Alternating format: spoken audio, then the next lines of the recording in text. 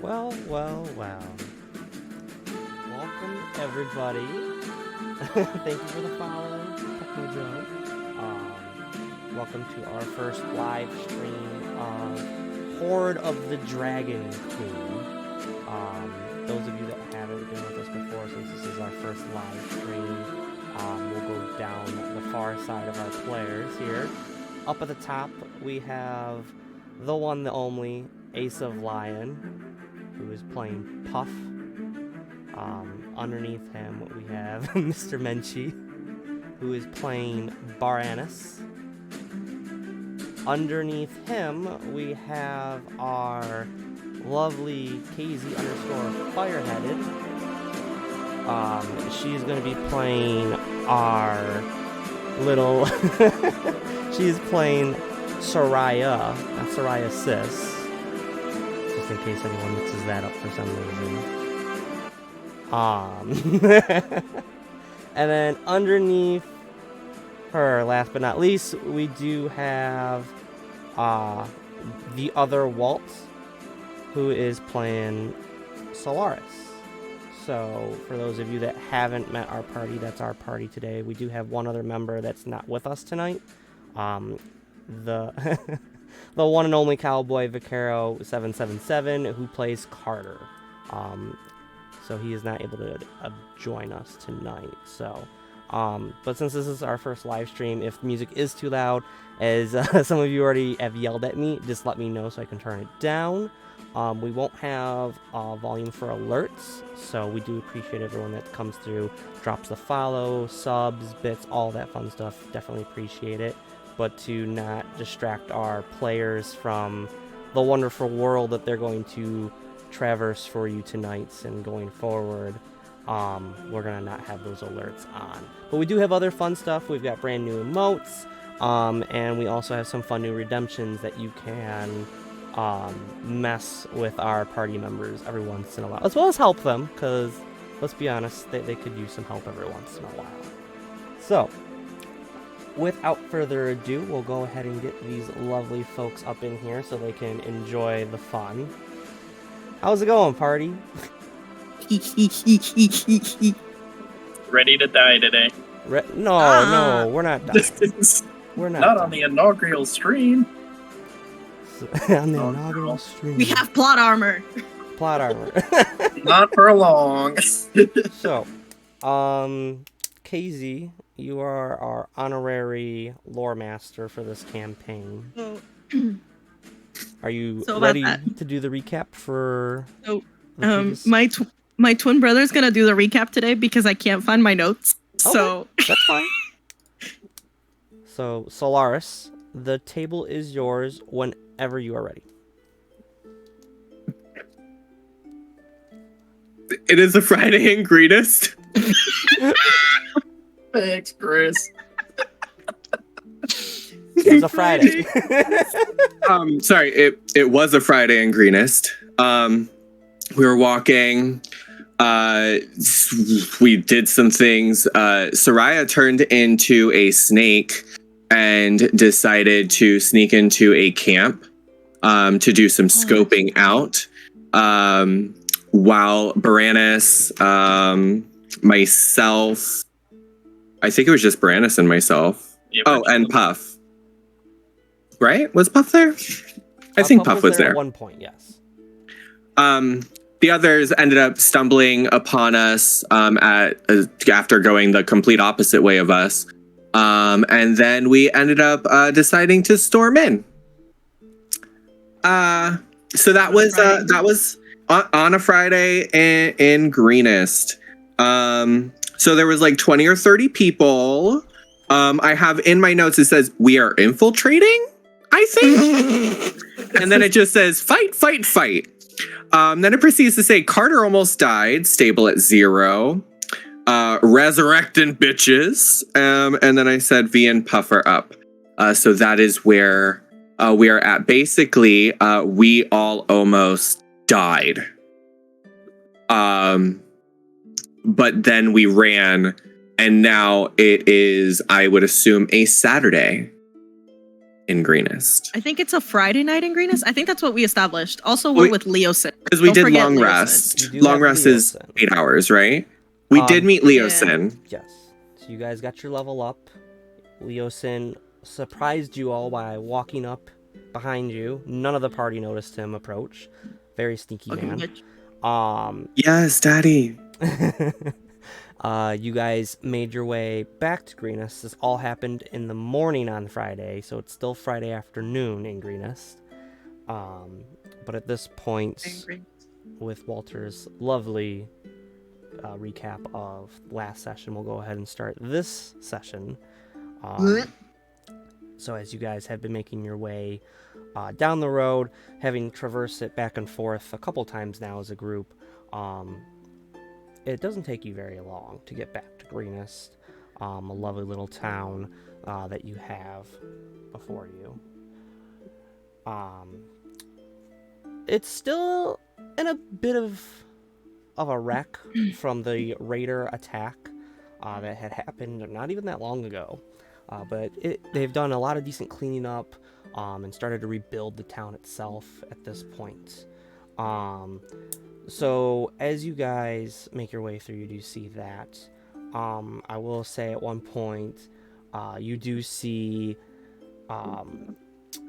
Ogrim look longingly off into the wilderness to the side of you guys. Almost, I'll say with you all being pretty close to him, a very mournful look upon his face.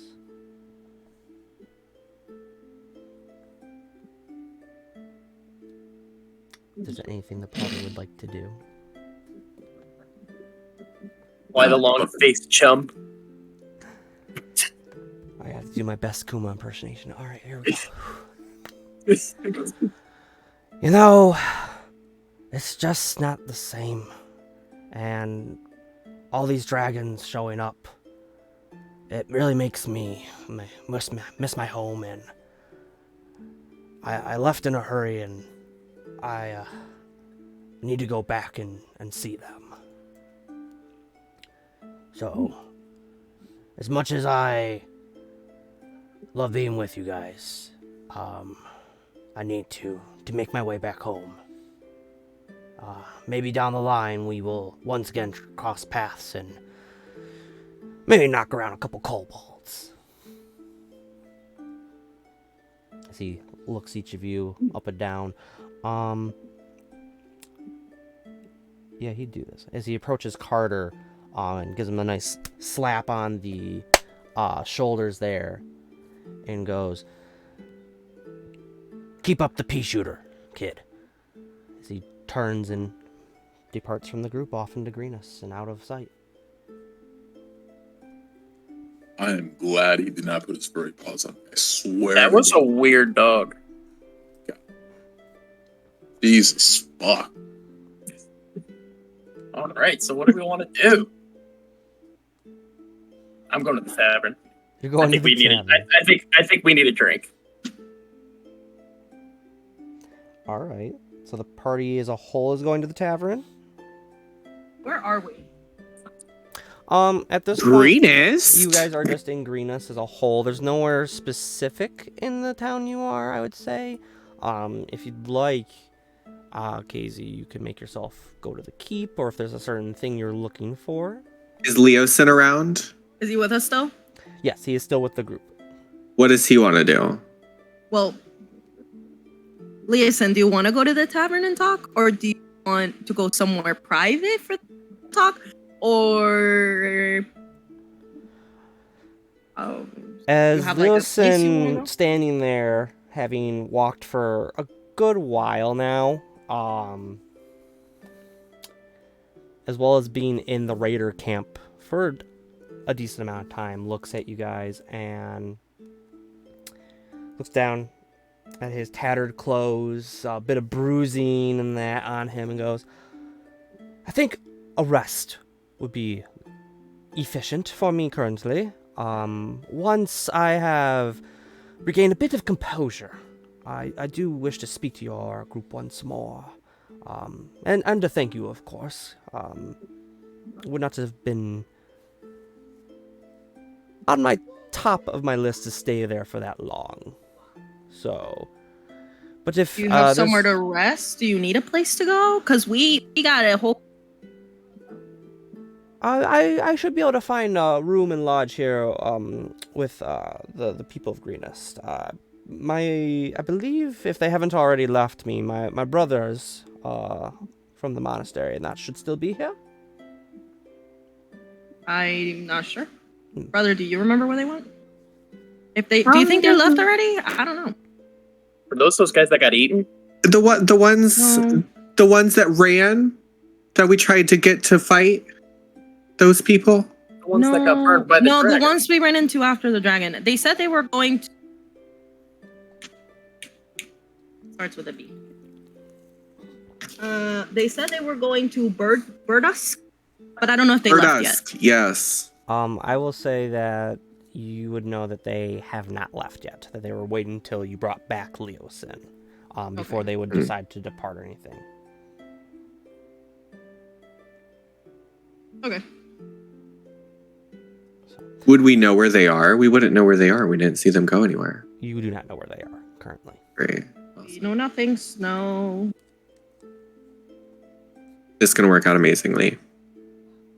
Right, Angriness boys. As Leosin kind of looks over the group and goes, "Well, I will make my way to the keep then. I'm sure to inform whoever was running this small town. Do you? I can't recall his name. Do you folks recall what he was called? Was the was it a governor or was it a mayor? Nighthill was his name, I think, though. If I'm correct. But I will definitely tell Nighthill of your heroics. Taking on a whole camp of raiders is definitely not a small task." As he gives a very weak bow to the group and straightens up and goes, "My back," and starts to make his way down the street. heading towards the keep off in the distance. Maybe we should get someone to look at that. That's That'll my work, plan. I feel like there might be some clerics at the keep to help me. Okay, so gonna go to the tavern. Yeah, I'm down with going to tavern. So the party makes its way through town, going towards the tavern. Decent sized building right over here. It's a bit under construction. Baranus and Puff, both of you previously already been here, would see it's a bit better than it was previously. Even from the outside, you can still see the gaping hole in the ceiling that's outside that hasn't been fixed as of yet. As you guys walk in... Same. Can I see if our plaque's up yet? Pardon? Can I see if my name's on the tavern yet? Not at the moment. As you may walk by, there's no new sign on this tavern at the moment. I will have my name on that tavern one day, I swear it. One day. All right, let's go get a drink. As you guys enter into... Go ahead, Puff. Puff would like to go directly to the bartender and ask for a drink. He would like to make it clear that he does not want to be with these fuckers. He just wants a goddamn drink. Okay. So you're making your Daddy's had a day. way straight up to the tavern's bar. All right, cool. I'll say as you guys enter as a whole to start, before Puff takes his abrupt leave of the group. All right, It's still a little dark in here, a little dreary. You can see that Marcus has put up a couple lamps to help brighten up the room itself. Where the hole is in the ceiling, just next to the bar, you can tell that with the rain that had recently happened that day, a decent amount of the ground there is drenched inside. You can tell a very fine line of where the wall or where the hole in the ceiling starts and stops just on the floor itself. But as Puff, you make your way to the bar and take a seat, the rest of the group finding another table to sit at. Marcus comes out and approaches you, Puff, as you're first at the tavern's bar. So he walks up to you. Oh, well, welcome back, you. Haven't seen you in a little bit now. Yeah, Little hole in my ceiling. I was doing shit. I know. Listen. I already got someone. They're gonna take care of it. Oh. Yeah. I appreciate that. It goes without saying. And then you, I believe there was some ale sent out. With that raid that came through. Did you happen to retrieve any? You know what? I checked the quarters. Didn't see anything there. Roll me deception. Roll you deception. Deception. Deception. Disgrace. Karma's a bitch. I got a nat 1. Yes. That T-Rosso.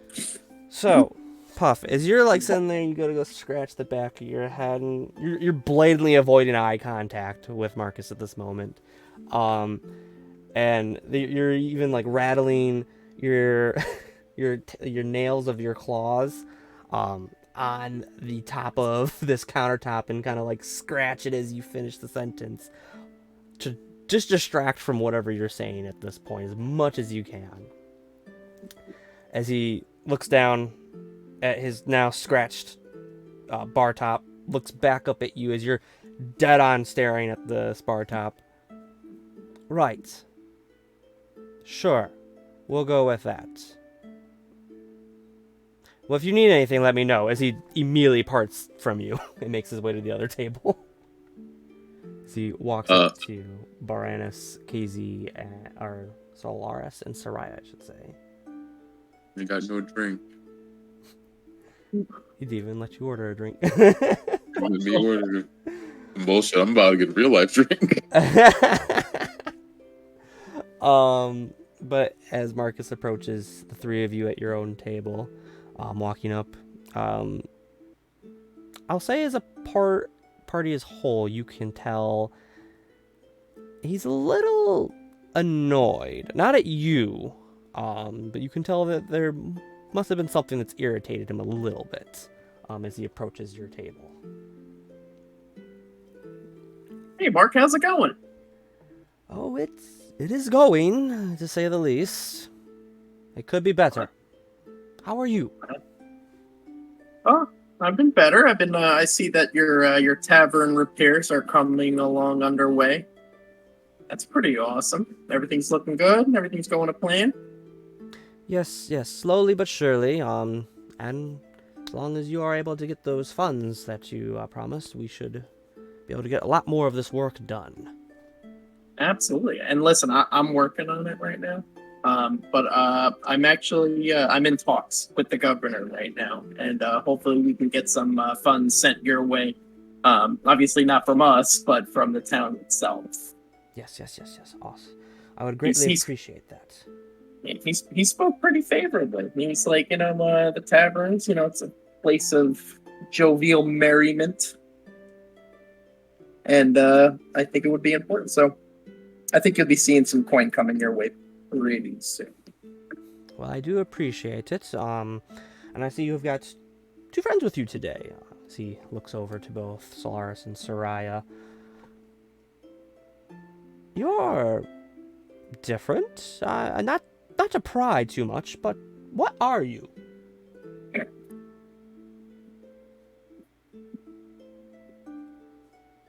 That's kind of a... Let's start off with names, shall we? Mark? Marcus is my name. Marcus. Okay. Would you like to know my name, or did you just want to know my race? A little bit of both. I'm quite intrigued with you. I've never seen something like... I'm not trying to be rude, but I'm intrigued. I'm gonna kind of like hide behind Solaris. You cut out there. I can't have nice things. I'm gonna hide a little bit behind Solaris and taverns aren't my thing. I'm gonna let him do the thing. All right, you're gonna defer to Solaris on that. Okay. That's my brother. My brother got it. I'm just gonna say, I'm Solaris. This is Soraya. Congratulations. You have now met some Genasis. I'm so proud of you. Genasi. Listen, some are from the north, some are from the south. We say things differently, Yes. So yeah, congratulations on broadening your horizons and expanding your knowledge. I am so happy to have helped you with this. Just out of curiosity, what kind of beverages do you have here? You have like Pepsi products, Coke products. I don't know what Pepsi or Coke are, unfortunately, but I do have a variety of ales, some wines from the elven folks in the area that do make some decent drink. Is there anything that would catch my mouth on fire and kind of taste like I'm swallowing lava? I have some. It's a whiskey of sense made by the dwarves. Is it like a ball of fire? I think. I don't know if it's called like a ball of fire, but they call it something of like infernal hole. Been there.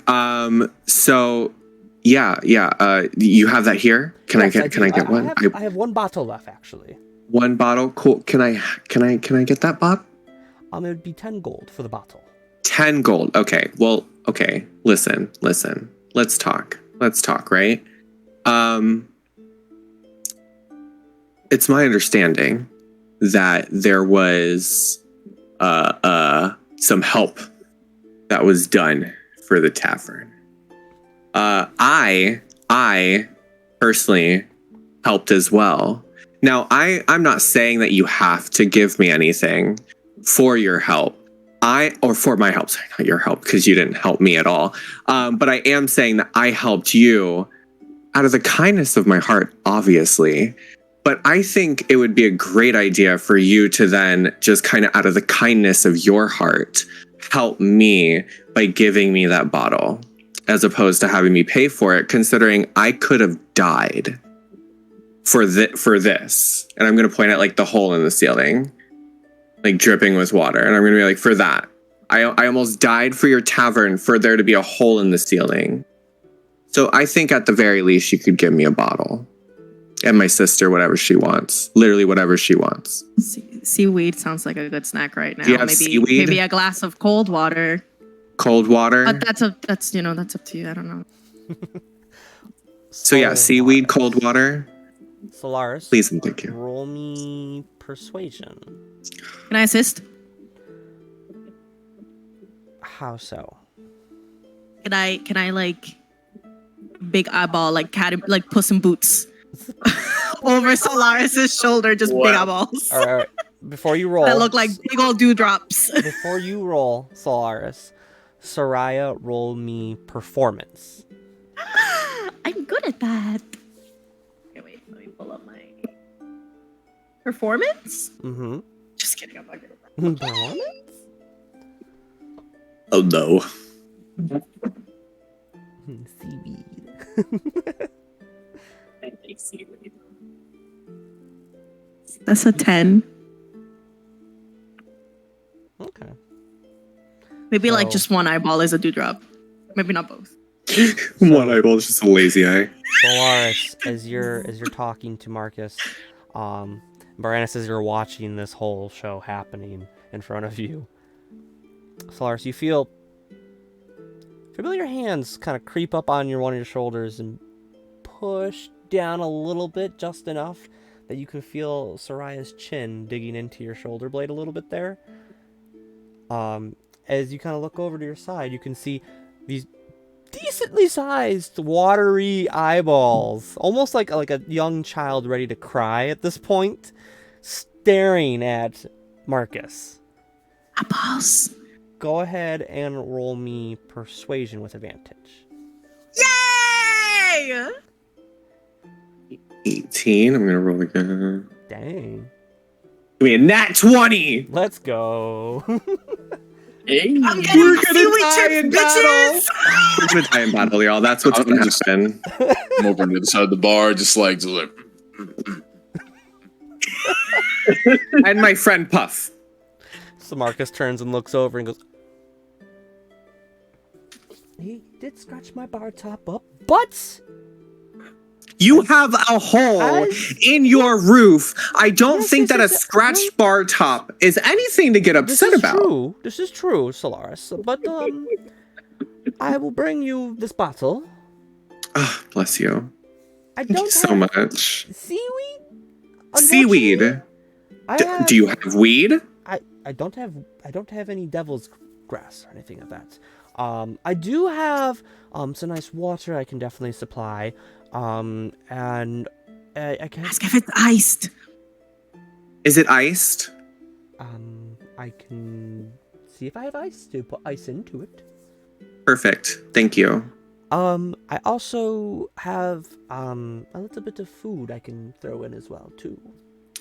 Okay. With that ice water, can I also just get a side cup of water with just like warmish, like room temperature water? Can you put some salt in the water and then go get some clippings of grass outside? Put it inside the water, kind of stir it around a little bit, just that way at least she can munch on like some salty grass, and that will give her the like feeling of seaweed. You mean lettuce? I do have some lettuce. I could put it in some water and put it Salt in water, because Salt. seaweed is salty. Oh, yes. Okay, Yeah. I can definitely do that. So the bottle of whiskey from the dwarves. Mhm. Some Do ice you want me to water. write this down for you? Oh, I've got this. So Okay, some ice great. water. Mhm. Her food, whatever he Mhm. would like, as he points Correct. over to Puff. And then Mhm. for you two, anything else? If not, you can take your time. I'll be around. What about me? You are one of the two he's Ask pointing her- at. Okay. Okay. I would like a flagon of your finest ale, please, for the defenders of the realm Yes. The last one you had? and your town. Yes, please. Very well.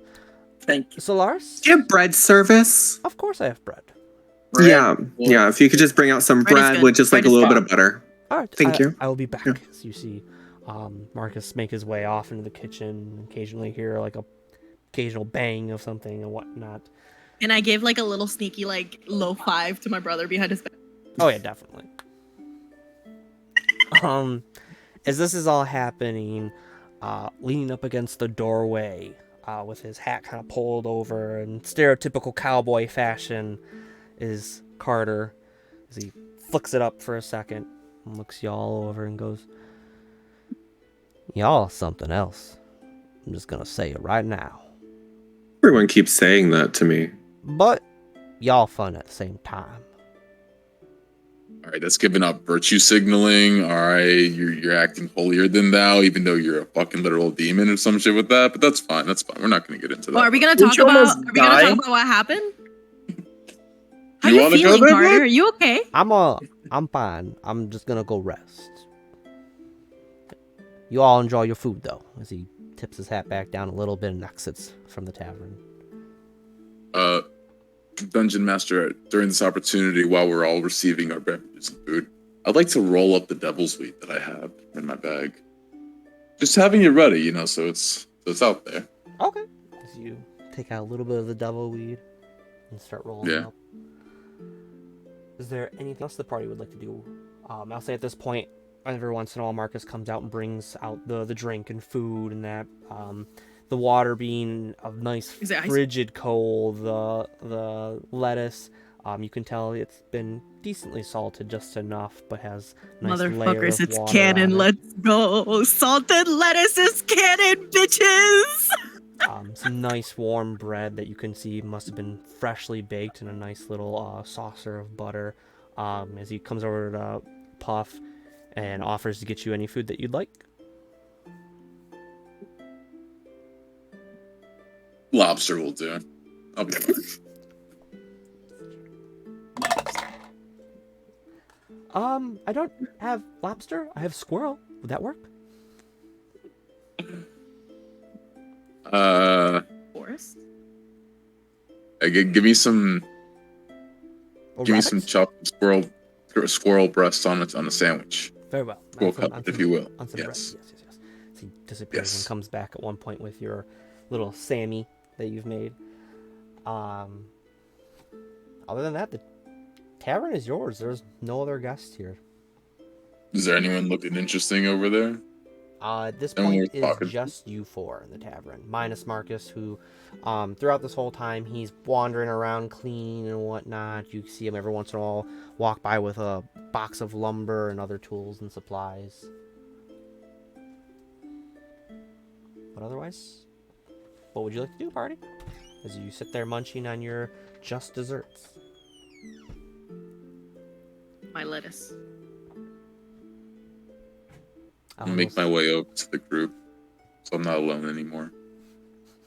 Hey, Puff, did you get With my your food, drink? just bring my stuff over. Did you get your drink, Puff? Yeah, I got Good. I'm very glad Can you did. I, like, while I'm sitting eating and like just kind of like existing, sitting next to Paris, can I like take out the silver dragon pendant and just give it a one? Like, I feel like there's something that I recognize out of this thing. Like, there has to be something that I can like dig deep in my mind palace for it that I recognize like anything about it.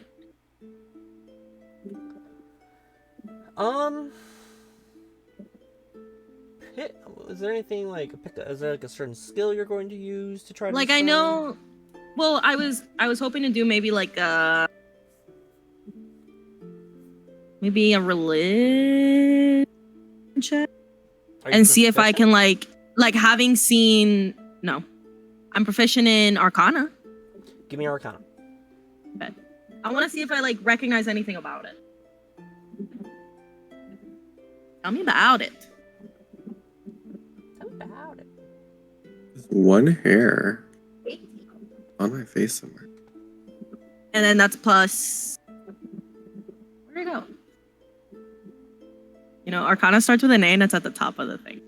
It does. Are there What's 18 plus 5? 19, 20, 21, 23. 23. 23.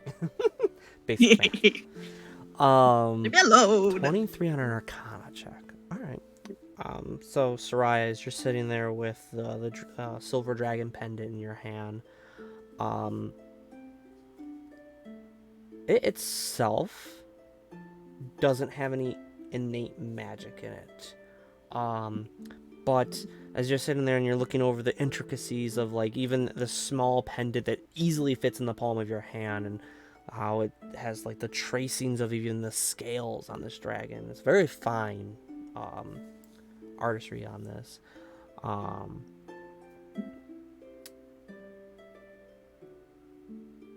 There's a bit of a flash of silver on it as the door to the tavern opens, as it's caught by your attention, and you look up to see the flash coming off the armor of Azust.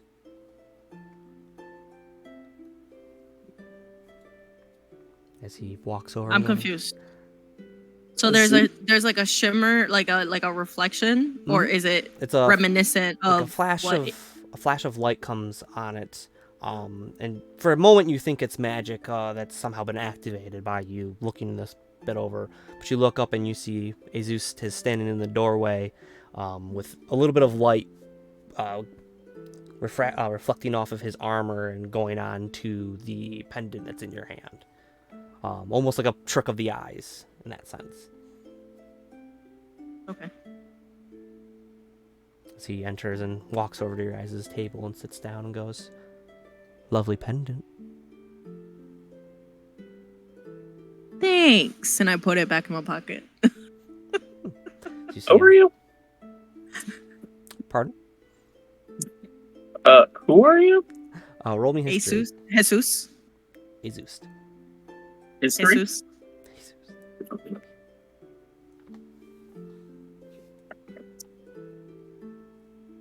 13. 13. As you're like, who are you? You remember a silver-haired man that had saved you guys both at the Battle of the Sanctuary, as well as meeting him on the road, trying to find the raiders' camp. Oh, wasn't that your pendant? No, not mine. Though I do have something mine is it's like draconic, as he points over to his shoulder, showing a lovely little crest etched onto his armor there. A blue background with a platinum-colored dragon upon it. Though I do have a little thing for dragons, and silver is a fine color. Aren't dragons the one attacking this town? Like, it's like, why are you here? Like, just hanging out with us? Why'd you even save us in the first place? Well, I don't remember. it would be a shame to let those that I could save die. It would go against my religion as well. I am a cleric. So religion. If my memory serves correctly, you usually don't come without some type of news. And in this case, you're not saving us from a battle, so I'm assuming you've sought us out for a reason. No, I just happened Just stumbling into taverns? Yes. Well, everyone must eat occasionally, correct? Bit of a coinky dink. You following us? No, you Just just show up on happen to be on the same opportune path times. for the most part, which is ironic. Okay. As Marcus comes over at one point and tries to see if Jesus would like to purchase any food or drink, waves him off and pulls out his own little pack of rabbit that he starts to clean there on the table and whatnot. And Marcus was worried about a scratch on his. Meanwhile, there's a dead rabbit on the table. Goes against so many food violations. Yeah, I don't think that's up to code. If Solaris keeps this up, he might be hitting some greens. Oh my. Okay, so what's up? How are things? How are things in the cleric world? Oh, they're fine. I don't. Did Leosin get with y'all clerics? Leosin? Leosin's a monk. The monk. That was here in town. During the raid. Mhm. He said he wanted to meet up with the clerics, I believe. He must mean the ones. The monastery? Yeah, he must mean the sanctuary here in town. Unfortunately, it's a different religion than mine. Y'all don't talk to each other? Well, I've gone in Talk and to each other. seen them. I haven't spent much time with them. I prefer my time wandering, seeing the world at large and exploring it. So, we asked you last time what your religion was. And, I'm getting more curious as to what your religion is, because you keep bringing it up. Yeah, And I come know on, you're a tell cleric us. and everything, but I'm kind of curious. We're just having this. We're hanging out. I want to know. And then I just kind of retract back. Since you don't have anything else better to say, My cocoon of a shell of a person.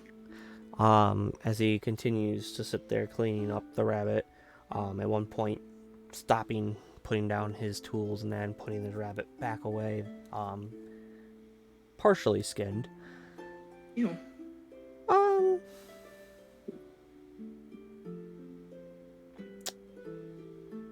Well, it's an interesting religion. It's an old religion, ancient.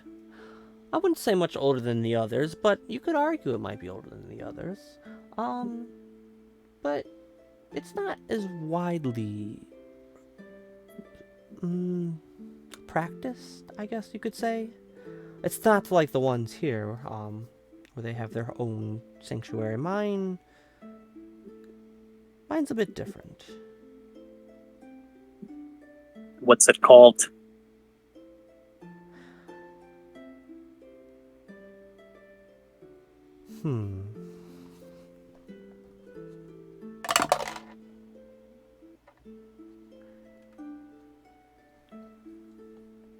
As he looks over to you, Baranus, and goes, "Have you ever heard of Bahamut?"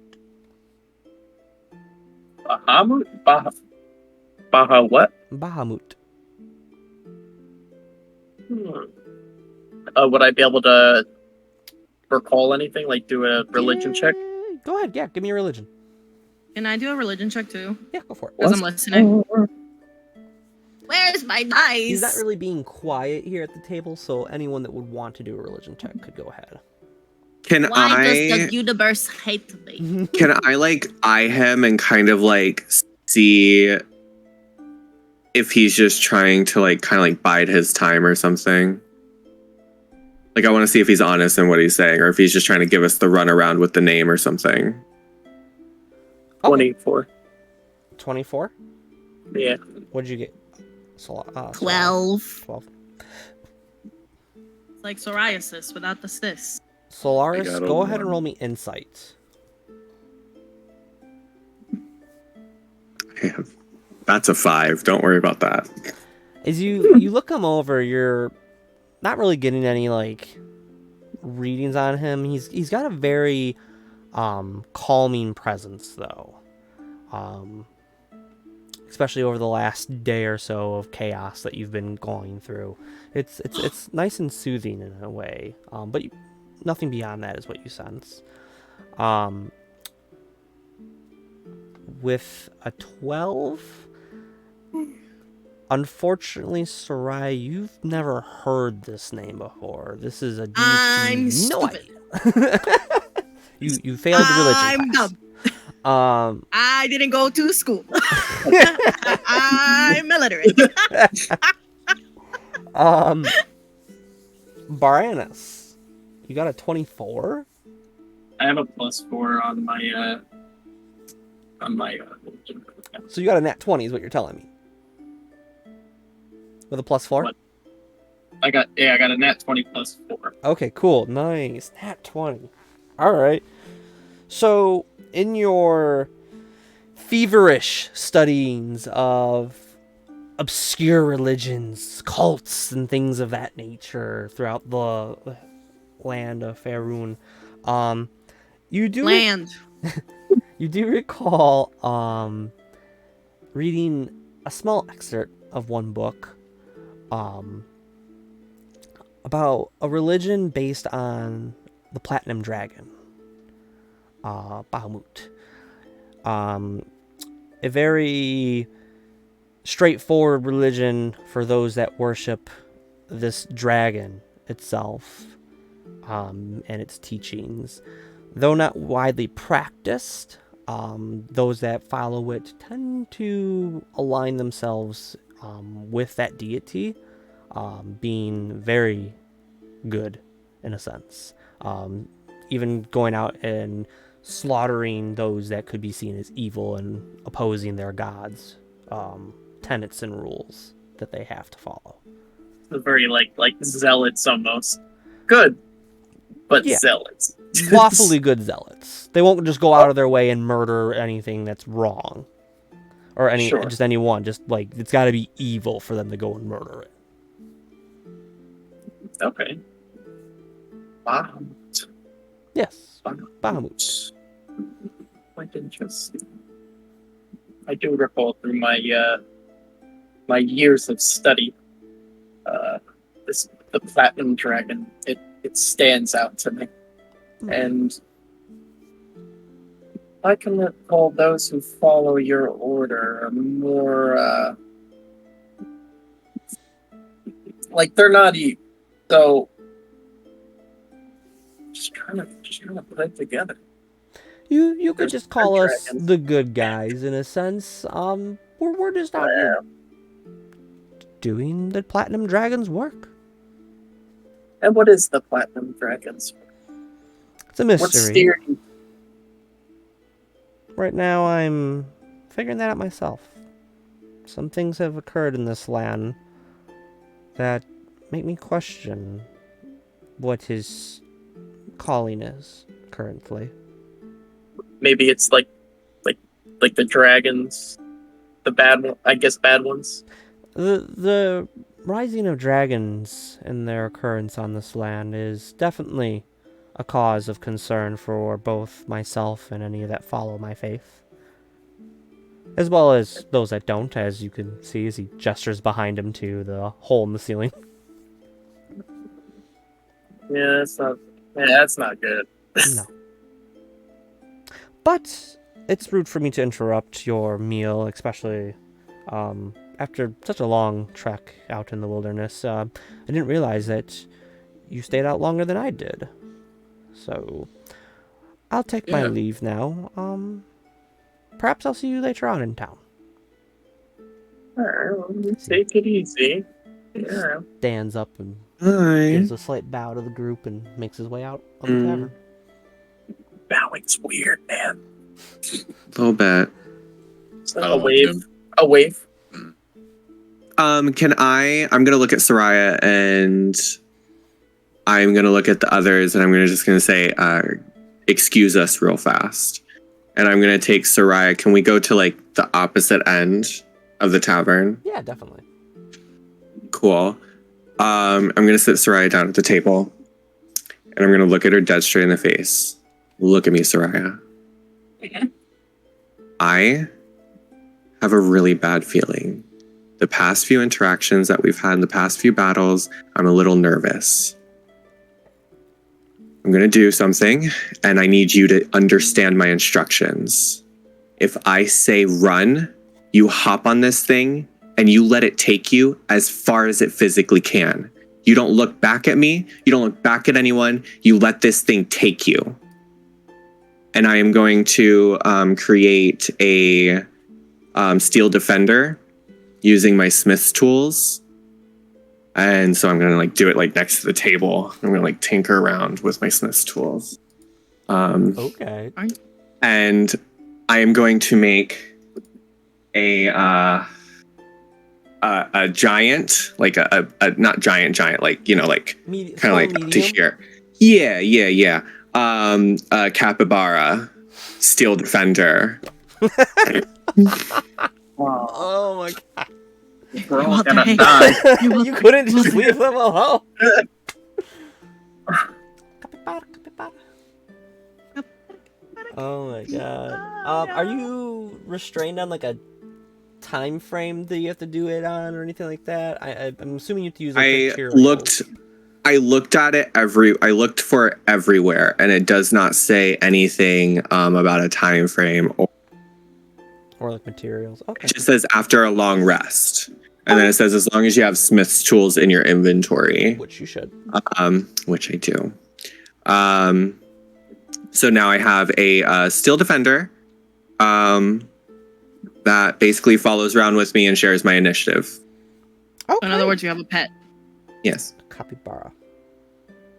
All right. Capybara. I'll say that it does take you a bit of time to make a creature of that size. Every once in a while, Marcus kind of walks up and just looks at you and goes, "What are you? What?" I'm not gonna question it. He's an artist. Apparently, and then just walks away, occasionally bringing you back some like water and that to keep you hydrated as he sees you working quite. I'm gonna like diligently on this. I'm gonna hold up Solaris's drink to his mouth while he's tinkering. It's like give him. Like, wait, my. But yes, we'll take some time for you to create a creature of that size over time. During that time, is there anything that Baranus and Puff would like to do besides watch him? Yeah, like I'm tinker? kind of like sitting in my seat here. I'm just like, what are they doing? What am I making? Huh. I'd actually like to approach Marcus while he's away from the table. The tables. Mhm. I'm just gonna be like I'm gonna go hit the John for a second. I'll be right back. Just right over there. All right, awesome. Hey, Don't mind me. I'll light up. You keep rolling your devil's grass and We're putting the filter in. oh my god, this man's got a whole setup over here. Marcus, do you mind showing me the kitchen? I'm quite the budding chef, and I was just wondering if I could get a tour of the back. I see no reason why not. If you'd like to, it is a mess. The raiders did ransack it. As he leads you that's behind okay. the bar and into the kitchen. As you enter in, a variety of smells come over you, spices and some other oddities. You can get a hint of like meats that make your mouth salivate a little bit as you stand there watching as Marcus walks around pointing like, "Oh, well, this is where most of my spices are, and this is where I've got my water and pots and pans and yada yada," and walks around showing it's a fairly sized kitchen. Nothing too grand for an inn or a tavern of this size, but it is a mess in here. You can definitely tell just walking around that he has not organized since opening back up the tavern. That's all right. I mean, looks like it just needs a little wipe down. But anyway, I did want to talk to you real quick while my party is in there doing their thing. Yes. When you had approached me when we initially entered the tavern, you would ask me about how the resource allocation was going. I did talk to Underhill. Unfortunately, no one out there wanted to come talk to him with me. Mm-hmm. So what I did is I took about half of our gold reward. It's about like 100, I believe it's like 150 gold pieces. I forget off the top of my head. Oh my. But I was able to allocate some of that money to your restoration. So I just wanted to just let you know, don't mention anything to them in there. Just say we have resources coming in. How does that work though? That maybe get the hole out of the ceiling or something? That would be wonderful. I feel like that would be enough to fix the tavern up a little bit, get some of the supplies that are missing back in stock, and a couple other things as well too. I'd greatly appreciate it. Fortunately, it won't replace the missing dishware of my family, unfortunately. Those damn raiders took those. odd thing to take. They weren't too elegant, but apparently something to sell, I guess. I guess. But anyway, back to all the good stuff that I've been doing for you. Yeah, so like anytime I come in here, I know you're gonna put up like a sign or something like that. Maybe use like a larger font with my name, and like maybe like me on the top of the sign, like my name, Baranus. And then maybe in like small like this big letters, like everybody else. Oh, got you. Oh, yes. We'll chalk it up to a typo. No biggie. Understandable. Just in case they ask. And I could definitely use some of that gold to make a sign of that for that. So yes, I can make that work. Yeah, definitely use a lot of the gold on the sign. Definitely. Oh. And then if I ever come in, maybe throw me like a ale or maybe like a leg of lamb or something. I see. Very well then. You are helping build it. It sounds like you almost wish to have a hand in running the inn in a sense. I prefer, and I'm glad you brought it up. That was kind of my segue into, considering I'm basically like a silent partner. Mm-hmm. So, I don't know, maybe like, I was thinking in lieu of the leg of lamb, like 1% of your monthly earnings. This man said, I want equity. Roll me persuasion. He said, I am an investor. I own 51% of this company. I want to see what persuasion does. I want to roll.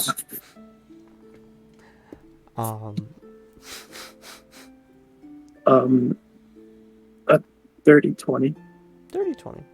Well, if you'd like to have a part in it, we could split it 50-50. You will have to take on some of the responsibilities of like ensuring that it stays stocked here. Perhaps out on your travels, if you do decide not to stay in Greenest, you could send supplies this way, and that could help bolster the tavern. I mean, I could certainly do that, but I really wouldn't do it for 1%. Well, no, we'd be partners. It'd be 50-50. 50-50. 50-50. You'll have your name on the front. You send back supplies, and I'll stay here and run it. All right. Well, how do you sign a deal here? Do you just do it on a handshake? A handshake, if that works for you, as he holds out his hand to you. All right, put her there, pal. As he shakes your hand back, goes, when you walked in, I saw another half-elf. I knew that you were going to be good. I am so happy to have met you.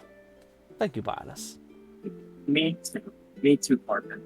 So now that I'm like a partner, can I just go like grab something to drink for me and my mates out there? Go for it. You're the one resupplying us as you're out there, so. Absolutely. Now, heavy emphasis on the silent partner. I don't want my name on anything that says that I'm a part owner. You are the face of the business. So when I walk out there, you're like, here you go. Have fun. If you want to be silent about your ownership, would it make more sense to put maybe your company's name on the sign up front? Or do you still want to say your name? Oh, I still want my name showing me as Defender of the Realm. Oh, yes, I could make a wonderful design. I could see it now. I could have your name very big. Obviously, since you've helped me so much. And then, like, your companion's name's underneath it. And maybe, like a sword and shield or something like that. That's not bad. It's not bad, Mark. Not bad at all. Yeah. But I'll let you go so you can finish that. And I can keep cleaning this as we have an inn to run. Or tavern to run. Yes. Maybe we'll expand to an inn down the line. You know what? That doesn't sound like a bad idea, but let's not count our chickens before they hatch. Ah, yes. But I'm gonna go hit the cupboards real quick if you don't mind. By all means, partner. Awesome, thanks. All right, well, you do your thing. All right, you got a business to half run now, so I'm gonna go grab some. I'm gonna go grab like more than a bottle and a couple of. Just run through, grab a couple bottles of wine. You see another bottle of the whiskey that Solaris ordered, a couple wheels of cheese, and like a little thing of meat, and just run back out to the group. It's okay, Mark. We're partners now. I got to take a cut.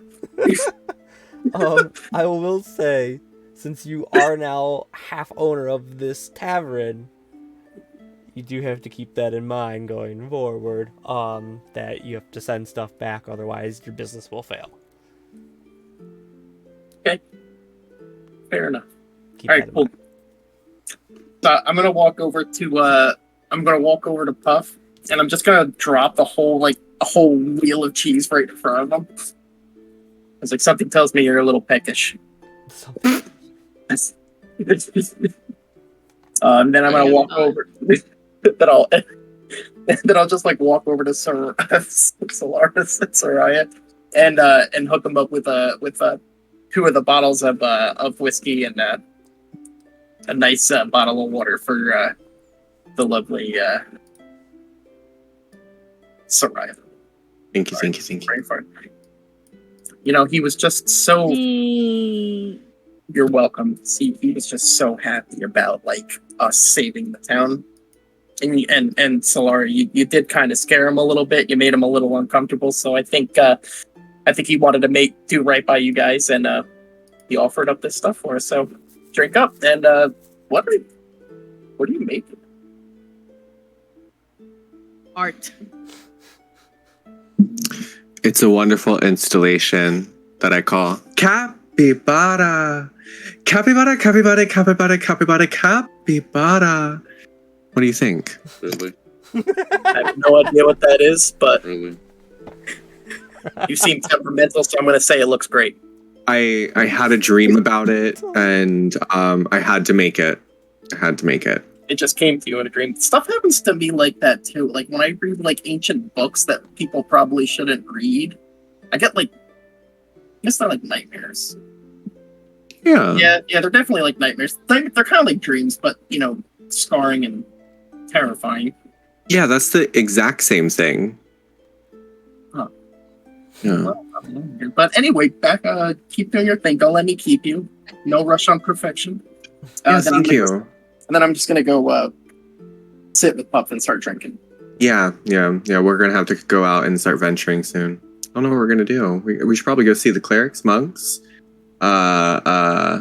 any of the people. I think we should find Leosin if I'm honest. I'll say that as you guys keep tinkering and having drink and food throughout the afternoon, it does get to a point where Marcus comes out and goes, not to be rude, and I do appreciate having your time and company here, but it is about that time to close up shop, as he points out, and it is starting to get closer to the evening. Work on these hours. Did Solaris finish the capybara already? I would say at this point, the construct of a capybara is complete. Perfect. Does it move on its own? Is that a thing? It does. It follows me around. Stop, that's so cute. It's probably like click, clack, click, clack. Everywhere it goes, the precious babe. The fucking capybara. It's canon. Say with the ushering of Marcus pushing you guys, not pushing, I'm just ushering you guys out of the inn, out into the cool air of the evening and greenness. As you guys make your way out towards the keep, occasionally the capybara behind you as it tries to keep up with Solaris as best as it can. Being brand new and having to move, it's a little stiff. Nothing that you're worried too much about Solaris, as you're like, it just needs to break in its legs and it'll be right. You guys make your way to the keep and to your rooms for the night. Very nice party. Some interesting. You own a tavern now in Greenhouse. And a capybara. Don't you forget it. And I have a barrel in my room. We haven't even left the There is a barrel. There is I know, a we haven't barrel even in your done room, anything Paul. today. We haven't done anything. Oh my god. It's a Friday at Greenest, boys. Well, now it's gonna be Saturday in Greenhouse. It's still Saturday, though. It's not Saturday, it's Friday. It's Friday here. Fucking cats. It's Um, Friday. The Gary V of D. Okay. That's fine. Roll initiative. Oh no. Capybara. A lot of dice in there. What? You make him nervous. Okay. So the party wakes up the next day, full of rest. Barring no nightmares come to you that night. It's one of the few nights that you get a peaceful night's rest. It's a clear sky. You can hear the birds chirping off in the distance. With it being decently into the morning now, you can hear the town itself making its bit of noise. Occasionally you can hear the occasional cry of like kids outside as they're playing and such. Making your way down to the main level of the keep. Not too many of the guards here at this point as they're out on patrol. You can see them every once in a while walk by the doors of the keep that are open to let a bit of fresh spring air and a bit of the sunlight pour in naturally into the keep here. Bit of time goes by as you guys are sitting at the table enjoying your breakfast, as you are joined by both Nighthill and Leosin as they walk down the stairs. Leosin looking a lot better than before. He's got his hair's no longer in snarls and twirled up and everything. His beard goatee is a bit cleaned up now and wearing lovely white tunic with some blue cape on the side and having a nice staff in another hand. As him and the governor make their way down the stairs and approach the party at their table, sitting down and having a bit of porridge with you guys. As they keep talking about a little oddity, as one point when Leosin doesn't have his mouth full of food, as he's kind of rummaging his food down as fast as he can, as you can assume that he hasn't ate in a hot minute now. As he goes, but as I was saying, Nighthill, I feel like using the resources available to us is the best, and I'm sure these lovely folks here would not mind aiding in this mission. It is of great importance, as well as the fact the fate of the world might also lay in the balance. Am I right? As he gestures at the party. It seems a tad manipulative.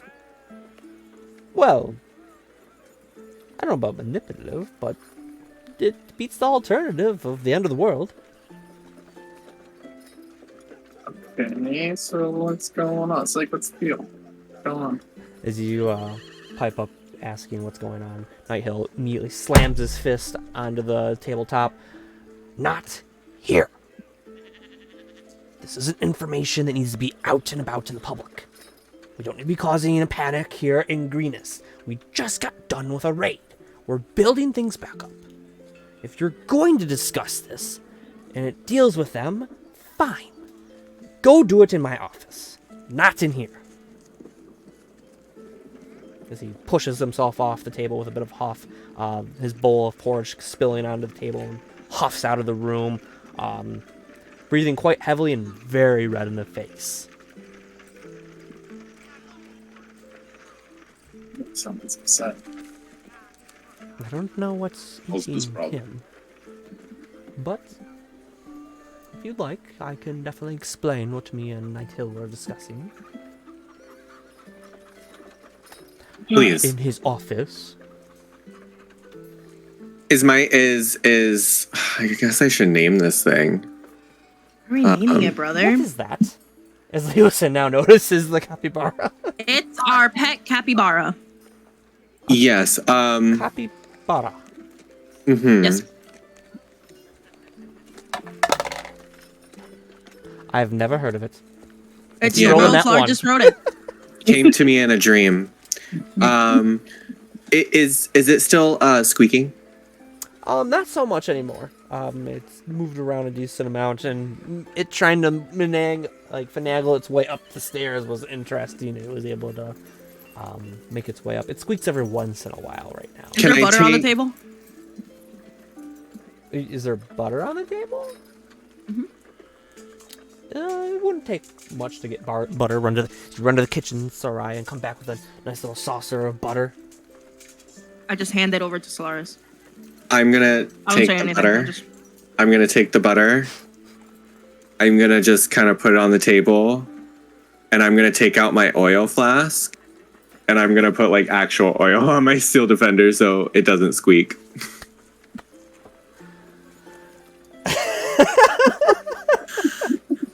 And I'm just gonna look at Soraya. Butter on the fucking thing. And I'm gonna say, it's not a baked potato, Soraya. What if we name it Baked Potato, though? What a dog. You want to name the capybara potato? Baked Potato. Okay, we can name it baked potato. People here, and I'm okay with this because You called us here, remember? We're here because of you. apparently I didn't realize that growing up that you would be such unique and interesting individuals. But What do you expect from two people that raise themselves? And you did quite well. We I would are say. uneducated. We are illiterate. She just handed me butter to grease a steel defender. I've got nothing for you there, Solaris. But if you are done with your butter, Yes. Baked potato is greased. the baked potato is greased, not. As he looks over to Soraya, buttered. Greased is fine. Soraya, roll me insight. Me? Yep. Little old me? You. Just name this capybara Baked Potato. Just try to butter a insight? capybara. Hello. Oh, there's a god. Insight, you said? Mm-hmm. Is that a D20? That'd be a D20. Someone had to I ask gotta- it at some point. I got a dirty 20. Dirty 20. So, as your attention's brought over to Leosin, with that comment, and you make eye contact with him, you see he's not upset with you, but hearing that was your go-to plan, was to butter the machinery, and with your brother being one that made it, you can tell he's a little disappointed with you. Suddenly, all the trauma from our absent father is rushed. Color flushes I out go of from Soraya's being- everything and I'm I go from chuckling. being like a tealy blue to being like the grayest of like stormy. This changing color of Soraya's complexion occurs, and I am Leo- anxiety blue right now. Leosin goes, well, if there's no further interruptions, he gestures to the stairs. I get up. Let's go. It's the, I get up. Follow. as the party's I led hold up my- the I stairs hold my brother's to hand. Leosin's to Nighthill's office. Leosin closing the door gently behind him. The party itself can see as a whole as he goes to go close it. He sticks his head out just right before he closes it, looks up and down, quietly closes the door. Can I put my steel defender outside the door? I'm going to tell Baked Potato to go stand outside the door. Oh yeah, easily. See, Leosin walks over to the curtains and looks down. Land. Draws the curtains, covering this room in a pitch black darkness. So he walks over and you hear the strike of a match that illuminates the area around the desk. Him moving a couple of Nighthill's effects out of the way. Well, there's no time like the present, I assume, as he reaches into his pack and pulls out a lovely map.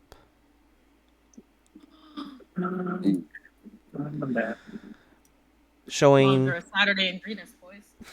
this map showing everything from the endless ice sea far to the north, here in the Sword Coast, down the side, seeing Neverwinter and Waterdeep, on the coastline, the high moor next to a decent amount of the cities, towns in the middle of the Sword Coast, past Baldur's Gate, and all the way down where he puts a little marker is Greenest. We are here. That's where we are. We are here. Yes, you would be correct there, boss. There is many things going on in this land. And the occurrence of dragons is not conveniently a coincidence. There is a plot upon the land. One that would see the world we know it changed and possibly destroyed.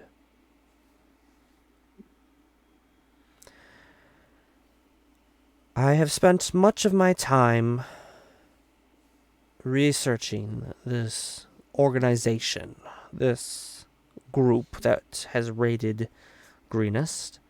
I was able to notice certain themes in this party's raiding habits. Noticing that they would hit the smaller towns here and make their way north at one point. I believe what I have found is known as the Cult of the Dragon. And not just any dragon. A dragon that, if brought back to this land, would bring the destruction of not just the Sword Coast, but Faerûn itself. The dragon I speak of being the Scaled One, the Queen of Dragons, Tiamat. Dun dun dun. Yeah, but I know this is much to ask of your group, as you've done a decent amount already for the people of this land already. But I would beseech you in assisting further with my research and to what this cult is doing, as their activity has become more and more relevant in the land, raids happening more often, and I fear that smaller towns such as this may not survive much longer if their goals are to succeed.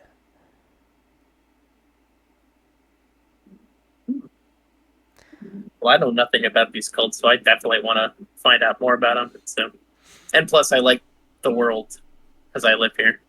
So maybe Yes. good if it doesn't get destroyed. I would appreciate the world not being destroyed as well. I do enjoy the finer things this world has to offer, as well as some of the intricacies. As he looks over to the capybara behind the door, kind of deal, looking in that direction. But I understand you may need some more information, and the wealth of knowledge I have to offer is open to you. Simply ask what you need to know. And if I can answer, I will answer. What do these raids have to do with resurrecting a dead dragon? What are they looking for?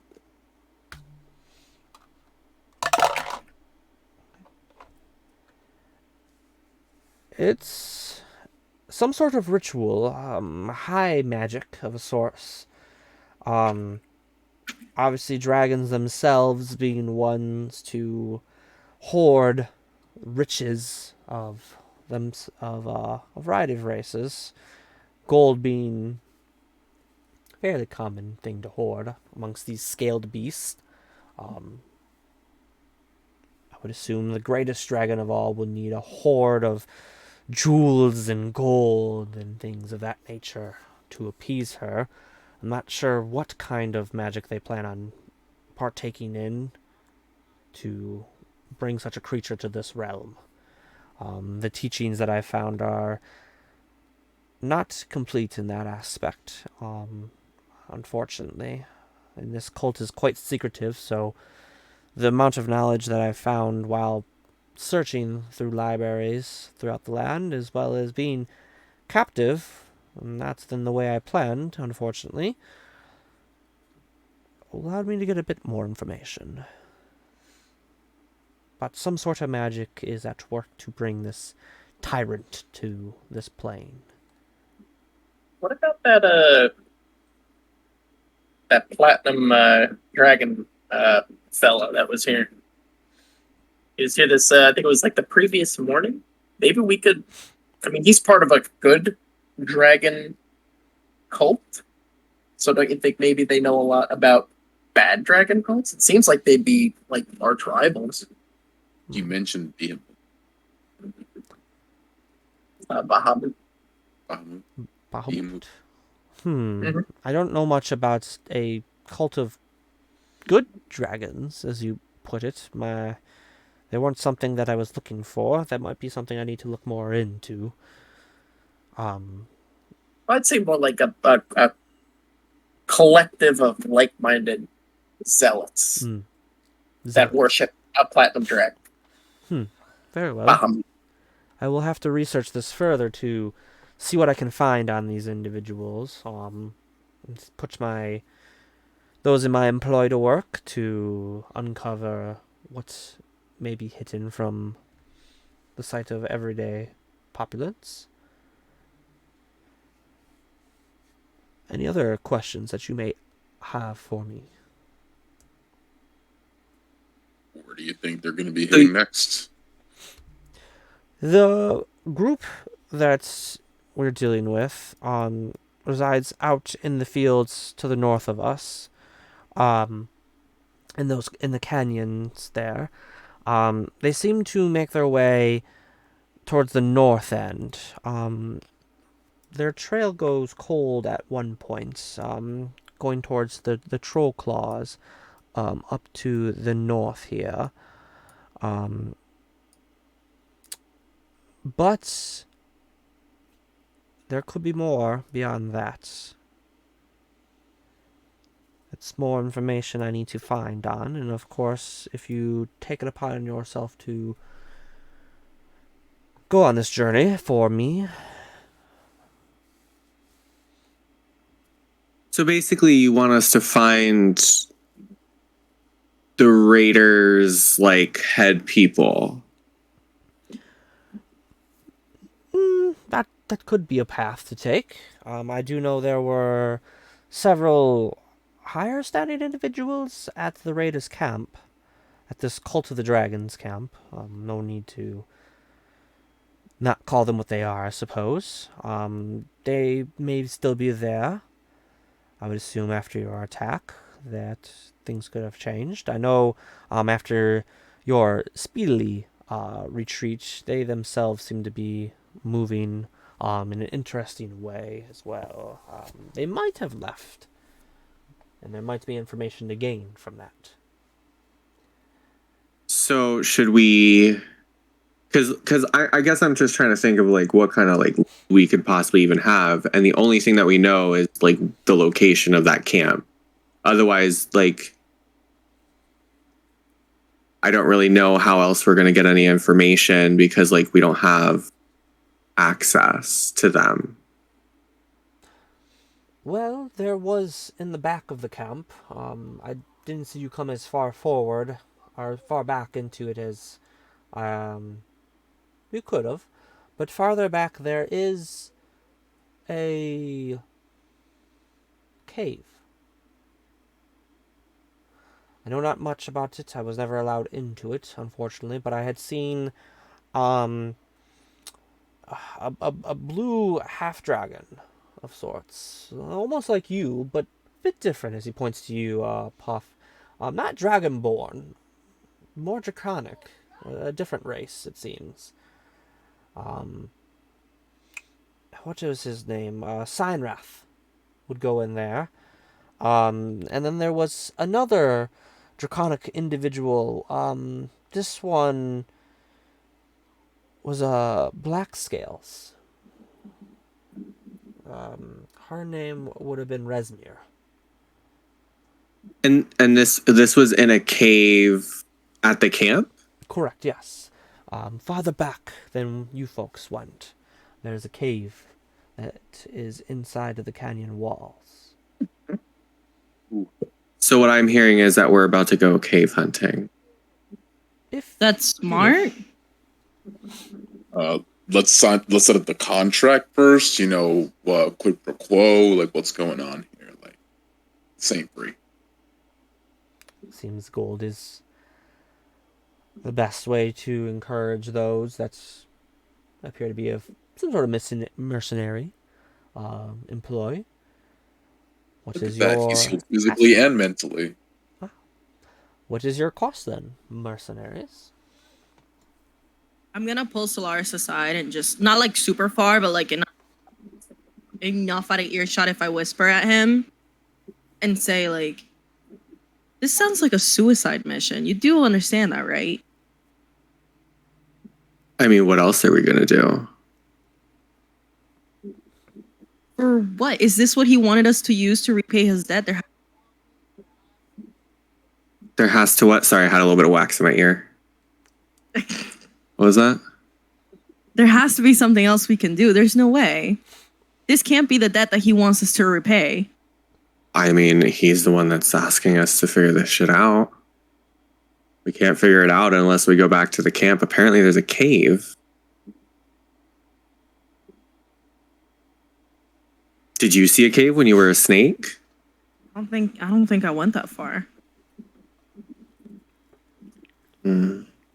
I think it'd be at least worth like going back and checking. If there are a horde of people there, we'll just kind of turn around and kind of there. But it's the best lead that we have going off of. And quite frankly, I'm really sick and tired of being indebted into someone. I'd like to get this taken care of. I mean, I just kind of like walk back towards the table and not really say anything. Is there anything Brynus and Puff would like to do while the twins pull themselves to the side of the room? I'll say the room is big enough that you could easily walk to the other side by like the corner by the door and have this conversation without being in earshot of the rest of the group. Blue Puff was talking about some sort of monetary compensation. Obviously, we need funding. We need troops, resources. Absolutely. That gold doesn't come after, and I don't do reimbursements. This is true. Well, anything found at the camp that's left is yours to keep, I would assume. Well, of course it is, but it's not yours to give away. So what are you going to give us? What is your ask, then? I don't know, Puff. This is about as far as I got. I didn't think he was going to actually say, okay. Well, what do you think would be fair for, potentially cracking down on an evil organization that's looking to destroy the world?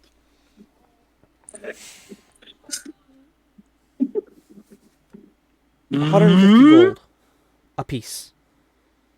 How much? 150 gold a piece. For each of you here, I will offer 150 gold. I don't know if the other two that were with you on our journey back are still in your employ of your group or not. But I figure that is a good starting point, and we can go from there.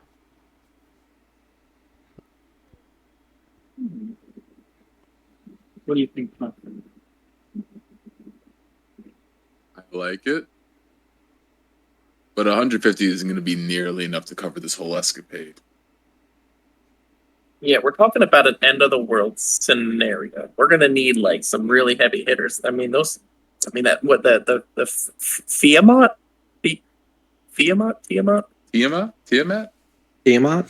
Yes. Tia? Let's just call it Tia. Okay, so Tia.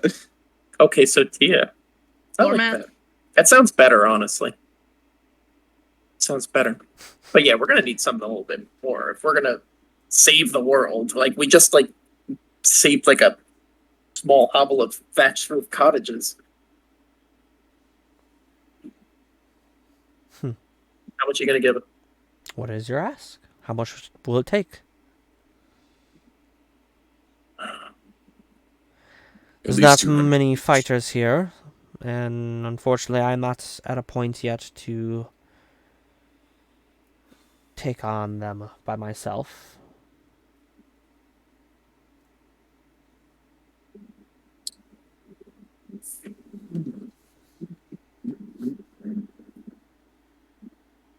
How much power do you have here?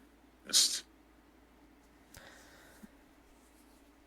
Not much power here in Greenest, but if you wish to continue on this journey and determine what information you can bring back, there could be some further compensation down the line, as well as more incursions for you to go forth on. If you wish to take this, I will be moving not onto Burdusk as my comrades are. I will be making my way across the Making my way. plains north of Greenest, avoiding the canyon system there, where these raiders lie, to El Turel. You think like the 250 gold each as a retainer. You know? And then like when we come back we ask for more money. Depending on what we bring him back. So your ask is for 200 gold? I'm sorry, I was asking Puff. oh, just wanna talk to make me. Yeah, raise it up to 250. To start. To start. To start. Is Slade here? No, right? I don't think so. I think we could Just probably the four just of you. we could probably Just four just of us hold on then? to it. Yeah, I was gonna say it's okay with you. We just take Slade's portion ourselves. We'll get it to him. We'll get it to him. How you divvy your funds is no concern to mine. Your group, you'll figure it out. All right, cool. So you guys want to get to that cave now? Yeah. Yeah. But first things first. Is there like a little shop or something like that, or like the armory? Can we get access to re-up on supplies? Maybe see if they have any potions. I'd like to see if they have any weapons, actually. I'll say that during your time of walking around here in Greenest, as you've been here for about a day, a little bit more at this point, walking around and such, there's not much to an armory or an apothecary or anyone that could partakes in the arcane arts themselves. R.I.P. John. Also, John is still here. You occasionally see him walk by when you've made your way up and down the stairs of the keep and such, and he waves to the group and whatnot. Yeah, I was gonna say every time we walk past John, I want to make it a thing where we all need to wave at John. John is the homie. He enjoys the party. He has no quarrel with your group as of right now.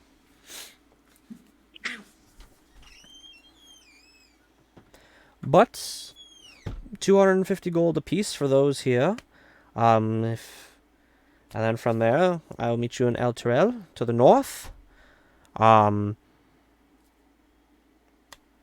we will discuss further employments. Work. Sounds good. Yeah. Money me. Takes out a Hey, coin me. purse and hands out 250 gold to every member of the party here. And what Well- about splitting up what parters? I think we should all hold a part of Carter Slade's take on this, just to keep everybody honest. So you have one more individual in your party that the 250 is going towards. Yeah, it was the guy we just said. Okay, We're gonna take his portion. We're gonna get it to him. very well. He's just waiting outside. So he Yeah. puts another pouch of gold, another 250 gold on the table. Hold on. I'm mathing. Thank you.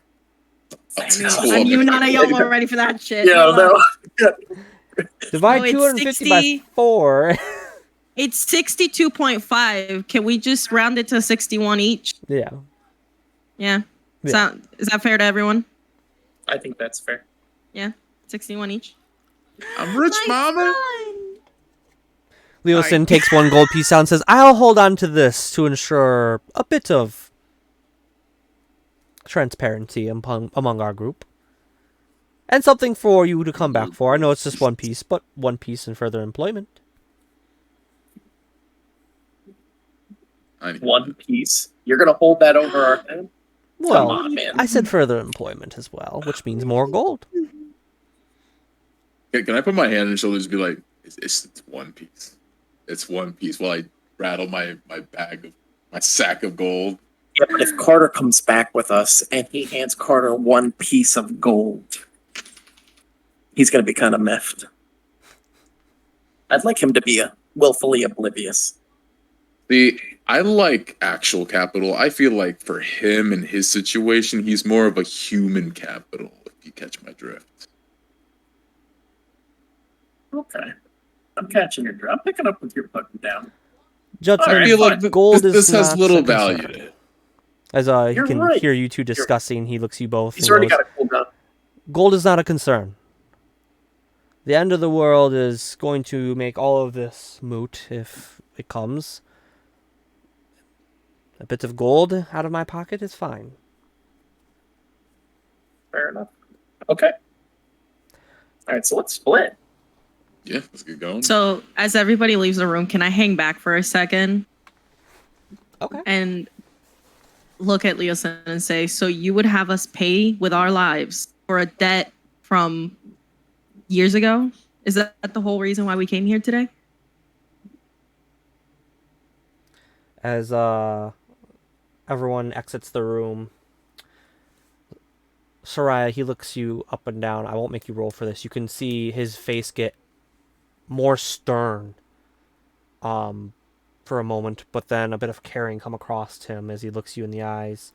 As he walks around the table, picks up the map and rolls it up, and walks to the door and closes it behind, so it's just you two in the room, and puts his back to the door. Soraya. Can I put my ear up to the door? Yeah. The door is not too thick, and with him being right next to it, I'll say you can hear him at the moment. I just noticed that the door closed and I didn't like that, so I'm just gonna go. Can Baked Potato do it too? Like just put like its metallic ear up against his...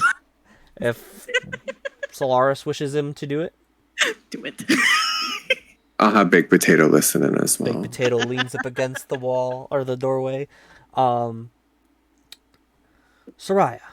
I know this is much to ask of your group, and I am trying to be as forthcoming as I can.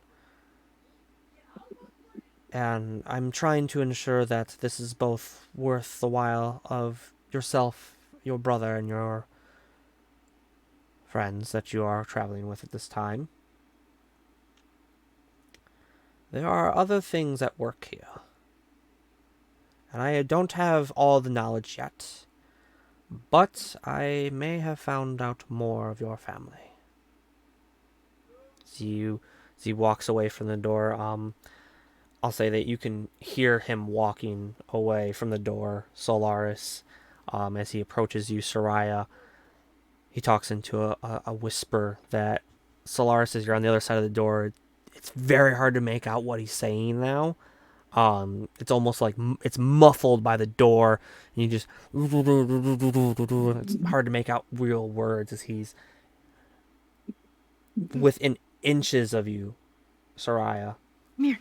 As he looks you down and goes, ever since I found 2 young Genasi in the streets, I always felt our paths were meant to cross for some reason. And I could never tell why until this day. And keeping that in mind, I have made it my duty to assist you as best as I could. I have found what might be the trail to your father. My agents are at work uncovering more information, hoping to discover his whereabouts and what has become of him. And that is also an additional prize to both your brother and yourself. I'll say, Solaris, as this is happening, this is all muffled for you. You can't make any of this out. It's just... Can you make any of this out, Baked Potato? I think they're talking about pasta. Can it talk? Can it talk? Can mean, you if you hear? don't talk- Honestly, it's a piece of metal. No, but it can fully understand me. So, It can fully comprehend all languages that I comprehend. so as Can it you squeak like as a you look down capybara? the baked potato and it lifts its capybara head up to you, like leans back down to the door itself. This is my favorite thing we've ever done in any campaign we've ever. This surpasses everything. We have a fucking metal capybara named Baked Potato Baked potato. that is fully sentient. Mute. I'm just gonna Yeah. like icingly just look at him. Oh, let me get back in character for a second. I got too excited about this fucking capybara named Baked Potato. See, Hold on. So I'm gonna like just got icingly dropped. stare. It just dropped in your lap. Hey, your dad. Right? Shit, how do I want to answer to this? Hold on. Daddy. Daddy? Yes, Soraya, your father. No. Hold on. I'm gonna icing like the coldest of just eyeballs. Like my pupil is like that fucking big right now. Like there's nothing. It's just empty. It's just green. I'm gonna look at him and I'm gonna be like, my brother comes first. My father was never there. And as far as I'm concerned, if anything happens to Solaris, just know that I don't care where this plane of existence ends up. And I'm gonna walk away and go to the door and shut it behind me. I'm not gonna slam it because I'm not rude. I'm not an When asshole. she opens the door, you just see me still like, I'll say you can hear her walking up to the door, but she walks up and whips it open. As like Solaris is just sitting there, ears, his hands cupped around his ears, and just I'm gonna shut the door behind me and just like hug Solaris. And like it's just like a wet hug. It's like moist. it must have been a very intense conversation about pasta. I'll tell you about it later. Okay. All right. Yeah. Can we just go? I don't want to be here anymore. I want to go. I'll tell you about it. Let's just go. as the party makes its way down the keep and out into the townlet of Greenest. Is there Fucking anything? shit, Mander. Is there anything you guys would like to do while you are here in Greenest? I mean, everything's basically like pillaged and burned down, so like Greenest doesn't really have much, do they? What is greenest? As you walk out into Greenest is looking real brown. Let's just say that. It's Okay. not really green no more. As you walk out into the keep, you do see John. Hi guys. Continues. Hey, John. What's up, John? A couple of other guards wave at you and salute in that, recognizing protectors of the realm here. But as you do walk around, you see most of the town is still in disarray in a sense. A lot of repairs still going on. You see families rebuilding their homes. You see the kids using rubble and that as play toys in a sense. As their adults continue on. Some of the older kids trying to assist their parents in rebuilding life here in Greenest. On a Saturday. On a Saturday, they are working. I'm gonna stop and just kind of like stare at the children that are playing with the pebbles, and I'm going to have like a whole ass like freaking moment where like I am just spacing out and I'm having like PTSD, thinking about like Soraya and I as children also playing with pebbles because that's all that we had because, you know, Shiny rocks. shiny rocks. That's all. Shout out to Nimbus. The real OG. Very well. So you guys continue through Greenus, making your way out to the road. Making my way. Making my way downtown. Let's do it. Let's hit the road. Let's go. Yeah. Yeah, let's go marching one by one. Hurrah. Hurrah. As you guys make your way out into the road, it's clear skies today. There's not a single cloud in sight. The sun almost at its peak, showing the sign of noon at this point. As you guys make your way off into the road, is there a particular marching order you guys have? I'm next to my brother, still sniffling. Still sniffling, she said. I'll walk in front. Brianus is taking the lead. Okay. I'm gonna notice Soraya sniffling, and I'm just going to like look at Baked Potato, and I'm gonna tell Baked Potato to take Soraya on its back. That way Soraya doesn't have to walk. She can cry and ride Baked Potato. Baked Potato. I now have to make an icon for Baked Potato. Now it's a thing. It is part of the group. It needs an icon now. Babies, can we get a mini of baked potato? Yes. As the party walks, I'm assuming we're going to have Baranus in the front, Puff in the middle, and the twins in the back. That seems to be how you guys typically... And Baked Potato. And Baked Potato. I'm gonna be like Forget slightly baked behind potato. Baranus, and I'm gonna look at him, and I'm just be like, "Want some of that good shit?"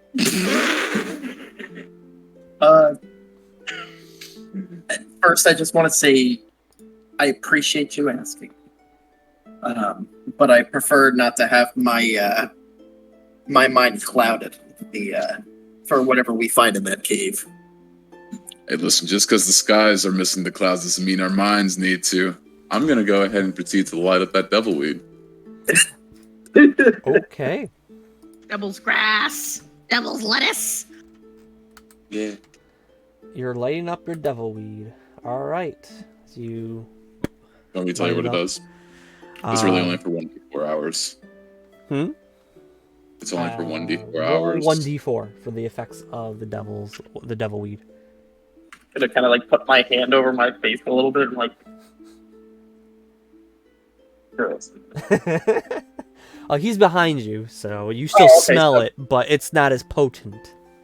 I'm upwind. This is the potent shit. Well, he's in front of you, so he's not getting the whole blunt of it. I would Okay, like I to gotta point take out one I of can't smell any of it No, because a I two? am too sniffly. All right. Sure. So you give him -1 on wisdom for -1, yeah. the next 2 hours. Yep, and I'm also acting confused, a little skittish, and I'm inclined to be if I were lawful evil. Don't worry about that stuff. Not a sativa. It is a sativa. It's for my boy Joaquin. As you guys are walking down the road, Baranus, you hear a bit of like flame and that. As you look behind you, and you see Puff taking out this little cigarette of a sorts. As he lights it up and takes a big drag. As a bit of green comes out of his mouth and fills the air behind him, going directly into the twins that are behind him. I can't smell it. My nose too stuffy. I'm gonna inhale as deeply as I possibly can. It's an I intriguing. love the smell of smoke. It's an intriguing smell to you, as you take it Smelly smell. in, and it's got like this kind of like pungent smell to it. Not that of like a skunk in a sense, but it's very pungent and it fills the air around you as you're walking around. Con save, both of you.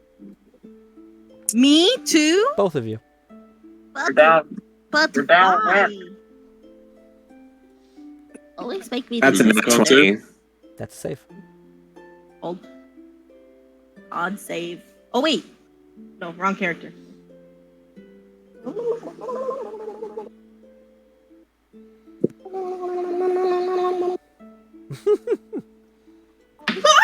No, it fell. Oh no. Roll forward. Did I roll again? Yep, reroll. Yay! Nope. rolled a 3. Okay. Wait, and then I get a +3 on my saving throw, so that's a 6. She's going on a Okay. trip on our big potato ship. Solaris, as you take it in and you let it fill your lungs and you breathe it back out, the secondhand smoke of devil's weed, of the devil weed. If only. The other dice was also at 3, so I was meant to roll a 3. You were meant to roll a 3 no matter what. Soraya, though, as the smoke comes in, you're not ready for it. You're too busy infatuating with baked potato. As you cough out. It's a little harsh on your throat there. This pungent taste. Oh my god, that's funny. Is that good? Solaris, what I'm going to do for the time being until we have an icon for baked potato, I'll just have another icon that's you, but it'll have a red dot on it, so that way you know it's baked potato. Okay. Baked potato. The party continues potato, on. Yeah.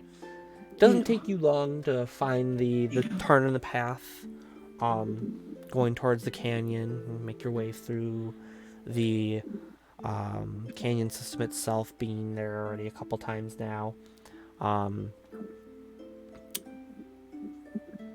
Walk through the grass being still pretty trampled. You can see some prints in the mud from the rain that had happened the previous day that are there.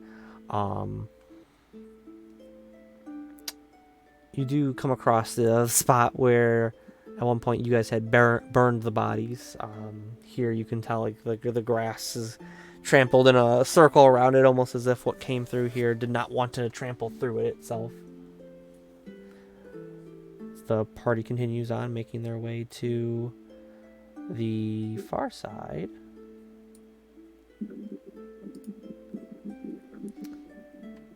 To the canyon itself.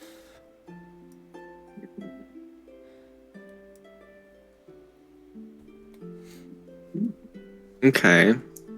I'd just love to be back here.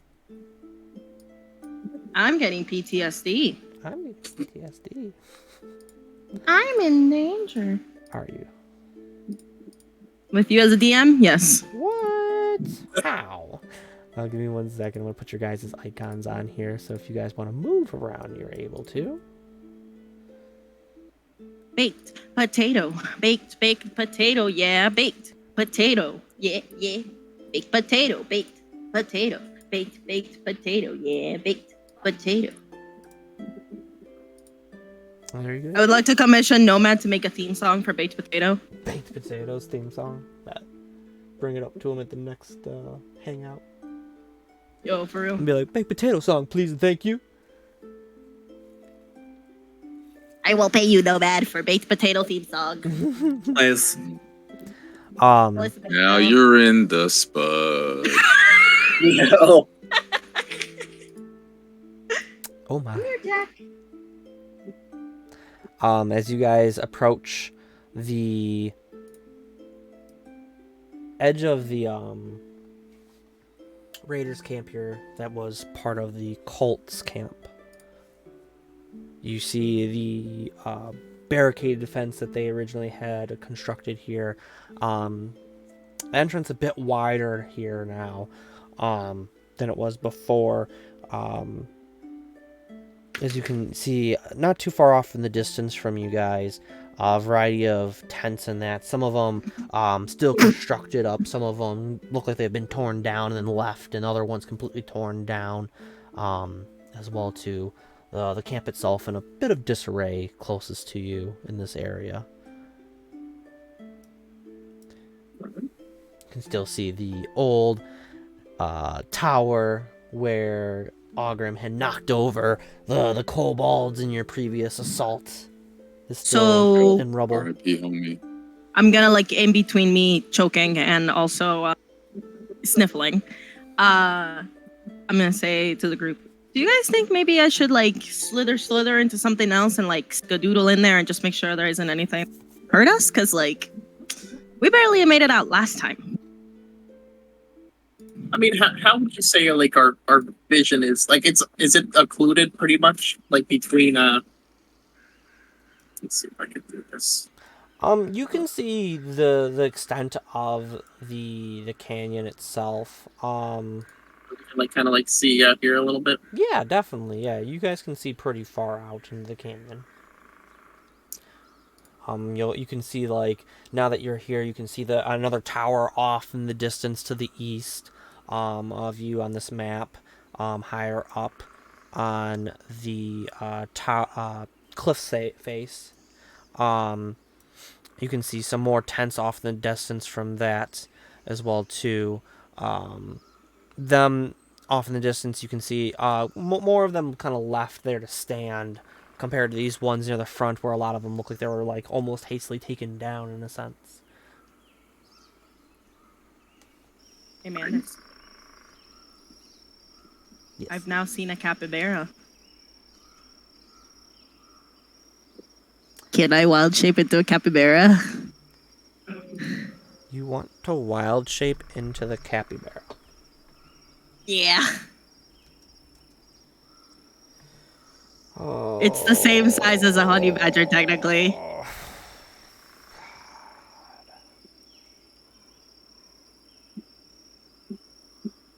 Are they about the same size as a honey badger? You've opened the door. Are they the We same do size as a honey stupid badger? shit.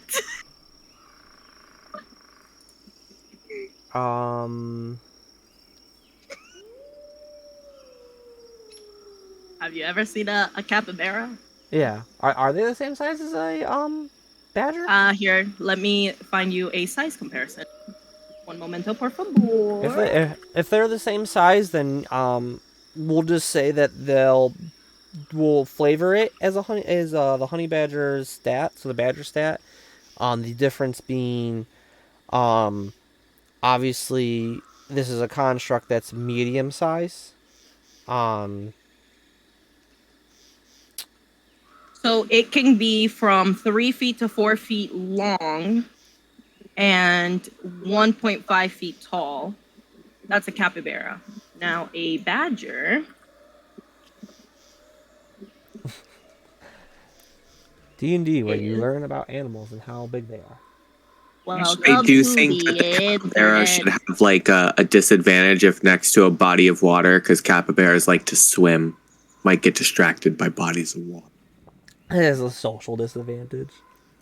Well, it being a construct, though. Why is this giving me I don't think- centimeters and It's not? going to do whatever you tell it to do more than anything. But yeah, what we'll do is Length is 90 centimeters. How much is that in inches or feet? we won't worry about that. No idea. We'll just give it the badger essence in a sense. The only difference being that it's a medium-sized creature instead of it being tiny like the badger. Now, Solaris, when you create this thing, it has specific stats, though, correct? Otherwise? So Yes. Okay. okay, hold on. So it will have the stats that your creation is supposed to have. It will just be the flavor of the capybara, in that sense. So, nothing will change too much there. Since it's a construct, though, you haven't seen an actual capybara. So no, you would not be able to wild shape into it. But if you were to see a wild capybara, I would say you would just use the badger stats then. Is that a no? No, you cannot do it because you got to see it. But now you know if you do see it, how you would do it. Can I turn into something? What do you want to turn into? I want to turn into something fun. Something fun. Something fun. I'm trying to find where I put my notes for it because I know you gave me specific animals that technically were letting it slide. Badger, woofs, snake. Whoops. Oops. Woofs. I think that was the 3 that you got right off the rip. I wrote them down somewhere. I feel like there's one more, but let me double check. Okay. I think it's in my While actual. you're doing that, is there anything else the rest of the party would like to do? We want to make our way into the cave. And that's where we're gonna start, right? You guys want to go to that tower out there first, or do you want to just run right? Okay, I'm just gonna morph into a wolf. Turn it into a wolf. Yeah, I'm just gonna like sniffle, sniff, and then in the sniff, poof, turn into a wolf. Next to baked potato. Okay. We'll give you a little Not on top. icon to show that you're in your wild shape. So as the group once more sees a puff of blue smoke in the air around them, previously where Soraya was standing is now a wolf. Are you the same color of a normal wolf, or are you like a different color? Can I be like a cool color? Or do I have to be like realistic? I believe you can control the color when you do this. Can you not? It doesn't say anything. Hold on, I'm Googling really fast. You keep going with your thing, I'm a Google. Because if I can be a blue wolf, that would be really change the color. fucking cool. Okay, so while transformed, the following rules apply. Your game statistics are replaced by the statistics of the beast, but you retain your alignment. When you transform, you assume the beast's hit points and hit dice. When you revert to your normal form, you turn to normal.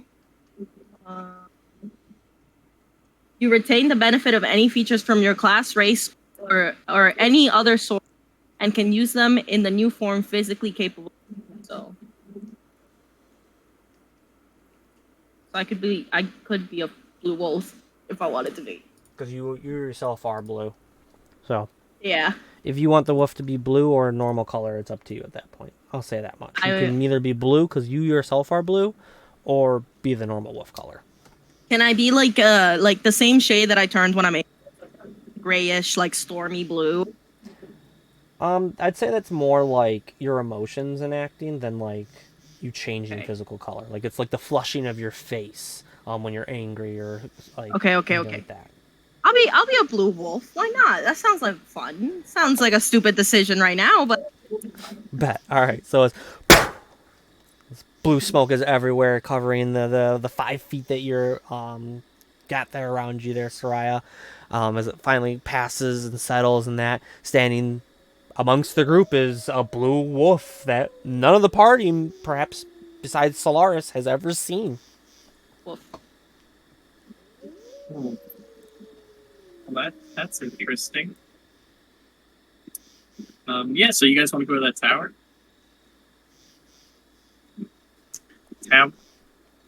Does Soraya, do you want to like go ahead of us? Yeah, I'm gonna like scoot. And we'll ahead just of- follow behind you. I'm gonna like puppy strut up ahead and like sniff the air around me and see if I smell anything that. You're gonna sniff the air. Yeah, like see if I pick up on any scents moving around in the ravine. Okay. That isn't rubble, if that makes sense. Roll me perception. Roll me sniff. Roll me a sniff. Command sniff. Command sniff. Ooh, what am I rolling for? Perception. Perception. Ooh, 19, 20, 20, 22. Jesus. Okay. I got a nose, motherfuckers. As you make your way off into the camp itself, how far are you gonna go doing this? I go like, if like let's say in relation to where they're standing behind me, like maybe that far ahead. Okay, From about them? that far ahead as you guys start making your way off into the camp. Soraya in front of you in her blue wolf form. As you guys sniff, you just One more time.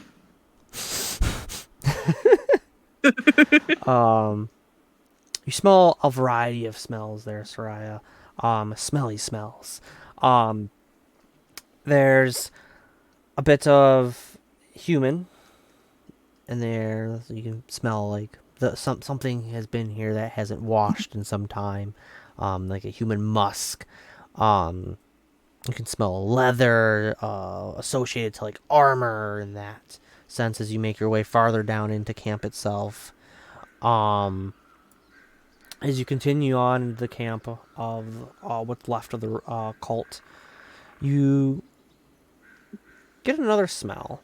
This one's a bit odd, almost like scaly and a little bit of like muskiness to it. And it's quite potent in this first area of the camp as you continue to make your way down into the camp itself. But as you keep going, the musky smells kind of dissipate a little bit as you continue on. Am I still smelling dragon? Like scaly? Not dragon, but like scaly? The scaly, musky smell, yeah. You still get that for the most part in this area until you get about here. This now kind of giving a bit more of like refined leather smell. Like instead of it being like leather that's been dried and then made into whatever equipment it's being used for. This now having more of like a polished leather smell. You can smell a little bit of like a variety of products and that have been used on some sort of equipment, as well as another smell. This one is the like perfumey smell coming from any tent in particular, or is it just like a as you make your way down farther into the camp here, it starts to kind of like just emanate from all of the tents off in front of you and onto the sides now in this part of the canyon, as you go farther forward. You also smell another smell, I'll say, with that roll. This being an odd one. It's not a smell that you smelt before. And it's hard to make out what it could be associated to. You get it kind of mixes in with the other ones very well, and it's hard to kind of discern what it's from. Okay, so I'm gonna stop there and run back to Solaris. Solaris stops his face. Like I said, the capybara would probably be more over here by you, Solaris, since it follows you around. Capybara. I'm gonna look at Soraya, who's obviously a wolf. A woo. I'm gonna what? I'm gonna like tuck my tail in between my legs, and just kind of like stand next to you. All right, I'm gonna look at the other two, and I'm gonna say, so I think that there might be something up here. I think she smelled something, and I'm just gonna like kind of like be like a little like defensive. I'm gonna have like my hand just like on my weapon, just ready, just in case. Okay. So everyone just let's be ready just in case. Agreed. Yeah. Yeah. So the party readies themselves. A bit of magic starting to like formulate into the palm claw puff. Baranus, as you kind of ready to either pull out either your crossbow or to draw your short sword there. No? Oh, we're going short sword from now on. Okay. Is ready to pull out your short sword, kind of not feeling the crossbow as of late. And then Solaris getting ready to use both either your magic or your melee equipment that you've got ready at your hand. Can I like swirl like a little fireball in my hand to produce flame, and just have like a little fireball that I just like got a little flame swirl in my ready. hand? Yeah, I'll say that both you and Puff kind of have like arcane magic. Yours is a bit more of got like a fiery flame to it. As you get ready to either do like produce flame or any other like cantrip, almost like the like innate ability of your fire genasi race coming in through your magic itself. Puff's having a bit more of like a dark green tint, smoky aspect to it as it floats within his palm. Not Maleficent. Right. I was thinking more about a cadaver. The silver. Oh no. Harry Potter, Disney, your choice. What would you like to do, party? Is the There are two kinds of people in this world. right? Evidently. Guess we just keep moving forward, right? Yeah, let's keep moving forward, but just be like you said, Laura, be ready to throw down. All right. So the party makes its way deeper into the camp. An eerie silence still kind of over the whole area here. You can hear the chirping of a variety of like crickets and other small insects in the area. Occasionally the cry of wolves off in the distance, likely on hunting for food for the day. Quiet. Um, Too quiet. the group at large notices off to the side of the canyon from you guys a sizable hole in the cliffside, big enough for a cart or a very large creature to make its way into this hole in the wall. Do I smell anything? With your previous roll, rolling perception actually again.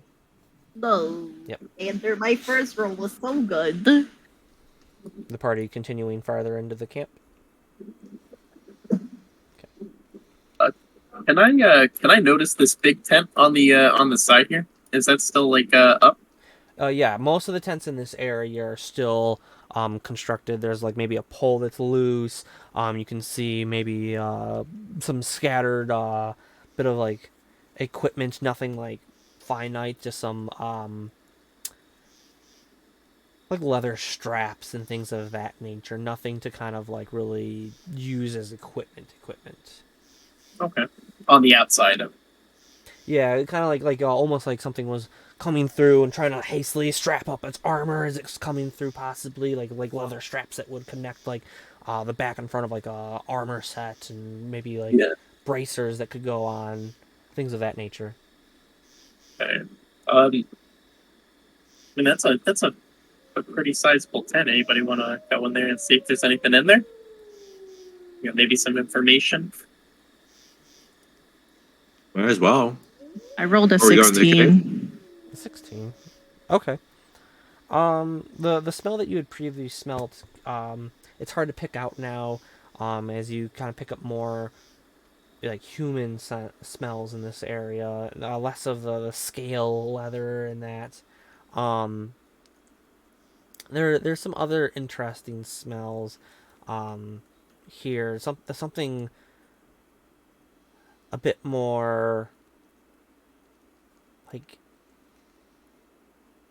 animalistic in a way. It's hard to pinpoint this smell. Almost like creatures were kept in this area. As with that 16, you occasionally like as you're sniffing around, you can find bits of like droppings from whatever was here. Delicious. Baranus, you said that you're making your way towards the tent, though? Yeah, I'd like to make my way towards the tent. Okay. Do you come up to the tent and you peek into it, looking around, your eyes adjusting a little bit to the darkness as you look into it. It's a sizable tent in here, easy enough for several creatures to either rest in or to use as kind of like some sort of like staging area of some sort. Here in the tent, you can see that still left there is a sizable table. Nothing on it currently, but you can see several scratch marks going down the tabletop and such.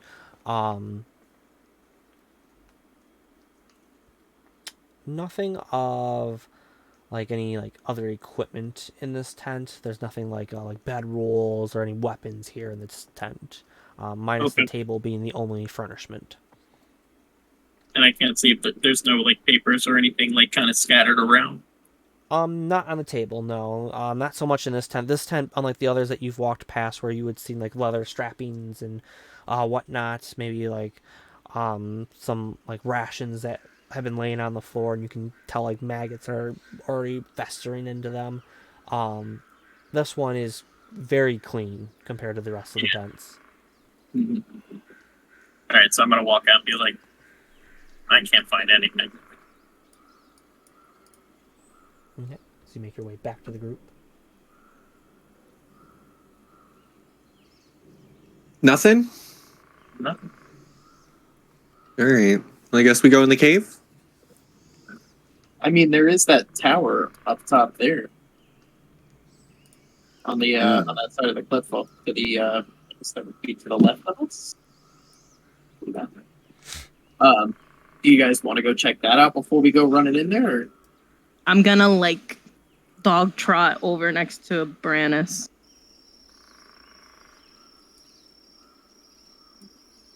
You're gonna dog trot over to him. Yeah, just like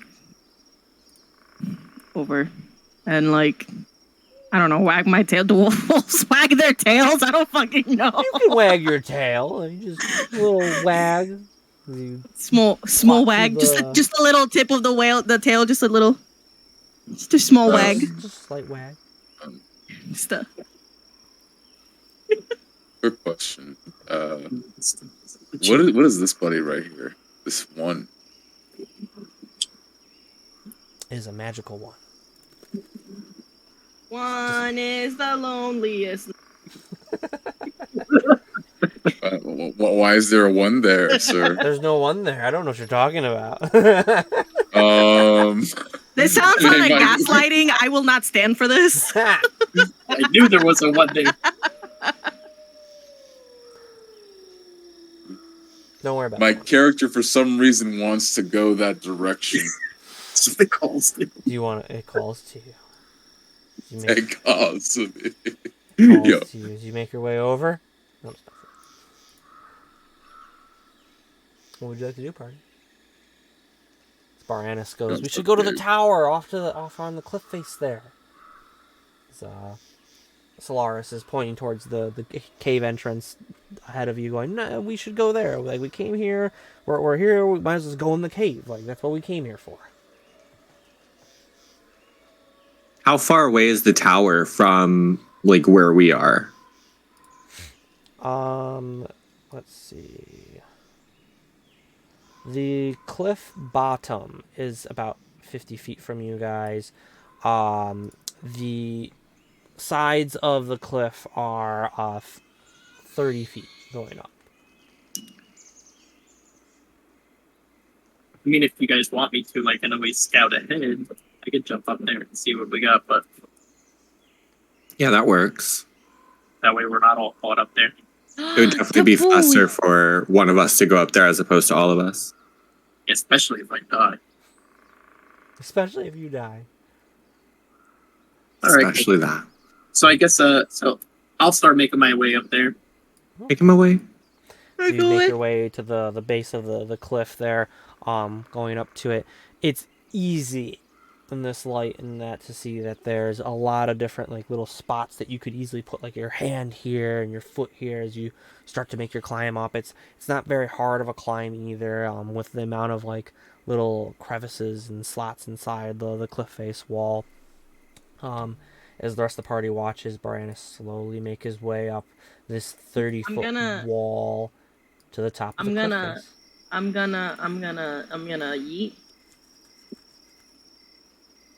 Okay. You prod your way through the... I must sit and just look up. Me and Lars. Sir, Did me you and just take a Soraya. dog? Did you just call me a bitch, Mander? I called you a good dog. You are a good dog right now. You sat. I didn't say good boy. You know who good boy? That's the good boy right there. That's the goodest Me, boy. it's me and Soraya on the hilltop. I cannot. Get away from me. Um, All right, so I'm at the top here. Yep, you're at the top. As you look out, you can see the whole of the canyon space out around. You can even see off into the distance where the canyon system kind of turns off into the distance, leading off into the fields even farther out. You can't really see the entrance into the canyon system where you're at, but you can tell that it's definitely that way. Next to you is similar to before its decimation by Ogrim is another tower, rudely constructed here atop of this face. It sits pretty close to the edge of the cliff top itself. You can even see off in the distance, going north and south and that and eastward of you, some more woods and that slope down and into the grasslands themselves. Can I like climb up the ladder into the tower? Yeah, definitely. Takes you a couple of minutes, but there's some rungs there around. as you climb on up. You're now on top of the tower. Is there anything of note in there? Should I do like a check or something? No check for this as you make your way up to the top. It's a nice wooden tower. No like boxes or. No boxes. Sorry, can I like go to? Can I kind of like go out and like try and like yell out, be like, "There's nothing in here." So you I get to could the have edge. told you that. Nothing up here. How would you know? The whole place looks pretty abandoned. Why would they leave just one thing in a tower? What are you, a clairvoyant? Nah, just critical thinking. Critical thinking. At least I can read. At least I can think.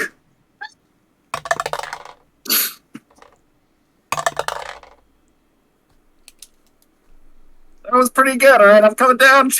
I'm gonna draw back to Solaris. Tail. That was good. That was good. 10 out of 10. I'm gonna make my way back to them. I'm gonna take the long way around. Gonna take the long way around. You're gonna take the long way around, huh? Man, bring it around. Yeah, I gotta think to myself. I'm gonna go down the back of the this little hill here and then around to. I don't know if you guys can see my little pointer. They can. Yeah. Okay. Can they? Can they, Mander? Yeah. So I'm gonna like kind of like make my way back to the Make him away. Make it my way. little tuba sounds in the background. Making my way around the long way, trying to get to the party now. Doobie doobie doo, doobie doobie. I feel like it's taking a really long time for Chris to move my character back to the group. You can move your own character. You're taking your sweet time in getting back as you slowly make your way. No, I'm just joking. What did I think you were gonna say as you slither your way back? No. I'm a snake. I'm still a snack. What would you like to do, party? Can we go over to the entrance of the cave and someone with night vision probably lead? I have dark vision. I do as well. Let me see how much dark vision. Should be 60 feet. I'm gonna assume you're correct. You are correct. Dark I would vision. also like to point out that my steel defender also has dark vision of 60 feet. Okay, I'm starting to like this little capybara. Baked potato, baked potato, yeah. Baked potato, baked potato, yeah.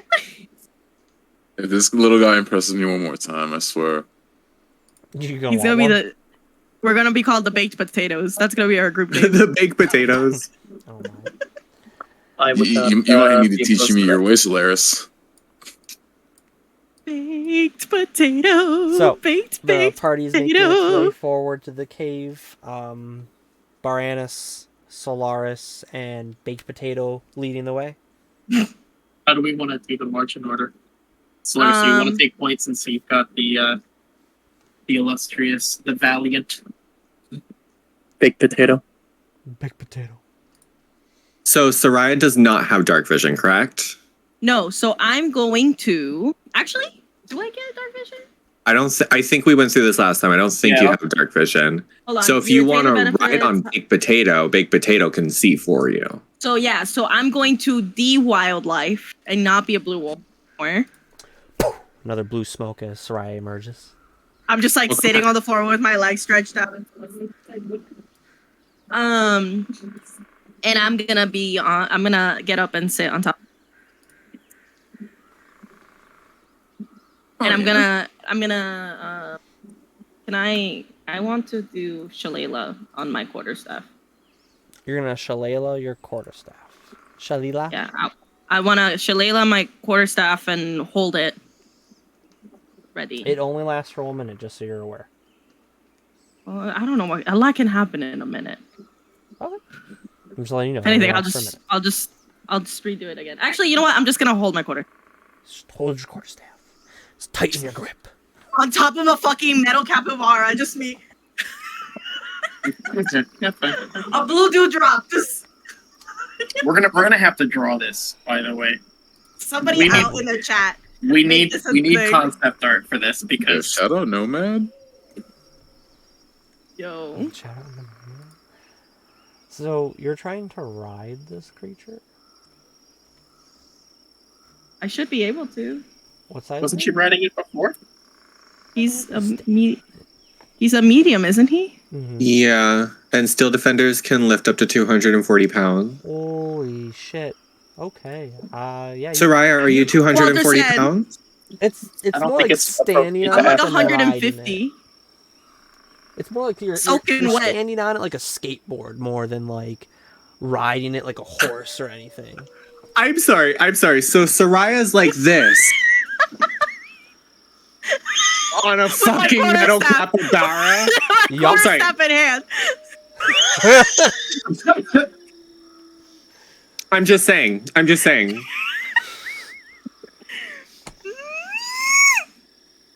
Yep. Okay. All right. Her noble Someone in the steed. chat draw this, please. Oh my god. All right.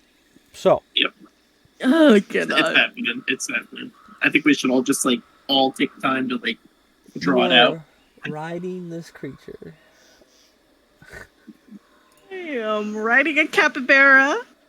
Creature, it's big standing on potato. top of it like a fucking So the four of you are in front now because you're riding the capybara.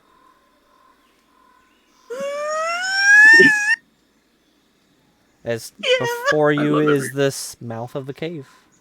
I can't see. All of you up anything. front have dark vision minus Soraya. Yeah. So this is where the fun begins.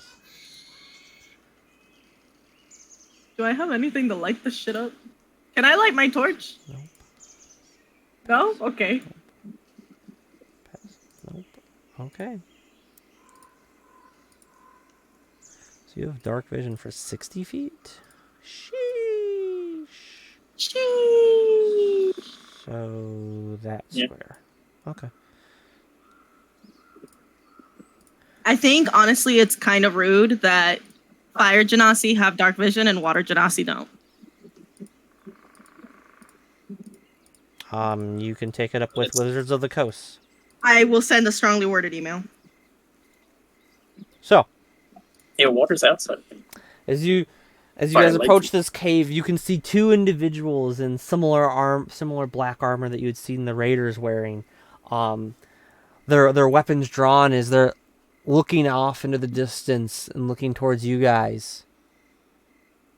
Is there kind of like one by the pillar to the north end of this, the top end of this cave is like kind of like ducked behind the column, not very well, almost like he was attempting to hide behind it. And another one, he's just kind of standing up in the open, but kind of like trying to look like he's like not there in a sense, like you can't see him.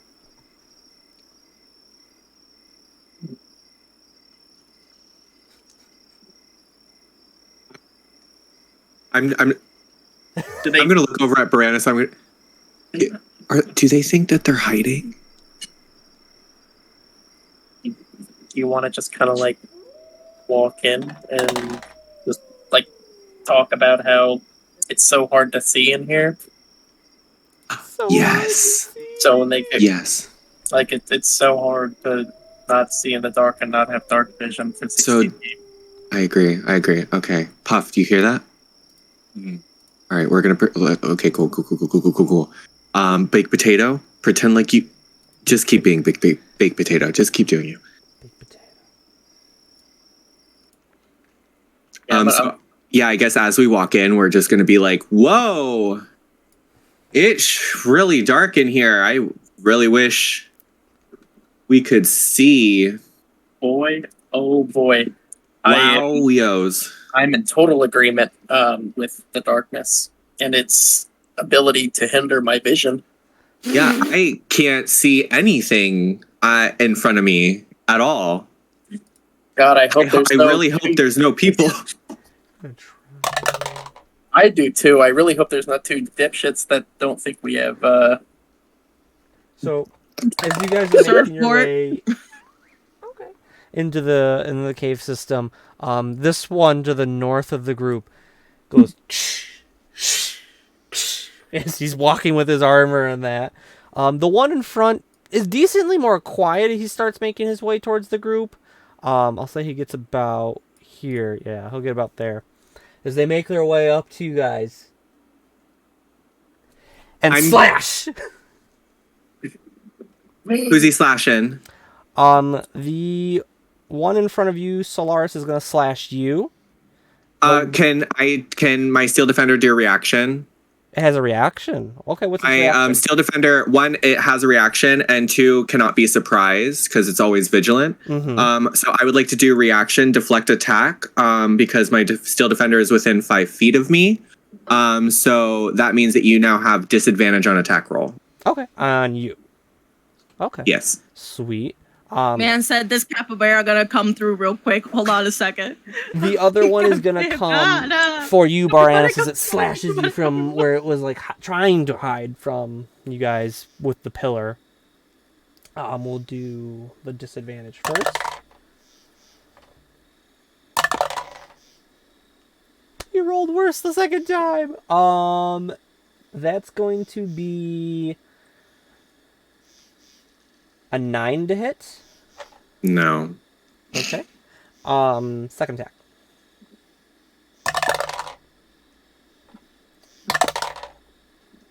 Dang, another 9 to hit. As like just whistles through the air, it almost doesn't even just whiffs you completely. As the one going for Baranus. That's gonna be an 11 to hit. No. No. Second attack.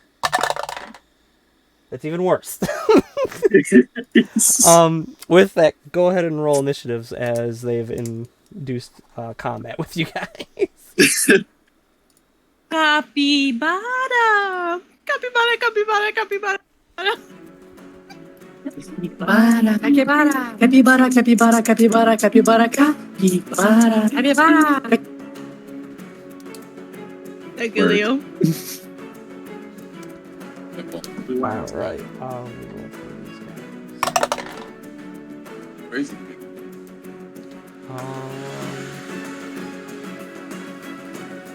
Let's see here.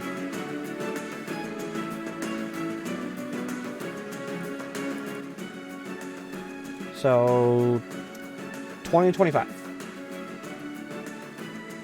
Oh. Okay. 15 to 20. What'd you guys get? Whoever wants. 17. 17. 17. I got an 18.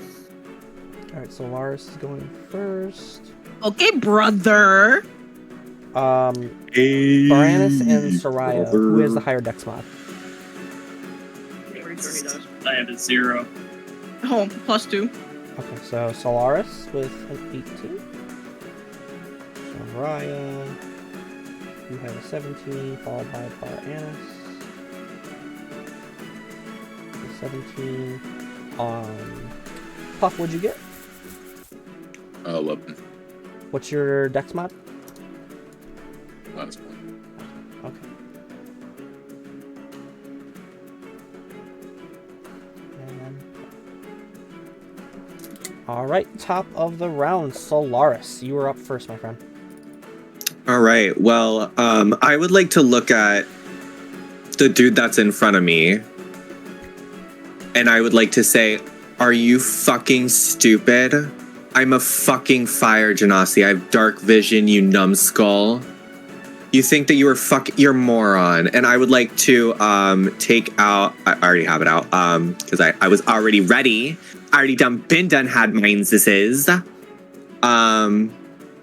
And I would like to take my hand axe. Just kind of like, please. Smack him with your hand axe. Are you trying to intimidate him at the beginning? Yeah, like in a sense. Like vicious, like mock, like kind of like my own version of vicious mockery. That's not a spell. I can do it my fucking self. Where like I'm just insulting him and just trying to like get him like riled. Okay. Roll me intimidation. 18. Oh, intimidation. +3, so 21. Okay. And then you're doing your attack. Go ahead and roll to hit. That is going to be +4. That's going to be 18. 18 to hit. That will hit. Go ahead and roll me damage. That's going to be 7. 7 damage. Slashing? Yes. Okay. Alright, so as Solaris goes, yeah, you suck at this, can't you see us, you dingus, oh my god, you're so horrible at what you do, oh my god. And then just slices him open. You see him kind of like look up at you with disgust in his face. He's trying to hold in his guts as well too. You got a good hit you don't on like him. seeing your insides? Anything else for you, Solaris? That was your action and bonus action. You still have movement. No, I don't think I need to move anywhere. Okay. After Solaris is Soraya then. After Solaris is my steel defender. You are absolutely correct. Going up. Thank you for I forgot about that. It has stuff on your turn. Walter said, after Solaris comes the capybara, motherfucker. Capybara. The copy. Copy. Baked potato for short. So yeah, I'm gonna force empowered rend, which is what is this? I think it allows me to look it up. I have it up here.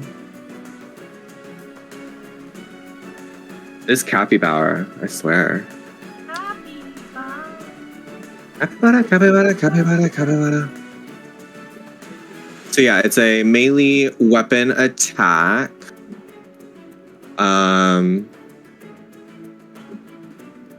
Yeah, so I'm just gonna do that. Okay. Is this a weapon attack? My capybara's, yeah, it's a melee weapon attack. Okay. Go ahead and roll to hit. Is it force damage, I believe? Yes, force damage. Okay. It's gonna be 16 plus 6 to hit, so that's gonna be, what is that, 22? 22, that will definitely hit. Cool. That is gonna be a D8. That is going to be 7 plus 2, so 9 force damage.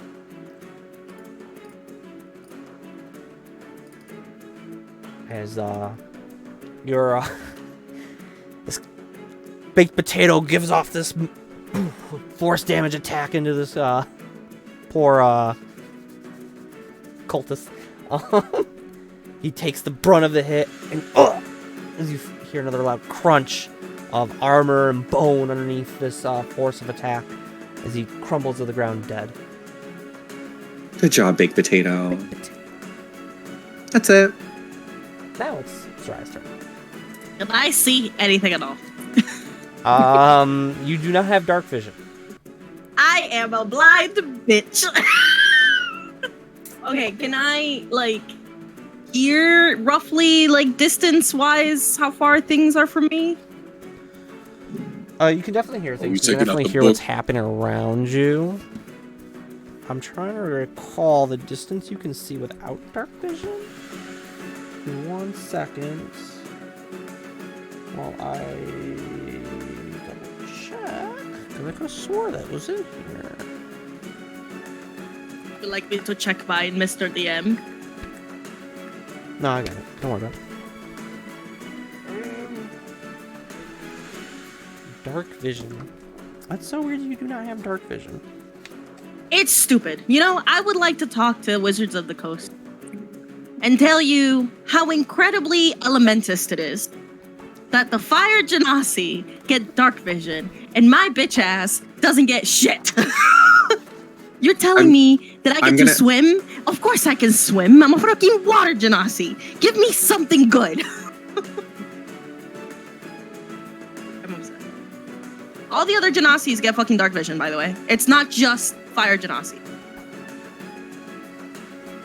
It doesn't I'm make saying. sense for air Genasis to get dark vision. I'm pretty Because like sure they get it. I could understand why water Genasis would get it because like the dark depths of the water are dark, bro.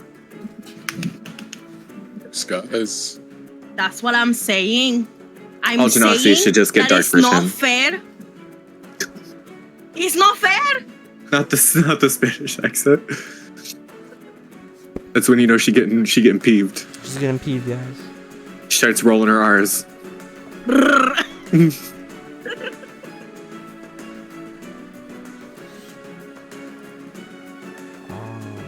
Darkness is considered heavily obscure. You can't see it at all.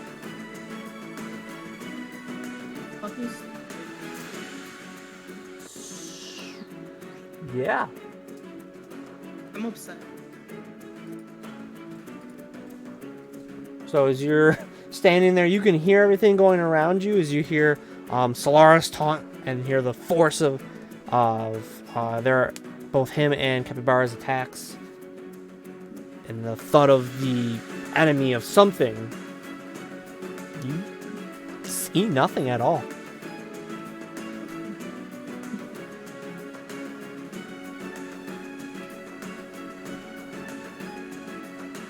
What would you like to do?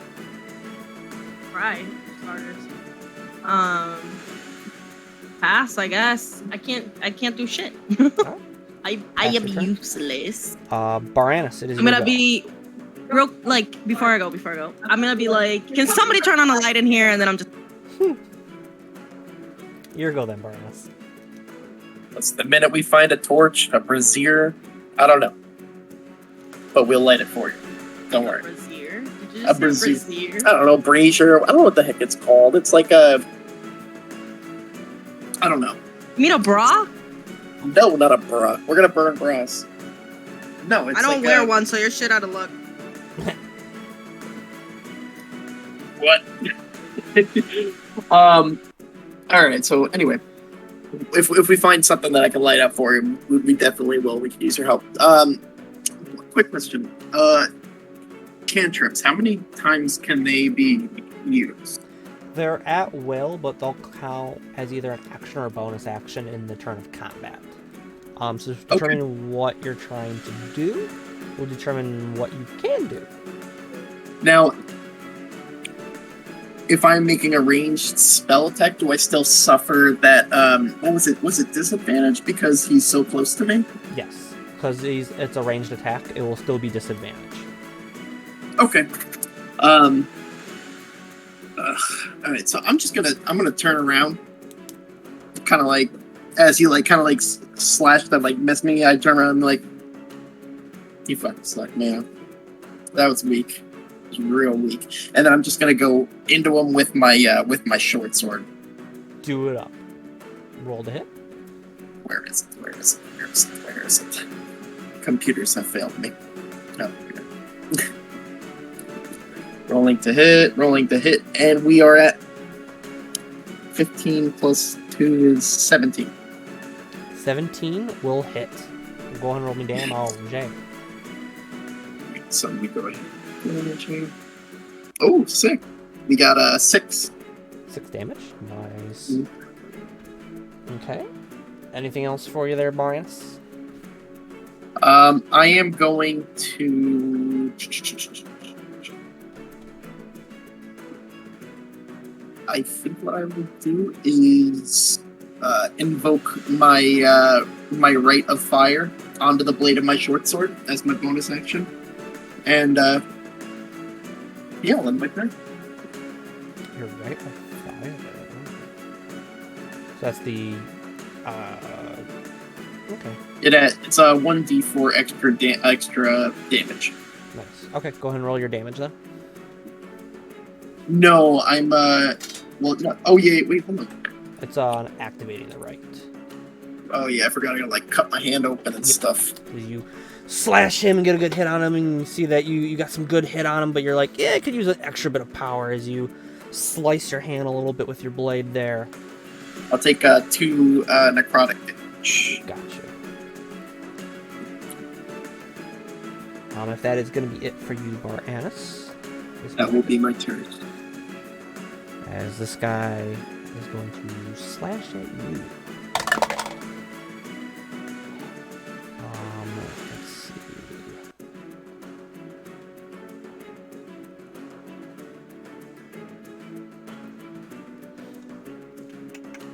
That's going to be a 12 to hit. Slash it at me? Correct. Nope. No. Second attack. That's even worse.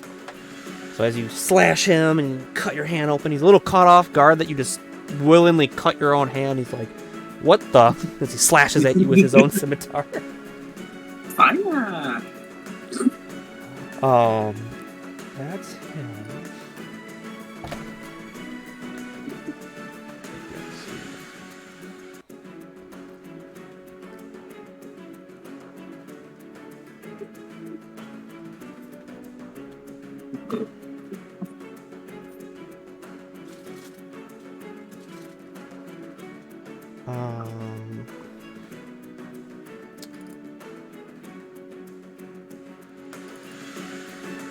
Yeah, he's gonna go right here. Oh, crap.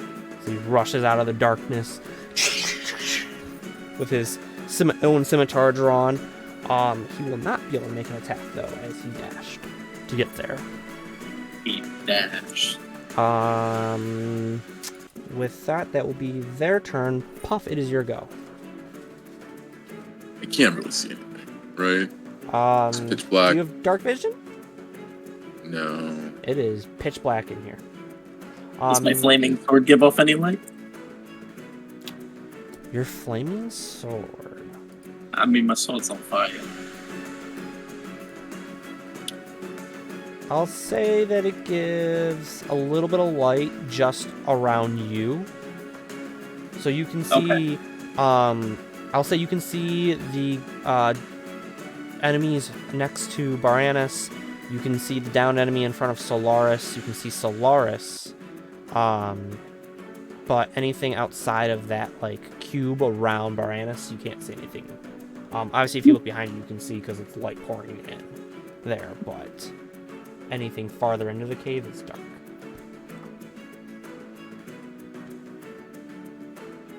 So you can see what you're shooting at. So you can see 2 of the targets. You're right there. God bless you. Well, that's your Thanks. problem. That's your problem.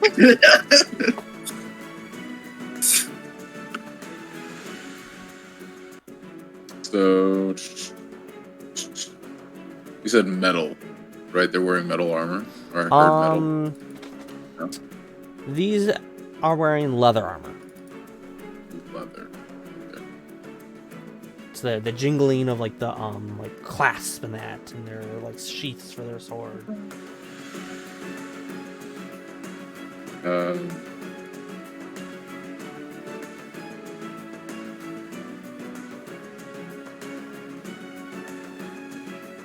No, that's stupid. Okay. Firebolt. Firebolt? Assuming that one above? Okay. Right. Roll the hit. You are not at disadvantage because he is not within 5 feet and you can see him.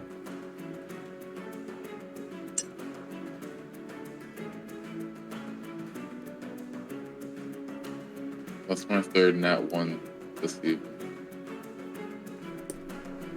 A nat 1.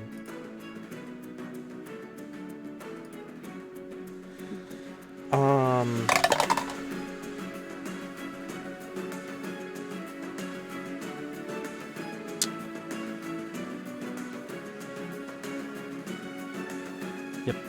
So as you go to cast the firebolt and you arc it, trying not to hit your comrades there, you're able to get it in between Baranus and this enemy there next to the pillar, but you hit the pillar there.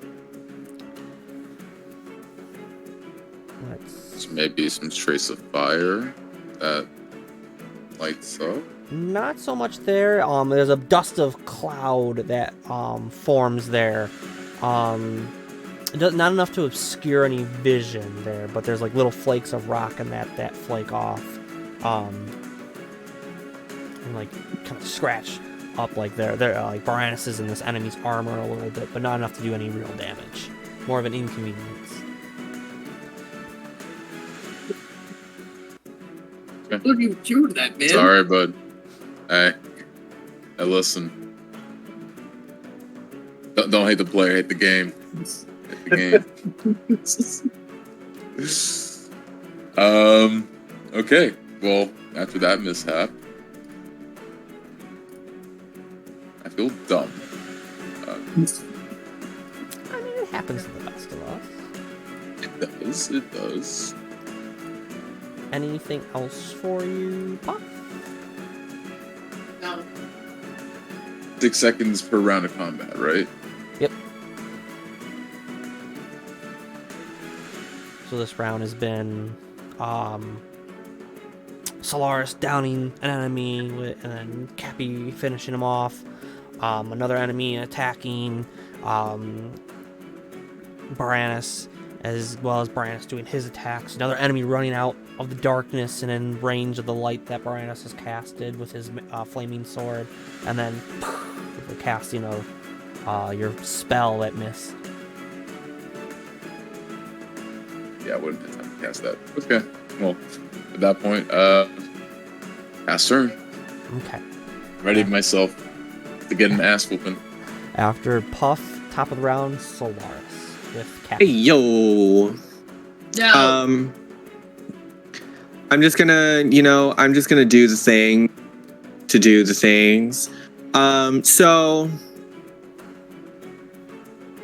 to get a fire going, get like a torch out. That would be an action for me to like take out a torch and like light it on fire. Correct, yeah. Okay. Because it would require you to put away your weapon and light the torch. Right.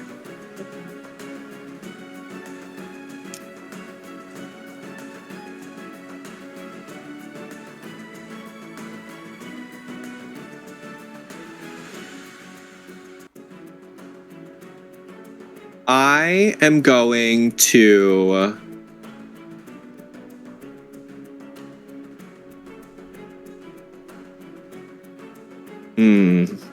These are the questions of our lives. These are the questions of our lives, because like I want people to be able to like see, you know, Understandable. Yeah.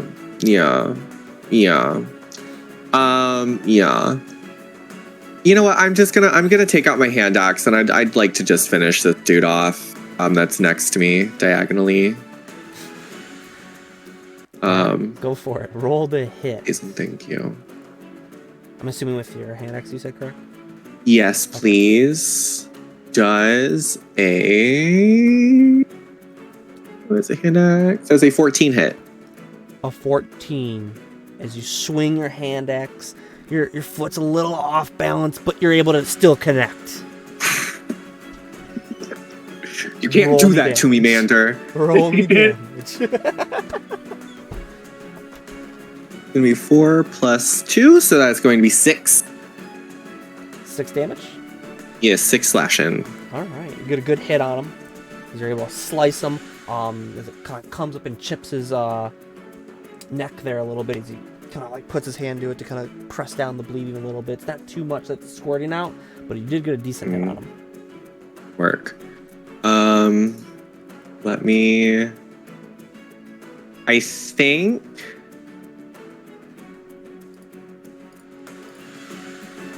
I am going to do nothing else on Solar. I don't think Solaris has anything he needs to worry about. And then after Solaris will be Soraya. With a bit of It's light... baked potato. Oh, wait, well, he's on your turn too. So are you not doing anything with him as well? Oh, I am. I thought that he gets a separate turn. No. He's on your turn. So now, baked potato is going to move. Gonna go here and then If he here. moves, can I hop off his back? Am I still on his back? It's up to you. I would assume that you were still on his back, so technically this would be forced movement then. Can I not fall off him, but can I like hop off him? Like not. I don't know where he going, so I'm not trying to go with him.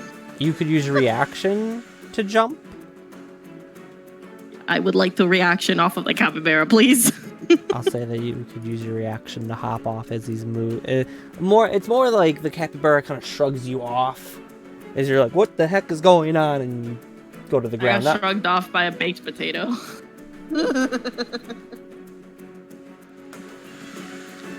And he is going to attack this dude. How much movement does he have? 40. Oh my god, that's some movement. That's a fast potato. That is some movement. That potato got legs. He does get some legs. He's got some fucking legs, it does. He does. It does. Do you guys I understand use- that capybaras wobble?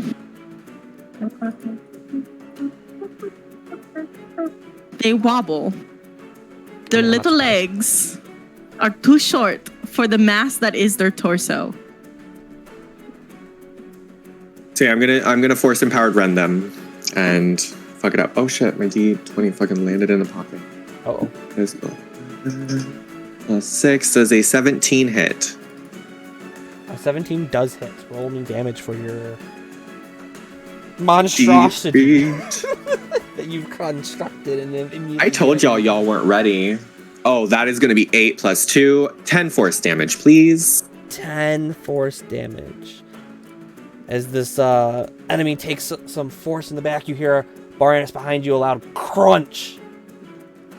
And the sound of it breaking several bones in the back of this enemy as he crumples. Unlike the other one where he kind of like slumped over a couple, he stays kind of rigid and just falls over to his side. Good. From here, I think I'm gonna have him finish off his movement. Okay, it's only been 20 feet that he's used so far, so he still has another 20. Yeah.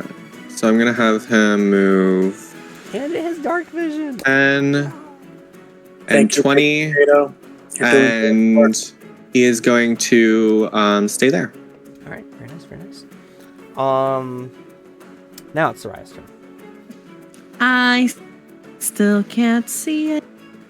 I'll say that you can see the outlines of Solaris. You can see two dead bodies on the floor in front of Solaris and Baranus, who you can see with the light. You also can see Puff, as well as another enemy off on the other side of them. I can see But that. anything else is pitch black. Like, you can't even see your body at this point.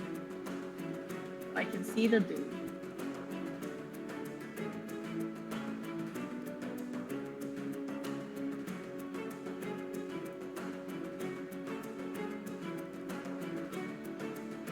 Can I move her?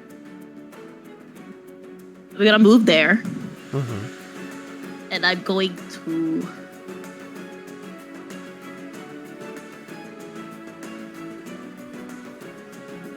What do I want to do? I didn't think I was gonna be able to. I didn't prepare it. I didn't think I was gonna be able to. I'm gonna frostbite his ass. Oh my. Frostbite. Get chilly, bitch. It's con save? correct? Con save. Con save.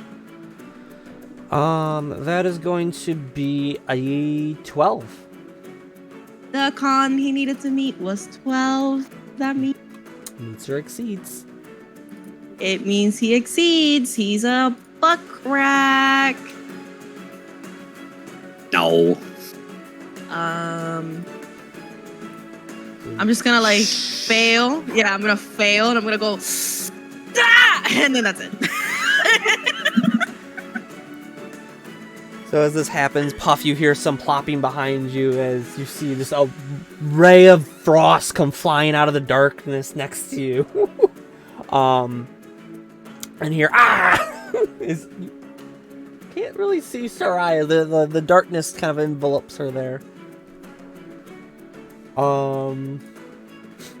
Okay, that's interesting. After Soraya is Baranus with your flaming sword.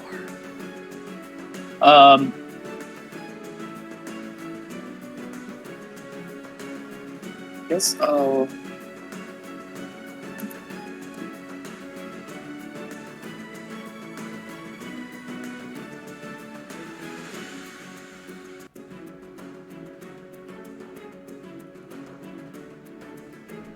So I'm gonna kind of jump back a little bit, like run over here.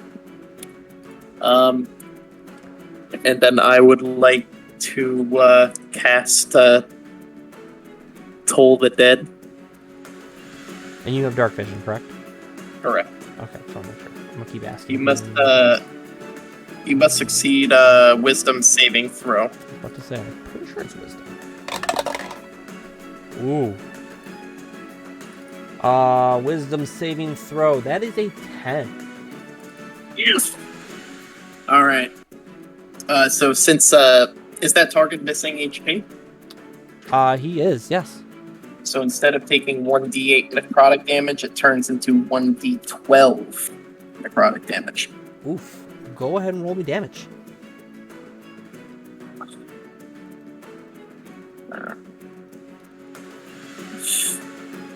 Shit, that was a D4. No. Oh my gosh. Hold on. You know what? I don't even have a D12 here. Damn it.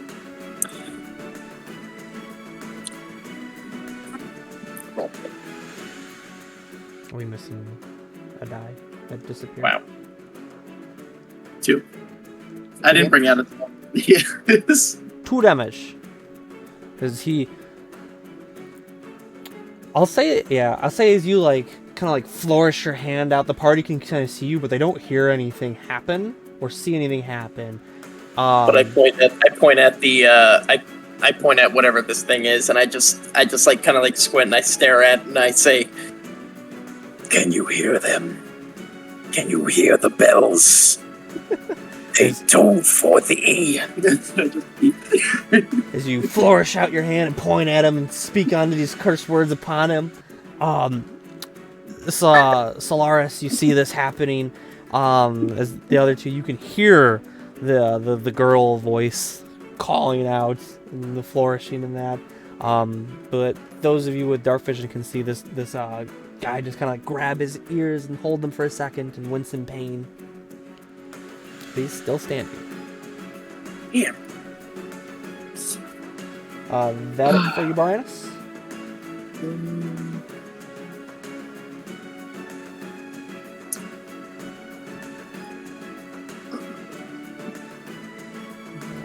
you have any other actions or bonuses you can do? No, nothing of help.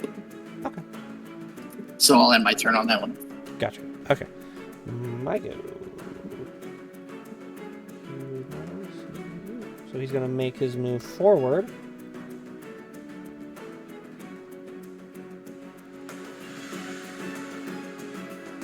Which would give the capybara op to attack, I believe.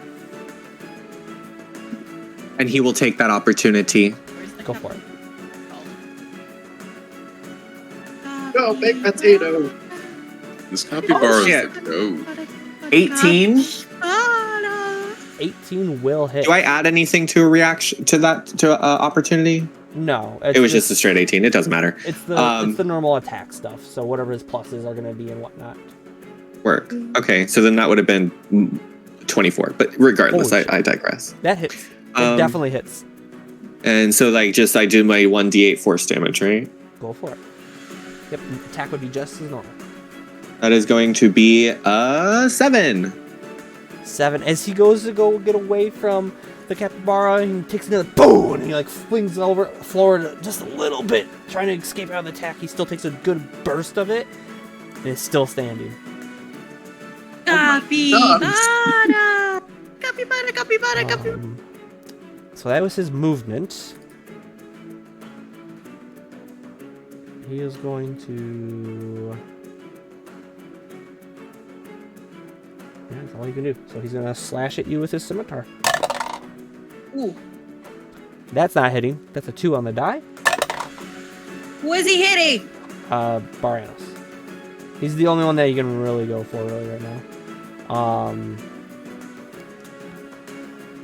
That's also not hitting. So, as he goes to go flings forward, and he goes to slice at you as he's going through the air, he misjudges the distance and completely woofs you as he's making his way towards you. Almost like he was trying to use the force as a way to get a good land on you as he came through. Land. So that will be his turn. Puff, it is your go. With the Finish him. With the movement of the light, as well as him standing more closer to the entrance now, you can still see him. Okay. All right. Can I grab him? Be like at an angle. You want to grab him? Can I grab him? I say I mean, is he that close? you'd have to move here, and then you could grab him.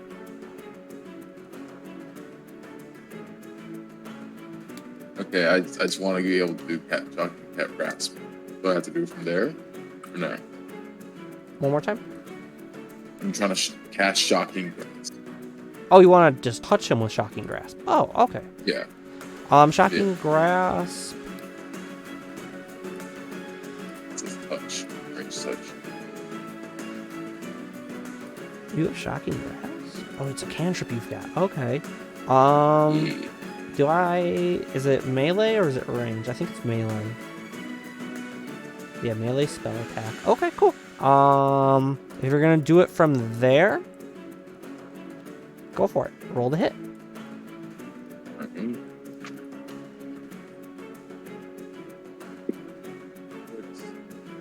18. 18 will hit. Roll me damage.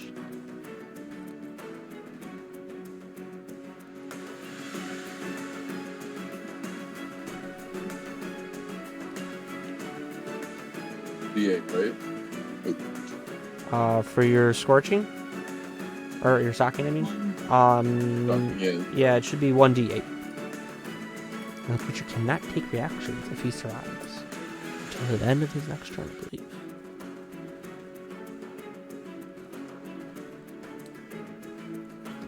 Got it. What'd you get? 2. 2 damage? Yeah. Good enough. So, Stop. this man goes to lunge out of the way, misses his slashes at Baranus. Puff, you just happen to reach out in time and grab him by the scruff of his neck and see this man just... He was electrocuted. You can even, Baranus, with you being that close to him, you can kind of see his eyes flash as electricity flows through his body. Thank you. Awesome. That was fucking awesome. As his body collapses to the ground. A little bit of sparks for a second there. He kind of squirms a little bit in death throes and finally ceases his movement. Got slashed, got shocked, product damage. It's just We're out of battle, right? It's not a good A day. lot of different damage types. Can I like? We're out of Can I, like- combat. You are officially out of combat. As there are no more Big Potato's gonna enemies come present, stand next to me. I was gonna say, can I call out to Big Potato so I can get back on? Can I take out a torch? I I actually want to cast. Before you do that, I want to create a bonfire. Never mind, I'm putting my torch away. Does the bonfire move? That's where I'm getting to. I was gonna cast control flames too. After I did the bonfire. You're gonna do bonfire, you said? Mm-hmm. Bonfire. Create bonfire. Create bonfire, okay. Create a bonfire you can see within range. The bonfire itself does not move. It doesn't move, but I'm gonna have to create it to create a light source, and then I can cast the control flames. And I can create a ball that'll come with us. Instant span the flame 5 feet in one direction, provided the wood or other fuel source is present in the new location. Extinguish flames, double half the area of bright light or dim light. You can cause shapes to appear within the flames. Nothing about moving it more than that. So you would have to kind of like lay out like a spot for the bonfire to go as you're making your way through. It's not really like conjuring it in your hand per se. Now if you had like light as a cantrip, that would be what you're looking for then. Which I don't think you have light though. I could be wrong though.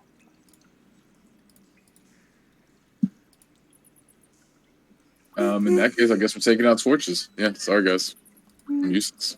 Taking out torches. I'm gonna I have a retake torch out my on me. torch. I have a torch on me. I can light my own torch. Never mind. You're gonna. So it's Solaris, Love my torch. Solaris, would we be able to tie maybe 20 feet. one of our torches to Baked Potato and have Baked Potato go on point? If you want to, I know Baked Potato is. I can hop off baked potato. We could. Do it. How are we gonna tie a torch to baked potato so baked potato I have rope. doesn't get burned? Doesn't get burn marks. Is Baked Potato a metal construct? Yeah, but metal still gets hot. Metal has feelings too. Metal has Or- feelings too. But they don't have like nerve endings, so they just be like, "Don't touch me, I'm hot." If you want to, like I said, it's your decision. I guess I'm trying to think of like how like a torch that has like flame is gonna get tied. You can't tinker. You can't tinker a little thing to his butt or at the very top of his head. Or maybe what his about little what leg. about just Like like a little attachment. Him little I mean- ham hock. Is Hold your on. capybara like is it like a skeletal shape of it, or is it a full-fledged like Think like form? you do you remember like the Transformers Beast Wars? Yeah. So imagine basically like that. So it's skeletal, yes, but it still has like the Panels. kind of thing. yeah, Okay, yeah. I got you. I mean, I have a hempen rope. We could just like tie it around. What if I wet it? Can What if I I wet roll the rope? to like get on the back of the capybara and just like use some of my tools, kind of like make like a quick hole snack? You want to modify your I just want to like crazy. get on the back of the capybara, right? And like look at its neck and just be like, oh, I'll just take some of my metal and I'll just make like a quick holder right here on the back of its neck. I believe you can edit your creation after you've made it, can't you? It doesn't say that I can't. But you needed tinkering tools to do it, correct? Smiths. Oh, smith tools.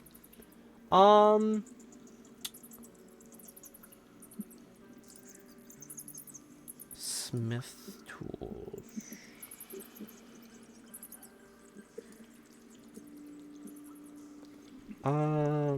Smith tools are associated to.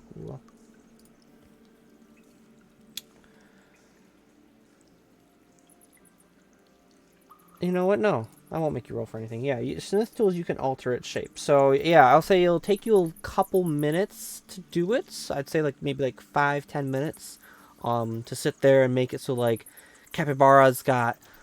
Okay, baked potato. I'm sorry. I'm Little like divots on like, is it going like on his neck? Like where are you doing it? Ding, ding, ding, ding, ding. Just like an Well, I'm engineer from doing Team that Fortress. for about like 4 or 5 minutes or so. I'm gonna actually go ahead and create that bonfire. I'm Okay. gonna create it just somewhere visible, a little bit ahead of us. Can I see up to here?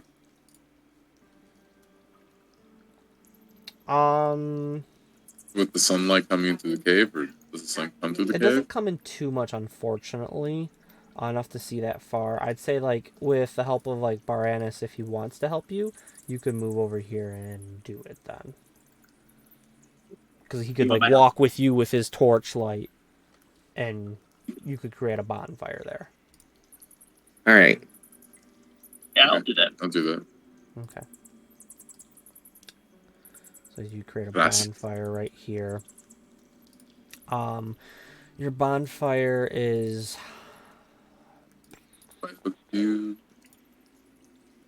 a 5-foot cube, and it does the basic light stuff, I believe. Range area is 60 feet. That's your casting range for it. So like, you can Oh. throw it in 60 feet, but it'll take a 5-foot cube. Okay. Yeah, I'll say it'll basically act as a torch, so it would give you like another 20 feet of light. So yeah, you can see it's 20 feet of bright light, which is easily able to see. Dim light for another 20 feet. So you would get about there. Cool. Okay.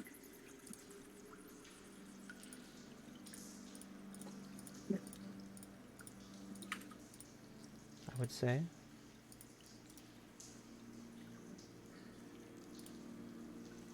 So this whole area that's lit up right now on your guys' map, you can see. It's a little dim, 20 feet from. It's dim anything beyond 20 feet from the bonfire itself. But after 5-10 minutes, there's another source of light. Now that Capybara is doing the same, acting as a torch itself. I'll The say baked since it's got potato. 2 torches on it, it nulls and voids the dim light, so it's just 40 feet of bright light. Because 2 sources of light that's... So it'd be like So then 20... going further in, I'll go with baked potato, and we'll lead the way to where we can all see. Okay. So you send baked potato out about here. Yeah, but I would like to stay with baked potato as well, so I will also be with baked potato. Just chill. That will get you another 40 feet. So this square right there. Actually, let me do this. We'll make this easier on myself. Oh,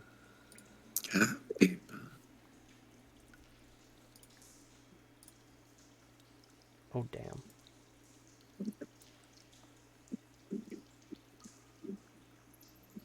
That is some light that you got there, my dude. That's that be light. I think my steel defender is broken. Hey, can you guys imagine literally broken a baked potato. capybara that looks like a baked potato on it? Steamrolling 2 people.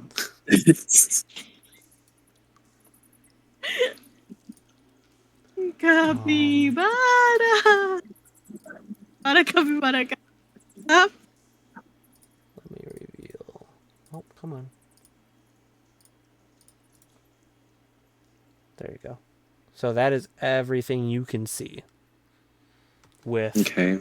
Capybara's 40 feet of light that it produces bright light. So anything in a 40-foot range you can see. I mean baked potato. Would I be able to walk up behind, like right over Casey, I think, measure like here? Because I also have dark vision up to what's it called? 60 feet? feet. Yeah, anything Yeah, out like so. If you stand next to Capybara, you can see another, 20 feet beyond that. Okay. So I'm gonna move here. That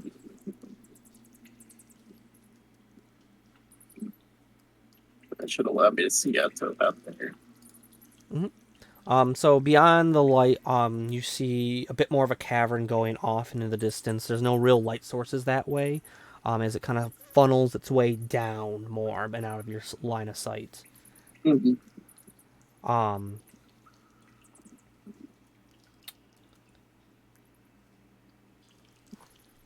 Where actually?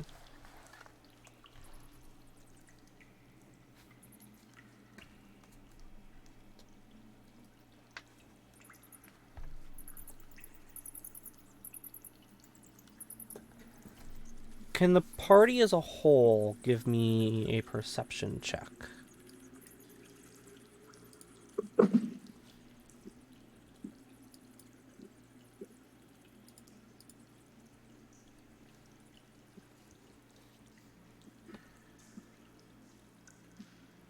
And then if you guys are wondering how to do the Aurora thing, if you double click on your icon and scroll down to the bottom, you can make an Aurora around your icon. So if there's anything that you ever do down the line, like Spirit Guardians, you can do that.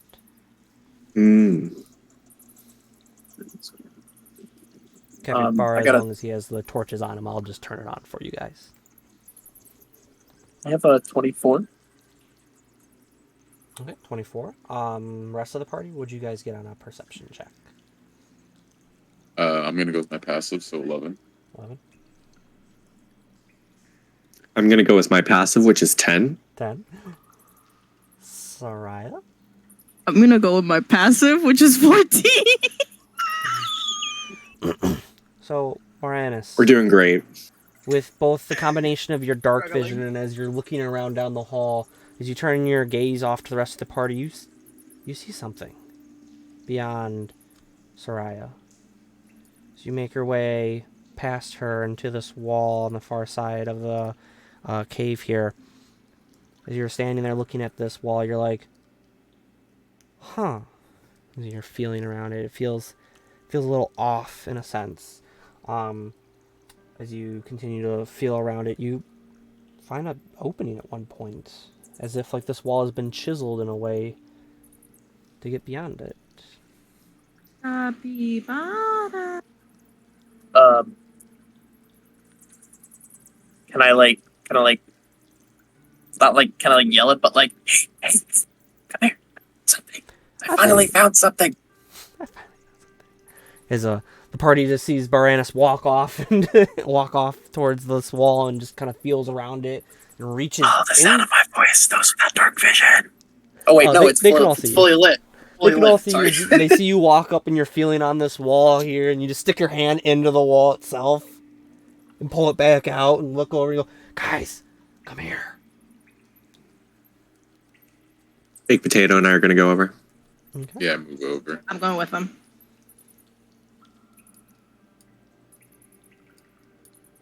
Capybara. Capybara, capybara, capybara, capybara. So is this like something that I would have to like that we would have to like squeeze through, or is it like something that I could like?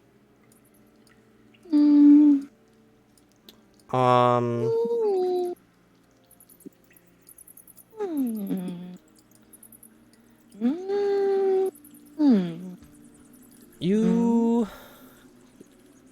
This is where the fun starts with. No, anytime Ender says that, we farted. It's true. Gee. Every time Ender says that, dragons come out. Wait, but it's got butter on it. If we all get behind it and push. I'll say that any medium-sized creature can easily squeeze into this opening. Butter. So any Someone get medium butter. or smaller could definitely get through. Butter So the capybara. capybara could get through. Capybara, capybara, capybara, capybara, capybara. Capybara with the butter. The capybara with the butter. Butter. So stupid. I love it. So do you wanna send Baked Potato in there first? Yeah, I'll go into baked potato first. We'll see what's on the other side. All right. You're going in with baked potato? Yeah. As Solaris and baked potato make their way through. Baked take potato I'm gonna goes stand- first. I I'm go gonna right stand- behind baked potato because I'm assuming we can't go side by side because it's thin. Correct. Yeah. Okay. So So I'm gonna baked stand potato's super going close forward. to that crack. Okay. As you guys slide your way through and come out on the other side, we'll take a small break there. Capybara! Capybara. I'm nervous. I'm not okay.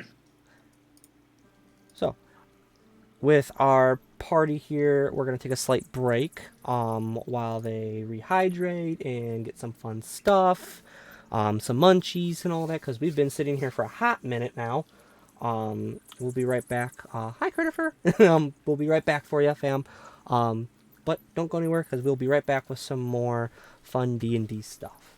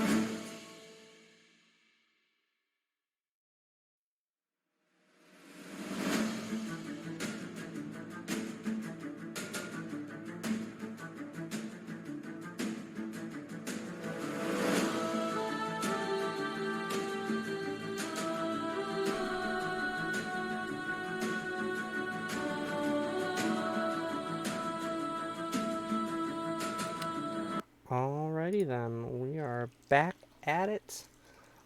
Thanks for waiting up for us. We've got all of our refreshments and all that fun jazz. So we'll pick it back up where we left off with our party. So, without further Daytona 500. No, more like spring break in Daytona. Gotcha on that That one. was So before Daytona. we took our break, Solaris, in your grand wisdom. Not here, leave my voicemail. Wisdom. Wisdom. I'm gonna throw words around. Yo, you got wisdom? You got some wisdom, fam. Got that wisdom? You decided to take What am I seeing on the map? Capybara Oh fuck. and go through the hole in the wall. As you come out on the other side of said wall, should put you guys right about here-ish. More like this, I'd say. Capybara, igniting the way above and around you. This whole little recess in the wall expanded with light. You can see off to your right, which would be the left side of the map, you can see some dude sitting on the ground with a pile of gold behind him off in the distance. He's just snoring loudly, just as it echoes within the room around him and into this way. But as you come out, you see 3 more individuals to the south end of this map that are looking right at you. As the one with the black mass and tendrils coming off the sides of it, in the shape of like horns, looks at you and goes, "I thought we heard something going on in here. Lads, gank 'em." Yeah, and I thought I smelled something coming from that crack in the wall. So I came in here, bitch. Smelled like shit. Go ahead. In the back. Get in. Yeah. Go ahead and roll me initiative, Solaris. The rest of the group is not aware of what's going on just yet, as you guys are still outside. As he had heard the fight going on. So help me God. Walter, if you die. Stop. Be my love.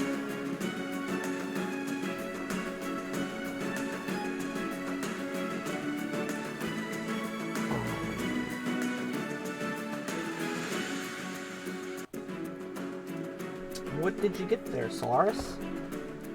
Got an 18. Good enough. I'm gonna call him BP.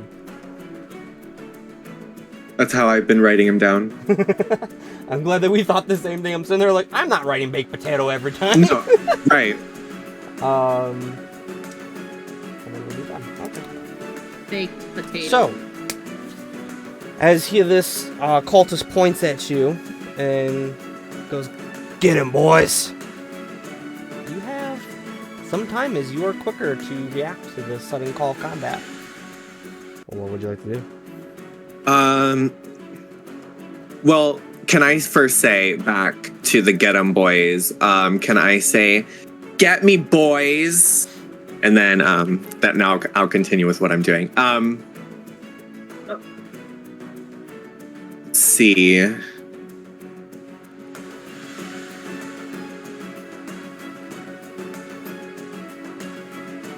Let me.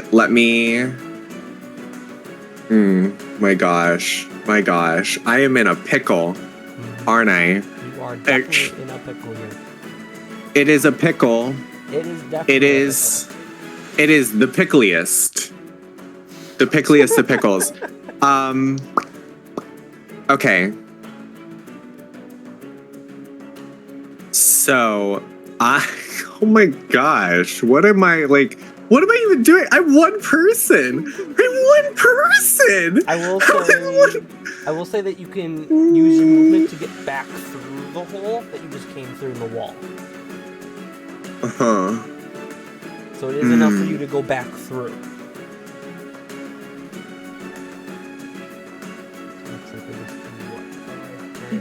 About 15 will get you right next to the spot next to Soraya.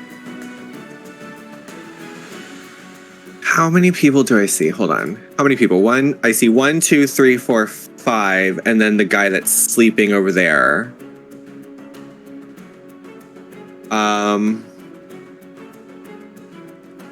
I don't know what might be on the other side of this wall. Pull their weapons out, start to make their way down the hole towards you. Oh my gosh.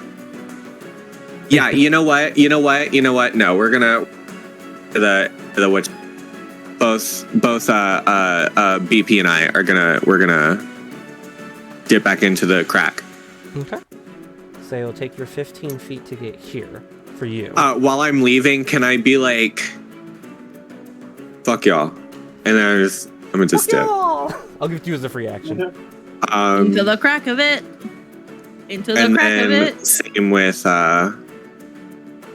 BP and once I'm through, I'm gonna obviously be like, hey guys, there was like 7, maybe more people on the other side of this crack. Totally saw me. So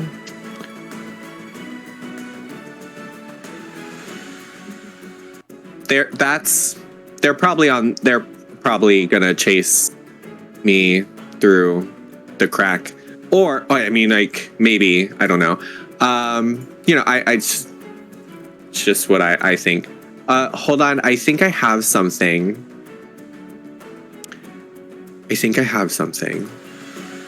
While you're looking through your stuff, if anyone I lied, I else have in the nothing. party wants to roll initiative, you'll get in on the next round for anyone that wants to join in. As Solaris comes crashing back through as fast as he can, scampering through the hole in the wall, quickly followed by Big Potato that comes through.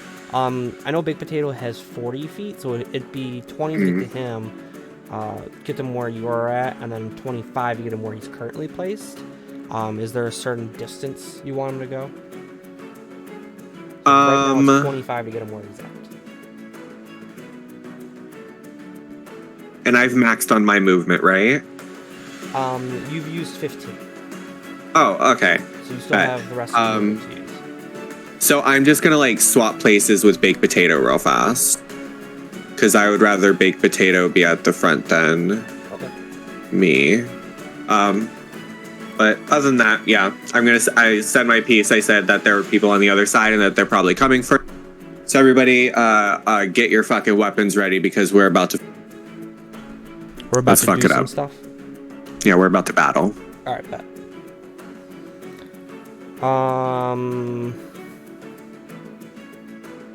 So you swap spots. Party, what is your guys' initiative rolls?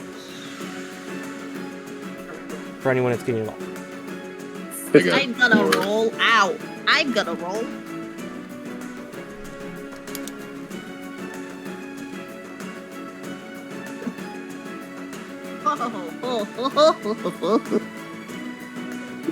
That's an 8.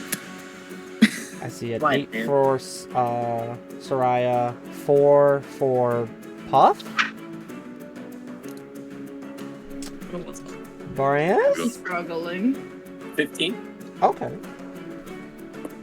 Marianne? Oh dear. These dice might be loaded towards negative results. It might be time for some new die. Gotta like cleanse those bitches.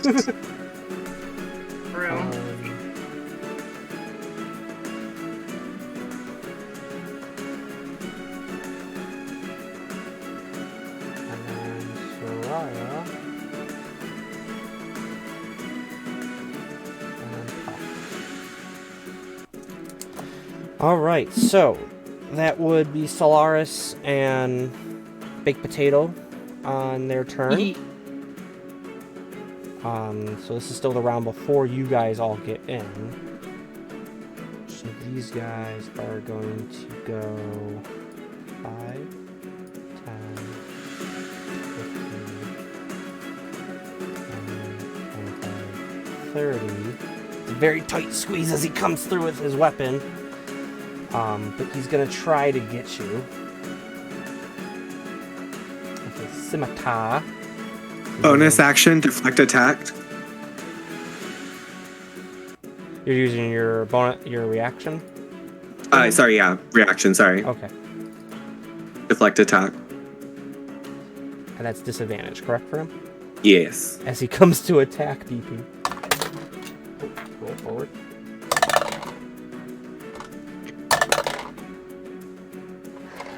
So as he goes to go through, he gets his arm stuck.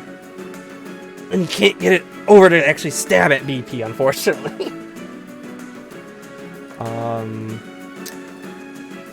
This guy's gonna go 5, 7, 8,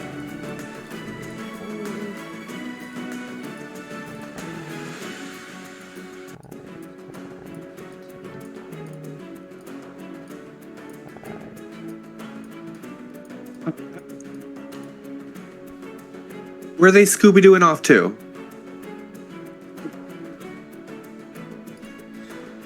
Scooby-Dooby-Doo. Scooby-Dooby-Doo. You won't know because you technically can't see them.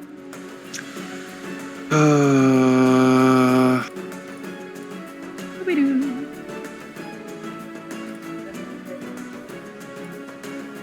No. Oh. Alright, so that's them. So, top of the new line of initiative would now be Solaris with Baked Potato. And then the rest Okay. of you will get in after his turn. Tell me about your baked potato. So, since Baked Potato and I share initiative, does it matter who goes first or not? Or do I have to go first? Since Baked Potato is its own entity, it's not like a homunculus servant. It does not matter. So you can either go first or it can go first because of how the rule states. It's either you or him. Got it.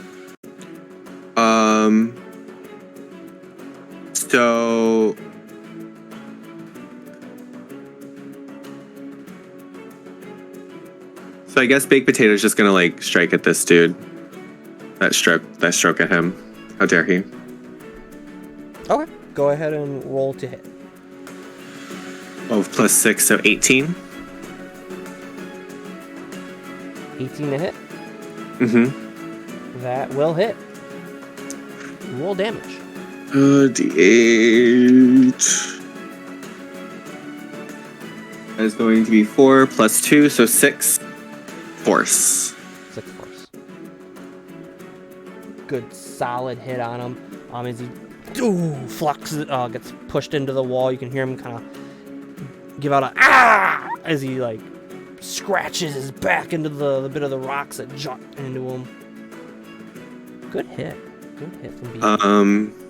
And then BP is going to move back. Mhm.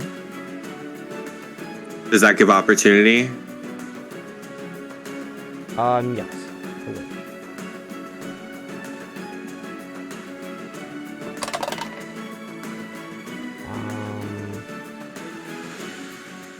That would be a 12 to hit. 12 does not hit. Alright, as BP scampers away as he tries to get his arm loose again to try and get at BP. And then that is going to be it for BP. Okay. For me, I'm going to move right up here, and I am going to slash with my hand axe. Okay. Roll to hit. It's going to be a 12 plus 4, so 16. 16. That hits. Will definitely hits. Oh shit. Okay. 1d6. You are smacking these boys. That's gonna be 6 plus 2, so 8 damage. 8 damage. Very nice hit. So This guy comes through, tries to get BP. BP pushes him back into the wall, scrapes up him, and gives out a as he gets the hit. BP scampers away, tries to get him one more time with his opportunity to attack him. Can't even get his arm over enough in this hole to try to stab him because he came in through this crevice in the wall. Solaris makes his way forward and takes his hatchet and just thwacks him and cuts him straight up. And cuts his throat open, his blood just splurts out of him, and he slumps up against my the wall. brother. That's my brother, And yeah. Then from there, I'm going to scoot back right here. And as a bonus action, I am going to cast... We're going to use one of my spell slots to cast Sanctuary on Soraya. Because I have a feeling that they're about to come through that crack, and she's right there, so chances are she might get hit. So I'm going to cast Sanctuary on her. That Sanctuary is cast. Anything else for Solaris and BP? That will be it. Okay. After Solaris and BP is Baranus.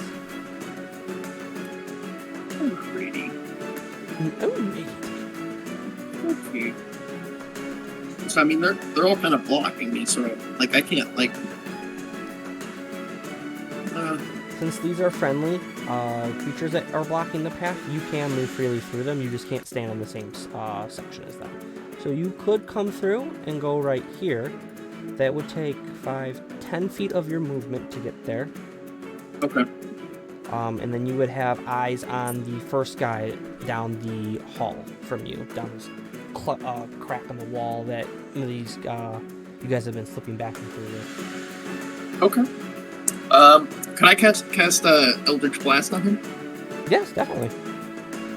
All right, so I'm gonna cast Eldritch on this dude right here. Okay. Let's see. Oh, big money, big money, big money, big money, big money. Can he get the hit?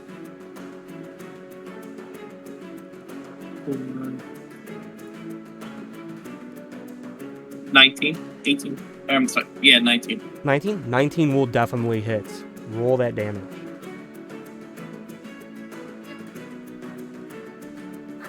Good hit. Damn. What do you roll? Shit. 7 damage. 7 damage. Nice. Good solid hit. So as you rattle off this blast of arcane energy down this hall and smacks him dead in the chest, you see the magic imbue into him and kind of just take form and swirl as it smacks him. He's still standing, but you can tell you got a good hit on him. His hair is disheveled and his armor's already got some cracks in it that you can see from even where you're at. With BP casting 40 feet of bright light.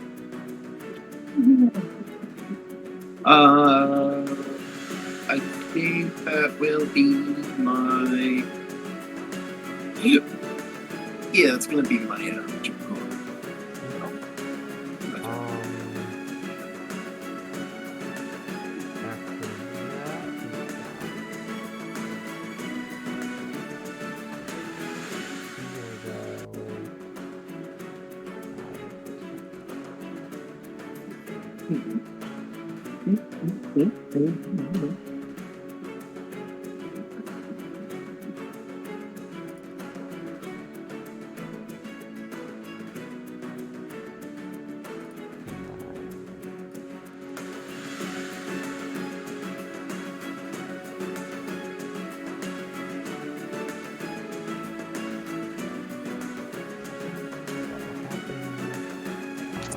This boy, having not seen you cast it first, 25. Buddy's in the way, so I'm just gonna throw him back. And he's gonna go after you as he also has his own weapon. Unlike his buddy before, he was like, I'm gonna come through like this. He's gonna slash at you with a scimitar. That is gonna be an 18 to hit. Oof, that hits. First hit. I think it's the first hit hit they've gotten tonight. I don't think they've gotten a hit on you guys yet. Yeah, I think that's the first time we got it. Might as well be me. 2 slashing damage as he walks Two up and slashes at you. Not a good hit. He comes forward and he slashes at you. He's a little caught off guard that there's 4 of you just chilling in front of this archway right here. Control hard. Hey, how you doing? Hey, motherfucker. Hey, hi. What are how y'all you doing? I was better back that way. Yeah, remember when I said fuck you? Yeah. Yeah, I'm pretty fucked. Yeah. Guys are right there.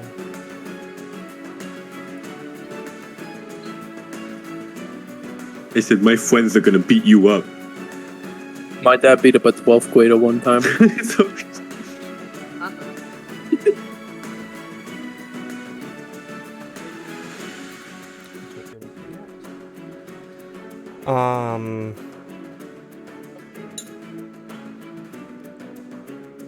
He's gonna go here.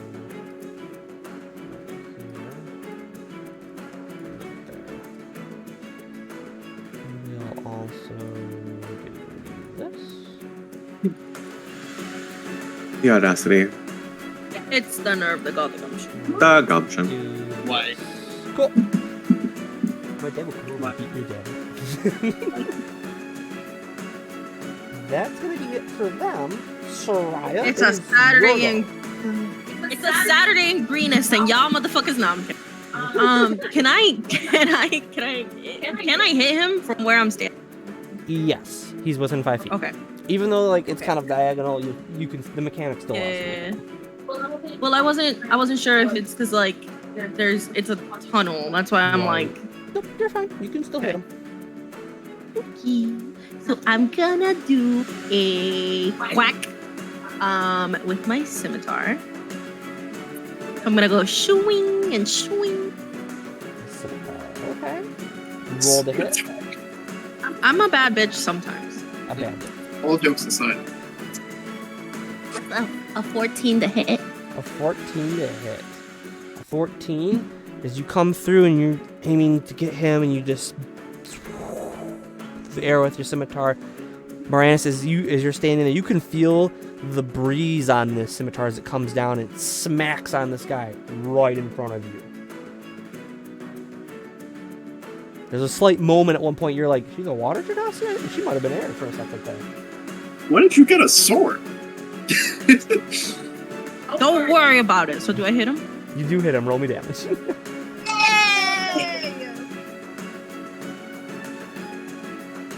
a bad bitch sometimes. Every once in a while you can get a good hit. That's a 3 plus 2. That's 5 to damage. 5 damage? Flashing? Yeah. Okay. Oh, wait. Oh no. I had a plus 4 to hit that I didn't see. You still hit, so you're good. So as you come to slash at him, some blood smarts out as you go good solid hit. You cut through his armor a little bit there. Anything else? Can I get his pinky finger on the way down? Not this time. Okay. Not the pinky? Damn it. No pinky Cool. So fingers. that's my bonus action. So I'm gonna swish with the scimitar and with the other hand. You're gonna show all your stuff. Mm-hmm.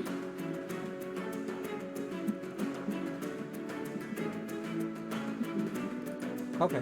So you're gonna sheath your scimitar, pick back up your quarterstaff, and shillelagh on it. Can I shillelagh? Do I have to grab it? Can I just have it like on me and shillelagh it while?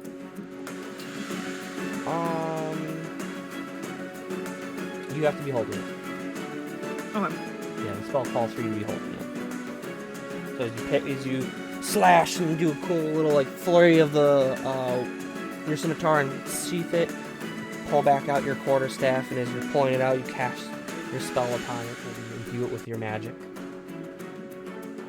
This is a really narrow area, and there's not really a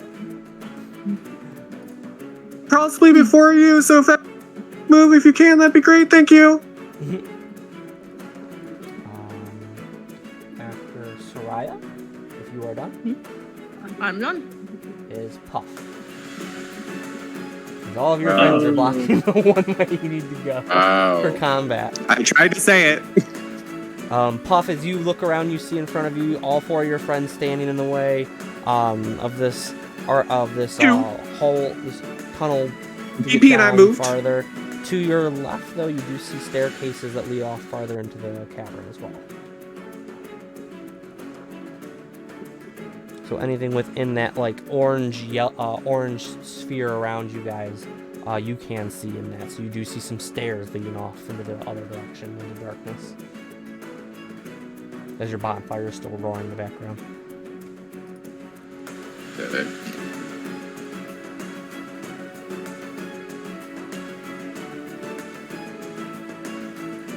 These stairs right here, like with this, the arrows going towards.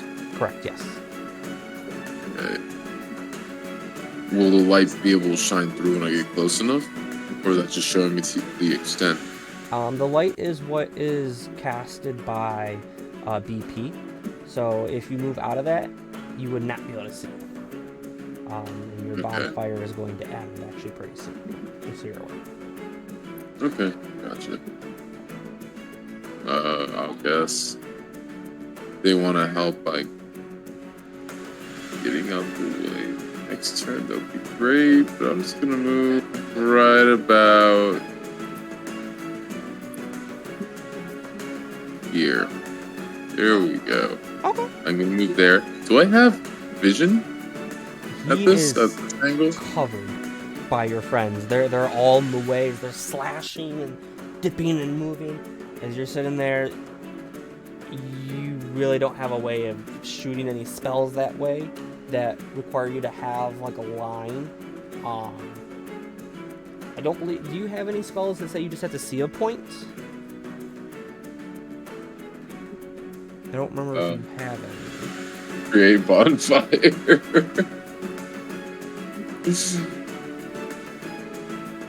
So you could do create bonfire.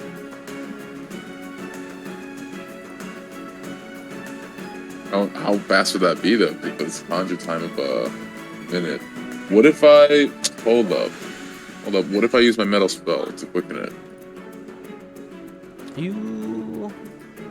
So you want to do create bonfire? So you would. It's one action to cast it, and then you'd sit there and concentrate on it for the next minute. So you couldn't cast another concentration spell. So there's not much of a speeding up process for you there, as you're just concentrating on it for that minute. Oh, okay.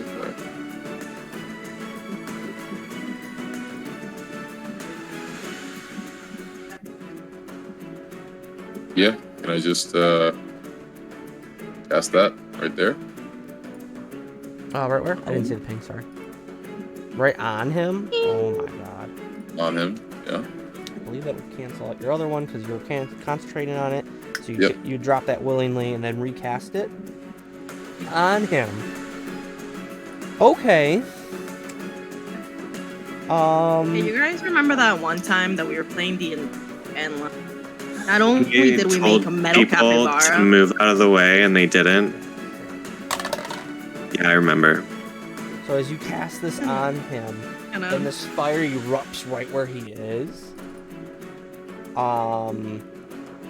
He's got to do his dex save. That will be a dirty 20.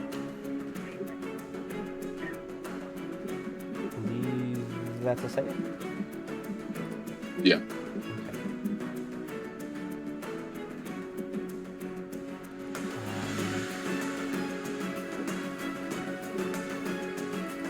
But he's still ignited.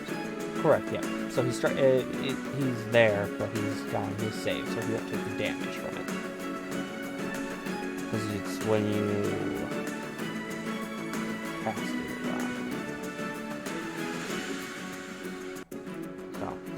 Or when he starts his turn there, which is like rare fucking far. Alright. The other guy, though, that's there is dead. His equipment's technically being worn, but does a dead What's Okay. that body? So, as he's like sitting there and he's able to put the flames out so they don't catch on him, his buddy though, and catches fire. And now he's standing on your bonfire and a burning corpse. The That's forest such a moon. metal album cover. My God. Anything else for you, Puff? Or is that all for you?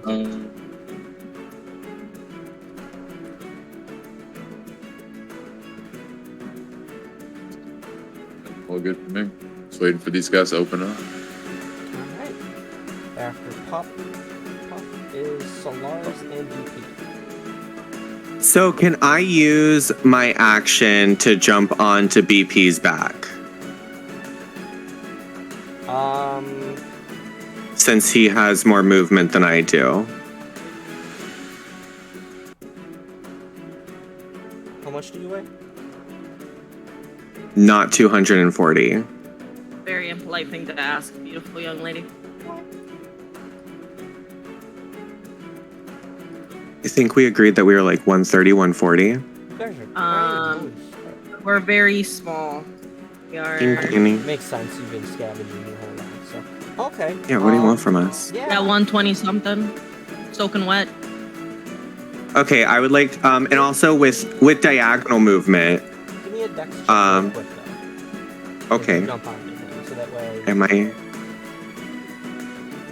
Dex. Oh, ain't the best. That's going to be a 15. Okay. You're able to hop on and gain your balance on him. He kind of bulks a little bit, but stands right back up. Okay. Cute. So with diagonal movement, is that just 5 feet or is that 10 feet? 5 feet. 5 feet? So Okay. If it's where something like there's a diagonal spot, and you have to go around like a enemy. You can't cut through Right. the spot, or if like there's enemies in a certain way. Right now, you could do diagonal movement. Bet. So I'm gonna go with BP to here, which I think, if I calculated correctly, is 25. Force movement for you, so.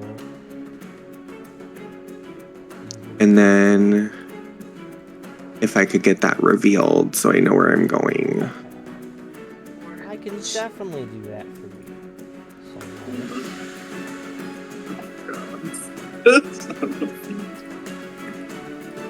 I can totally show you what's behind door number 3. Oh. No, we can see.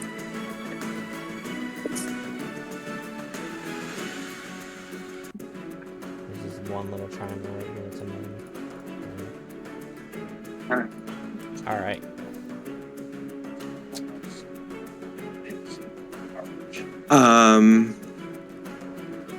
So then from here. Before you do anything there, as you move there and the light casts, a bunch of bats give out a squeal and flee down farther into the cavern. Okay. As you ignite this whole area in light. Before I take my additional movement with BP, can I just say there's more people? We're on the receiving end of a butthole on this one, guys. All we're gonna get is shit. So taking the long way around, and I'm gonna move BP 15 more feet. Because by the time initiative comes back around, like, there's gonna be like 3 more guys right there at the beginning of that butthole, and I don't want to chat on. No thanks. That's it. Okay.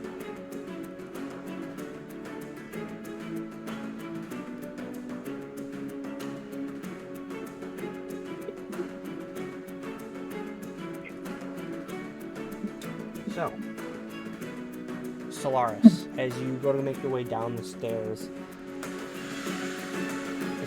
Yeah. With you riding on top of BP, you see BP go to take a step, and he completely misses the step as it's a false one. He gives out right underneath his weight, and you both tumble down 10 feet of stairs. Oh no, not the boy. The boy. The boy. That's 12 bludgeoning damage as you both fall down onto the ground.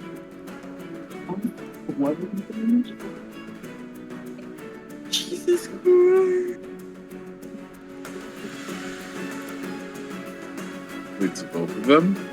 Yep, because he was riding on top of him. He falls with him. I'll say the party at large can hear this. The clanking of a big feet. At the current moment, both you and BP are prone on the floor since you have fallen. Make him away. Since you did use BP's movement, so this is a weird thing. So you did your turn to jump up on him, and then you had him.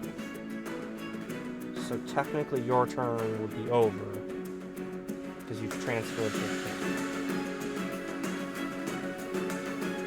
So, and he's used his full movement then? Yes. Okay. I don't believe he has any actions or bonus actions that would rectify the situation.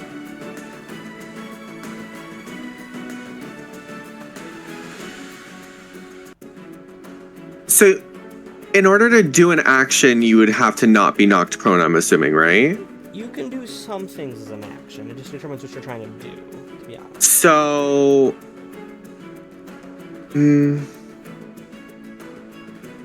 Never mind. He'll be fine. Okay. So after BP and Solaris is Barnes. Okay.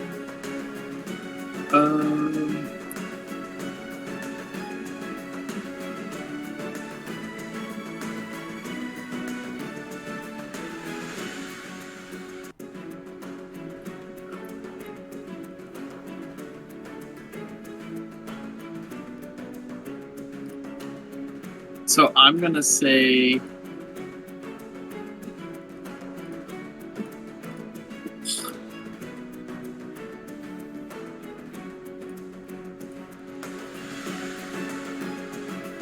Alright, so I'm gonna react to the sound that we heard of all like the metal clanking and everything. Mm-hmm. I would say it's pretty easy to say that hearing like Solaris like run back and then all you hear is the is kind of a sign that maybe they did not do so hot on their footing. I mean, it was an invisible stair, okay? It's not like I did a dex throw. Wow. Anyone would have tripped. Four-legged or not. It wasn't a slant against him. So yeah, so I'm gonna how did I just think? I broke it. So I'm gonna make my way back.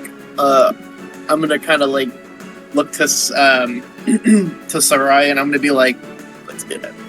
Okay. As you will move back though, opportunity attack from the guy in the hallway. Okay, so what he gonna do? He's gonna slash at you, and he is not going to hit at all. This is a little caught off guard, but the fire goes to slash at you. A little preoccupied with the fact that his buddy just started to combust out of nowhere with this fire that just showed up at his feet. So I'm gonna tell Sarai, and then I'm also gonna tell Sarai, let's move back, and then I'm gonna kind of gesture to Puff and say, all right, I got you some clearance.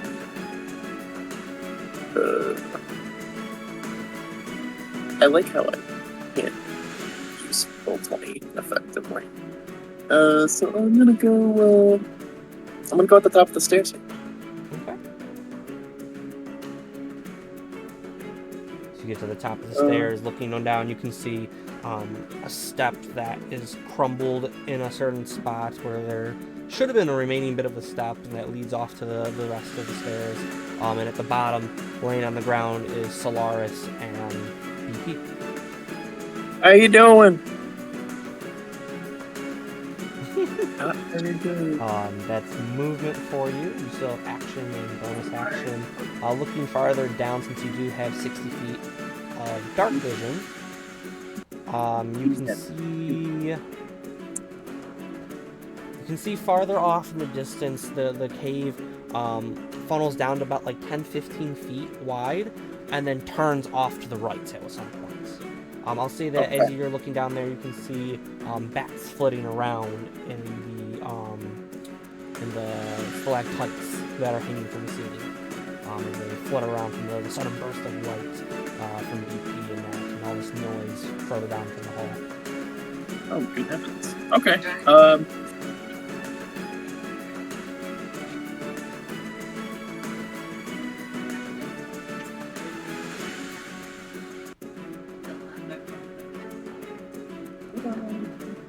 My God. Lord.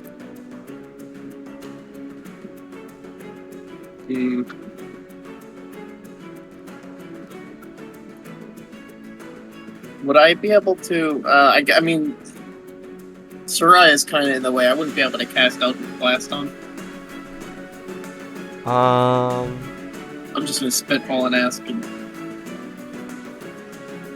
That guy.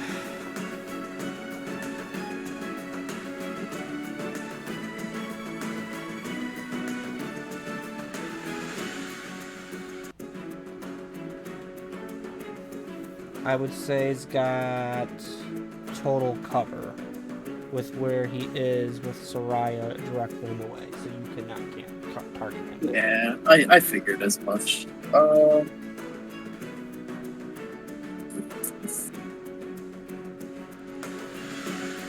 right. So yeah, that's gonna be my turn there. Okay. After Baranus, it's his turn, so he needs to make a save for. He fails. He is still standing in the spell because it's the start of his turn. As he's standing in the bonfire, you do 1d8 fire damage to him. As he's standing there and the flames start to lick up at him, and they don't catch his armor on fire, but they do give him a good-sized beating, in a sense, in the form of some nice heat that he wasn't expecting. As his screams fill the cavern as he falls to the ground, trying to put out this fire that consumes his flesh. Just enough damage. Wispy. I love this part. Well done. You know that mistake. Well done. Well done. Not all gonna be winners.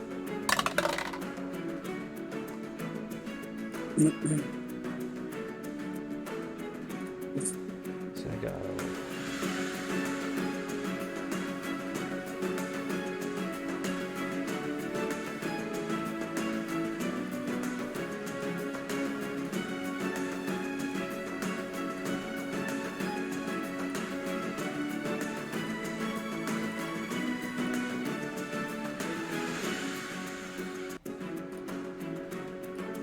Look at the kitty.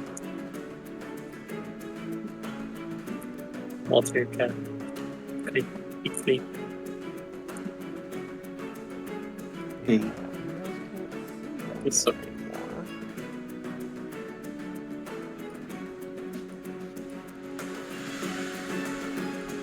That's him. It's dark.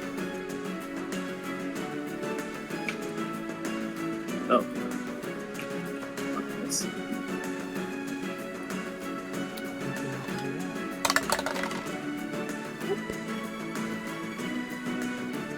Okay.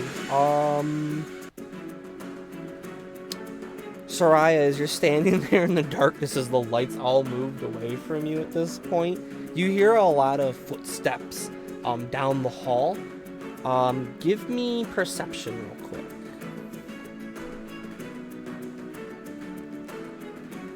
I'll give it. No, just do straight perception. Perception? Yep.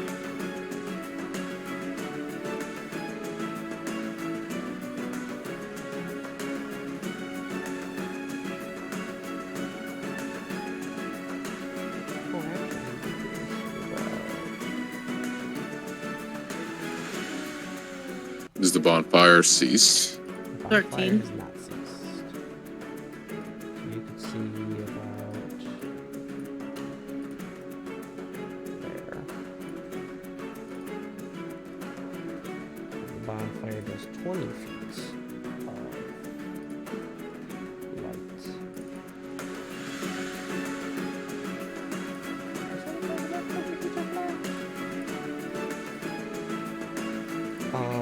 Bonfire, you do 20 feet of lights, please and thank you.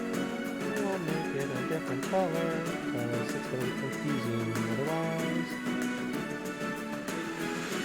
So you can see all that.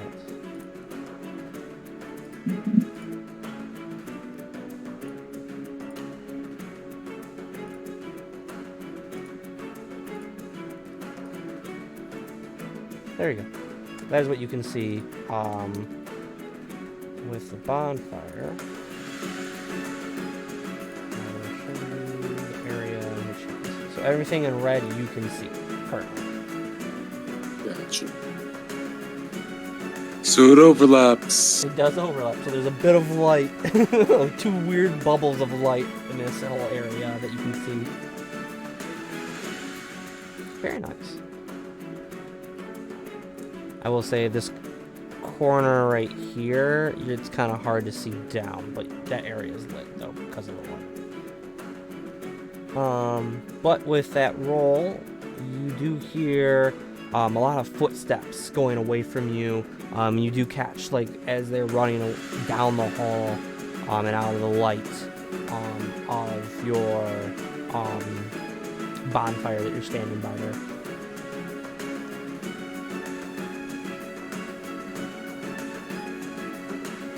I would like to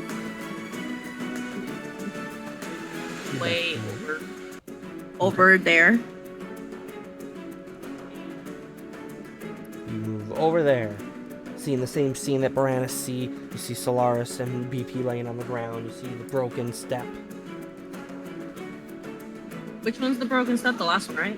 Or no, the It's like the third. It's about like the second step in. yeah.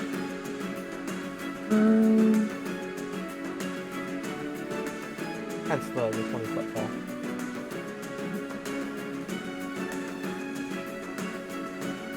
Can I dash even though I'm not? You can use your action dash if you haven't already. So yeah, you can do that.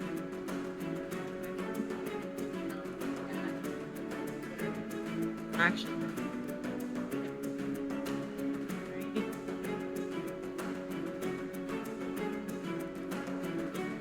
It's an action, right? Yes. It is an action to dash, unless you are a rogue, because they are bullshit.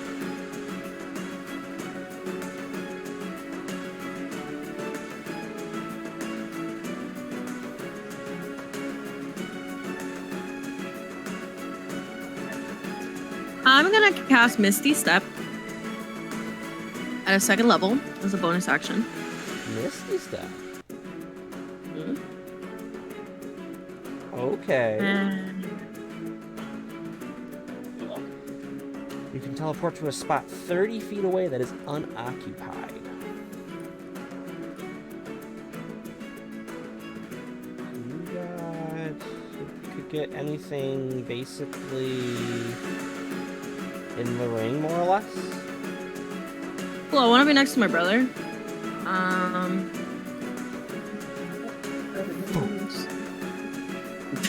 Right there. Oh, it's still like a fart. T-pose float down. 50 step, you boom. I assume it's another puff of blue smoke. Lars, are you okay? Do you need healing? Are you okay? What's going on? No, I'm good. Do you need things? You're good? Are you sure? Yeah. Cool, I'm gonna cast Bark Skin on my brother Ooh. Okay. as an action. Bark skin.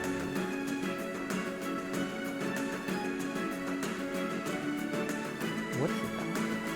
Is that you said You it's touch a attack? willing creature until the spell ends. The target skin has bark-like appearance. Target can't be regardless of what kind of armor they're wearing. Okay, so it's just a buff to 16. Okay, and it's concentration up to hour, just so you realize. Okay. Yep, I know. As you lean down and touch Solaris, your appearance changes. Well, are you willing first, Solaris? Yes. I would assume. As you're laying there, Solaris, Can you imagine he goes, no. the fiery texture and coloration of your skin dulls and changes from this vibrant hue and that to more of like a subdued brown, and starts to look like bark as there's like knots where your elbows are and things of that nature as you take on more of a bark-like appearance in your skin. Bark. And that even goes towards like your armor and such as it takes on that same look. As you look like a giant tree. Well, not giant, but you get it. That's my turn. Action, bonus action, movement. You said that was it for you?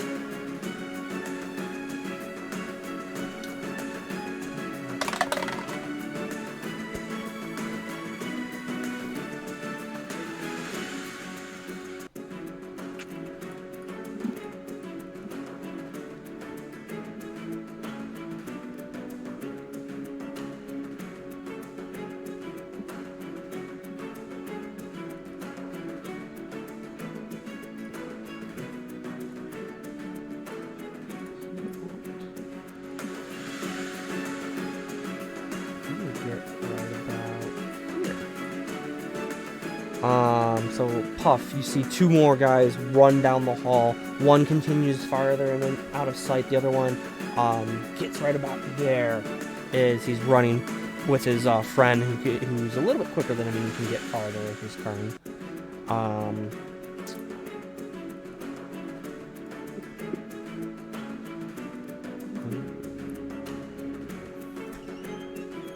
One of these guys are-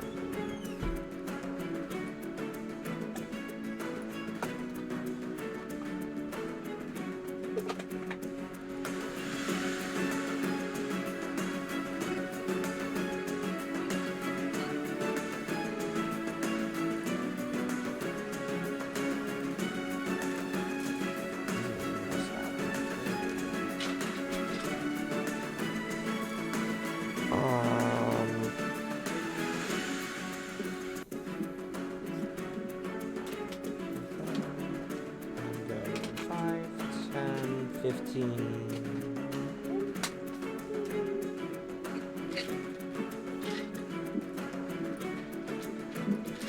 That way. Alright. That is that.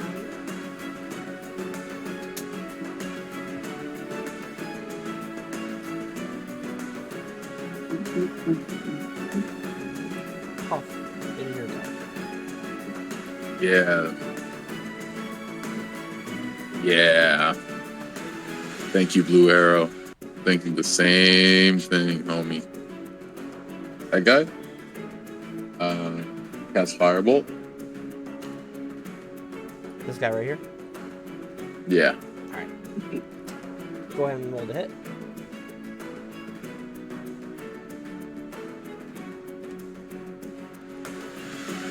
$17. 17 will hit.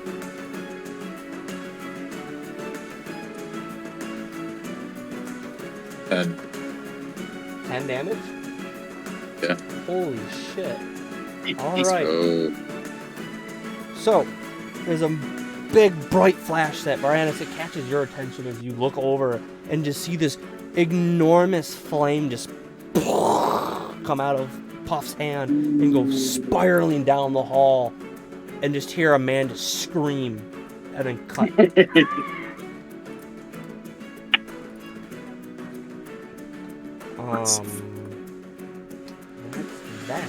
That was unexpected.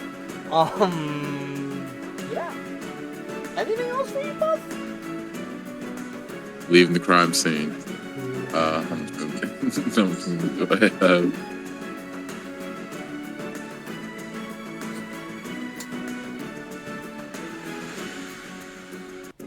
This is the wall right here, right? That is Where a the arrow straight drop, is 20 feet.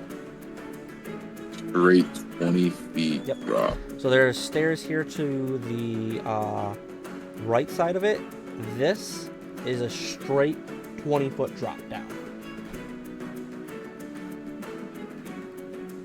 So you could Okay, do... I'm gonna move right here, right next to the homie BP.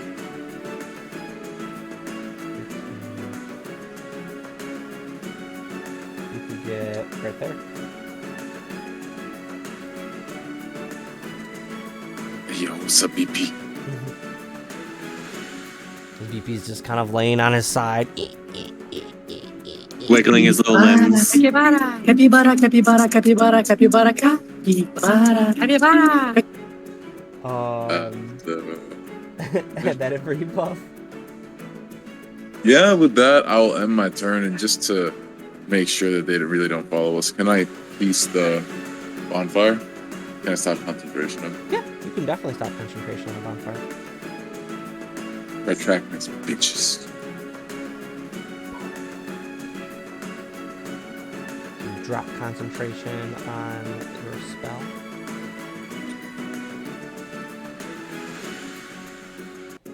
Casting darkness upon the area there as it fills.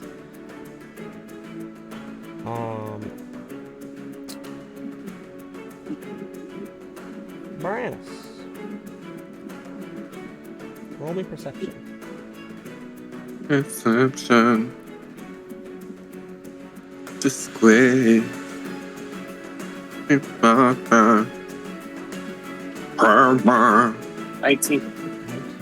As you're standing there and you see all this happening, you see like your friends fall down, you hear your friends fall down, you go to go check on them, you see Sarai go down and change the appearance of Solaris, Puff firebolting a man and eviscerating him in a second.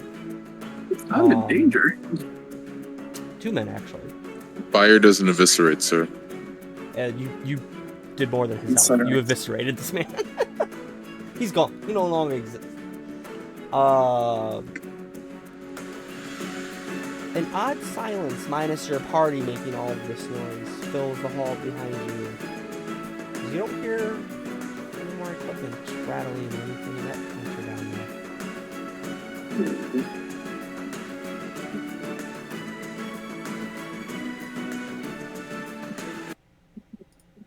As the silence fills the rest of this cave, as the rest of the party's down there, Solaris standing up with the help of his sister and writing BP with the help of his friends that are down there with him. Are we no longer in combat? At this moment, the party doesn't hear anything that would insinuate combat. I will say at large, the silence of the cave fills the void. No one hearing any more equipment or anything of that nature rattling off in the distance or anything like that. Not even any more bats. You still hear bats off in the distance as they squeak up ahead. Okay. Oh, I hear some squeaking. You definitely hear some squeaking. Squeakity, squeak, squeak, Wings squeakers. off in the distance. Squeaking. So can can BP and I get up, please? Yeah, you guys are up. Thanks. I cast bonfire 30 square feet ahead of me to get more view distance in this direction. Right about here? Yeah. Okay. 30 feet would get you 5, 10.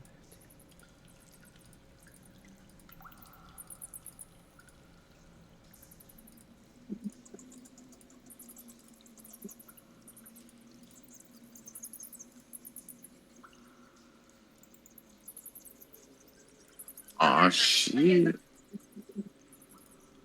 As you can see a bit farther down into the hall now. BP is gonna cast repair, and repair itself for 2d8s while it has the chance. Go ahead and roll that healing. Me a 5 and an 8. 13.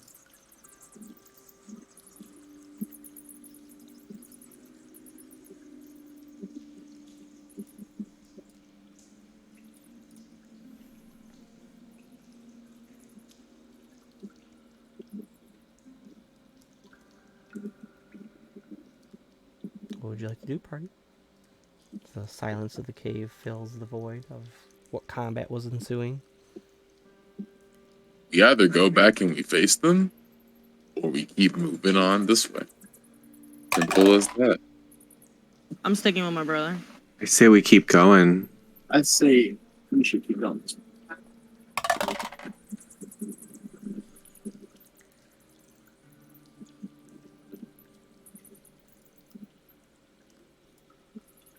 Moving forward. Moving forward. Or surprised they're not trying to chase us. Is there a certain marching order? I'm assuming, Brianus, you come down the stairs at this point. Yes. All right, so the party comes down the stairs. BP and I in the front. I'm behind Solaris.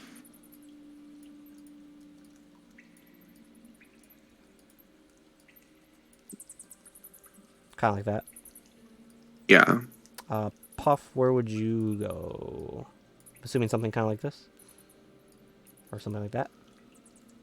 Yeah. I like that. Okay. So the party makes its way forward. Avoiding the bonfire, I would assume. Is there anything like weird? Because like we're in like a cave and like obviously like there's a reason why like this cave, like they're in this cave in the first place. So like is there anything like that we're seeing around us? Roll me perception. Other than just like cave wall? Perception. Disgrace. It's gonna be an 11. As you're looking around here, compared to the previous section of the caves that you had been, where you had seen some treasure in one room, this section is very kind of like a generic cave. There's nothing like carved in any way, shape, or form, minus the steps that you had previously passed. So let's keep trugging along. Yeah. Yeah. Party continues on. I'll say in this section, the group at large notices, if I could get your thing to not be on us. No? Okay. I want to select it, but it won't let me. We'll move you guys over here. No. Yes. Capybara. Revealing area.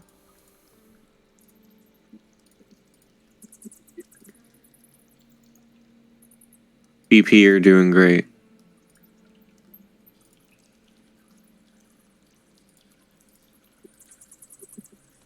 What do you feed a steel capybara? best party member, BP. BP. He's the MVP. He's the MVP, BP. The most baked potato. Can't with you. Would you say that he's a fully loaded baked potato? Oh, 100%. With that bullet on. No chives. Whoa. No, allergic. No, Walter's allergic. Allergic. I full up. Bad dude. I throw it up. Mom, I throw it up. Mama threw up. Move your thing back. So the party continues on. There's a lot of bats floating above you guys at this point. They're not so much concerned with the party, the sudden bit of light. They cover their faces as best as they can and give out shrieks. But otherwise leave the party alone. Okay. I'll say that it's going farther forward. You see the path here diverts. One to the left. Another one you can see a bit of a drop off. And a bit more darkness ahead of that. And then to the right you can see some stairs as they make their way down.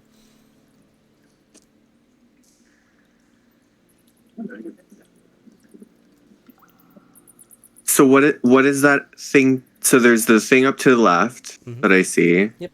Little path that goes up into the left. And then those are stairs to the right, and then a cliff up ahead. Correct. Yes. That's a more okay. Beyond that.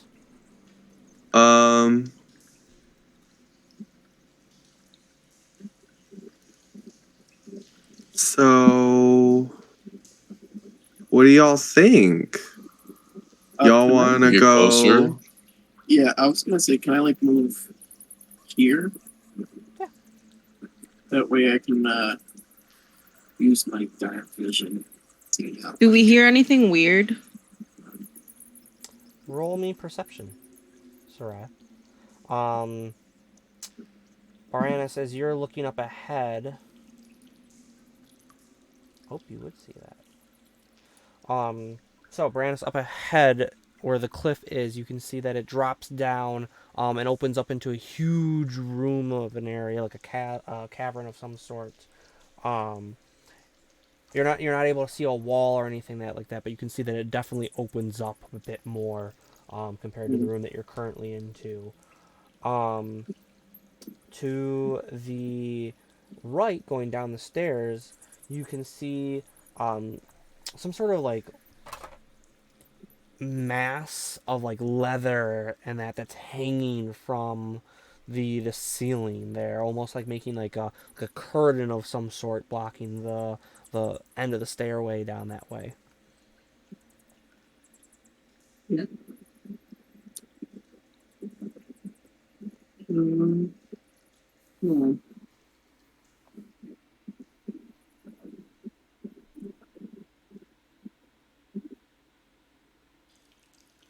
What would you like to do, pardon? 30-20, by the way. Okay. For your perception roll, minus the chirp, the little squeaking of the bats as they flap up in there, you can hear like their leathery wings as they try to like get out of the light itself.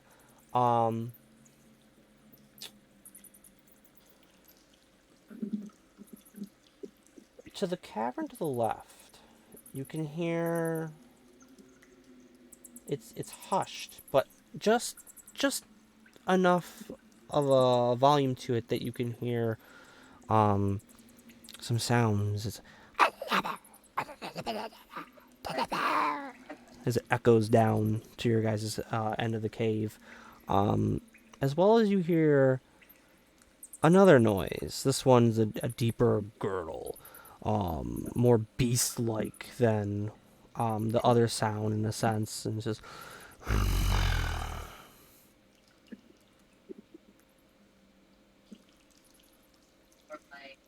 Guys, I hear trouble.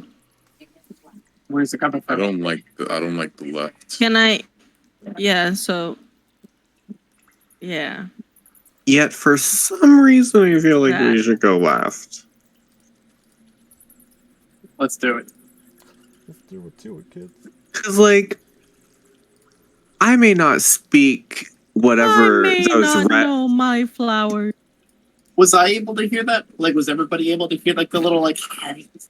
No, I think it was just me. Was it just But ditto, I speak it. I speak it out. You said you speak it out, so you're bringing it to the attention of the party?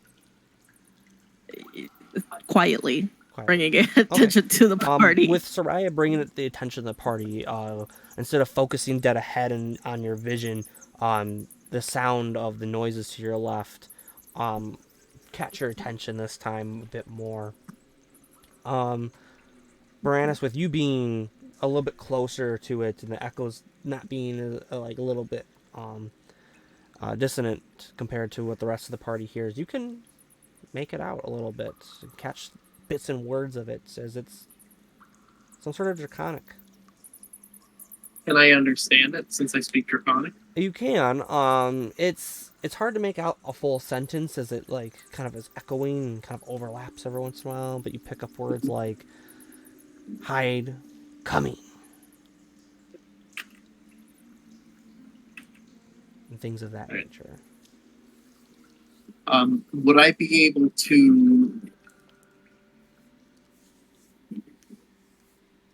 I guess would I be able to kind of like come back closer to the party? Yeah. And kind of say like, I can't make out much, but all I hear is,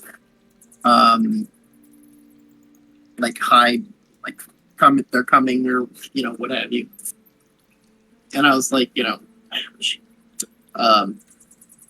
like guys, I think we're walking into an ambush here. What do you think we should do? Not walk into an ambush. I say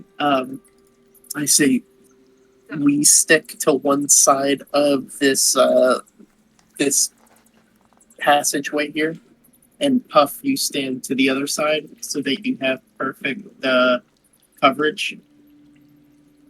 That way you can do some range stuff while we I'll take point since I have dark vision. Unless Solaris, if you and unless you and BP want to take point.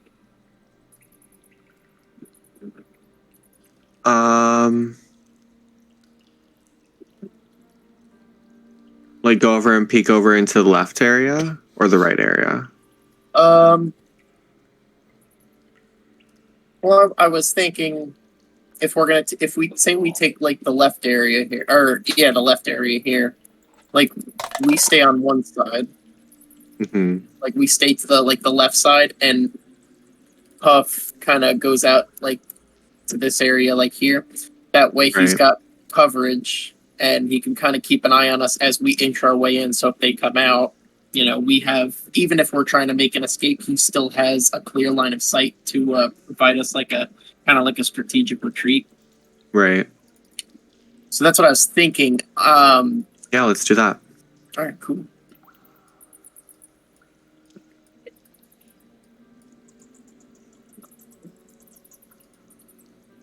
So we want to do a marching order. I'll go in first. Okay.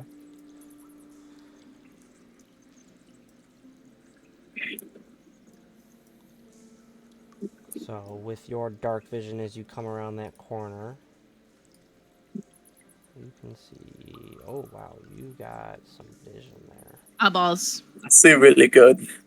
I believe the term you're looking for is eyeballs. So you see a couple different things here, Baranus. You see the cave wall kind of curve off to your left. And at one point, about 45 feet away to the left side of this cavern, you see some stairs that go up a bit more into the wall of the cave and then out of sight. To your right, though, about 25, 30 feet-ish to that side, you see some stairs that go down, but around them is like this weird cage that goes down with them, kind of like barring the stairs in.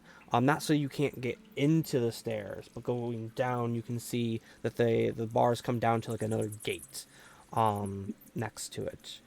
And then next to the stairs going farther into the cave itself, you can see another like drop off of a like an edge of another cliff, and into some more darkness and out of sight.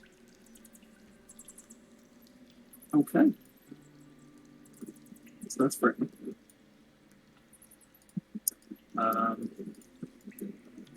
Does anybody want to get behind your buddy Varanus? Varanus? Oh, BP. I'm missing BP. Oh. Oh, BP. No, BP on me. is just so scandalous. BP. Encroaching on Varanus' leg like that. Oh my gosh. Did someone bring a spray bottle? Is he, Maybe he where's just he? starts BP, no. humping his leg. Is he going BP, right no. there? Is that where he's going? Yeah. Okay. So with the bit of light that he's casting, reveal. I keep shaking because of the humping.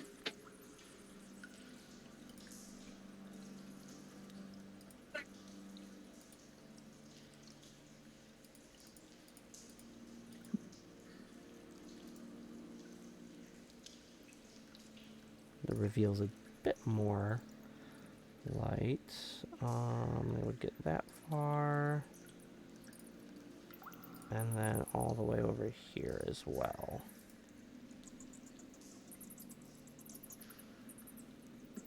Revealing to the party that doesn't have dark vision, the top of the stairs with the cage encompassing them on the one side and going up to some bars on top and then across to the cavern wall and leading down into the darkness there.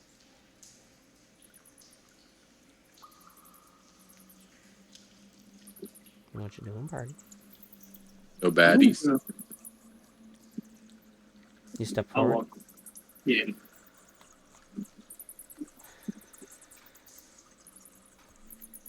Yeah. Baranus, give me a Oh, Constitution saving throw. Shoot. You got farted. Fuck. Oh my god.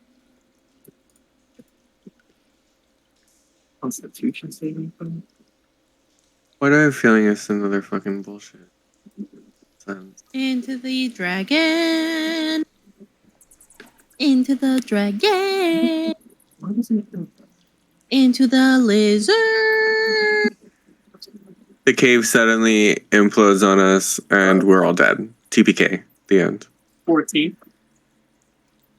We all thought we were safe because it's the first time he's streaming our D&D, but really, Oh, Wasn't that's gonna just hold back. Roll. Chris don't give a shit. So as you step onto this with your full weight, it gives away from you, not giving you enough time to back up or anything from it as you fall, not too far to take any fall damage, but you immediately are impaled by some spikes that are rudely placed or crudely placed at the bottom of this little pit here. You only take one piercing damage, but as you're sitting there, you stand back up and you look at yourself and you're like, oh, what the hell is this? And you pull yourself back up at it and look down. You can see that there's like a fine liquid laced upon the edge of the spikes. Motherfuck! Was it feces? Not feces. Give me survival or medicine, whichever you are proficient with, as you climb up and come over this way. Survival. Or medicine? Yep. Okay. Oh, survival. Yes. Yes. Survival is 11 plus 4, 15. 15. As you're looking at it, it's not the consistency of like feces of any sort of an animal and that you would recognize. You as you're looking at it, though, you can recall through your travels that there are certain berries in that that have this kind of like opaquish liquid that they have when you're crushed. It can be used as a type of poison. You're unaware of what the Poison. effects are, unfortunately, but you are able to discern that it's some sort of poison that's been laced upon these spikes. Poison that killed Cusco. Cusco's poison. Cusco's poison. It's good points. Yes, man. Guys, I think I just, as you saw, I just fell, and I just got impaled by a poison spike. As per my last email. As per my last email, I circled back, and I fell. So yeah, so that's not good. So I'm gonna.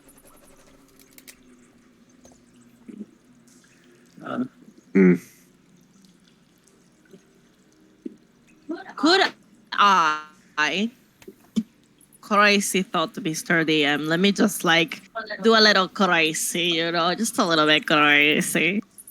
Could I use my shape water to go in there and like use the water that I like into him body and like wash out the poison? I mean, I literally just got filled with it. So Could I go into him whole and clean out? No poison for you no more. wait, where was I impaled? I'd say like in like your shoulder. I go in like with whiskey, but instead of whiskey is water, and I go like, and then I clean it. Then no more poison. Boom, Are cured. you proficient with medicine I believe I might be. Please hold. I Google. or nature? I'm proficient with nature and survival. And I have some fire whiskey. Roll me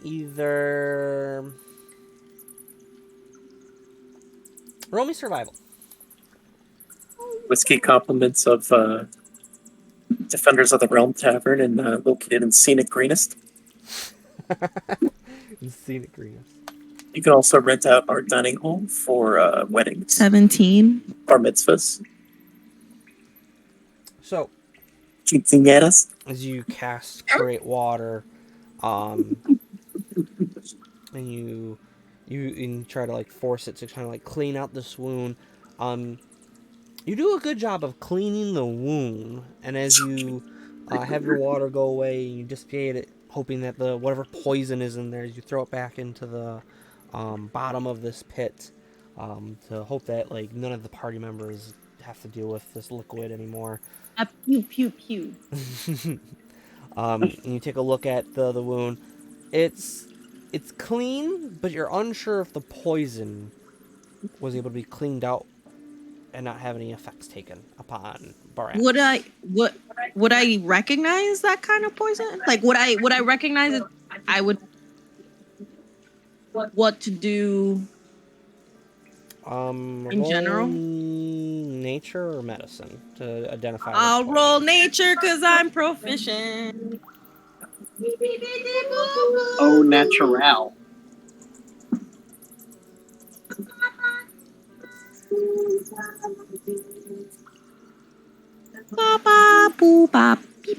What'd you say? I rolled a 19, but then I get a +5. What is that? 24? Damn. All right. Is it 24? Did I just do math in my head You for did myself? you did math in your head. That was so fast. Did you see how quick I added that shit? Dude, so totally rock, squirt. Imagine playing D&D and not knowing how to do basic math. That's what D&D Beyond is for. It does the math for me.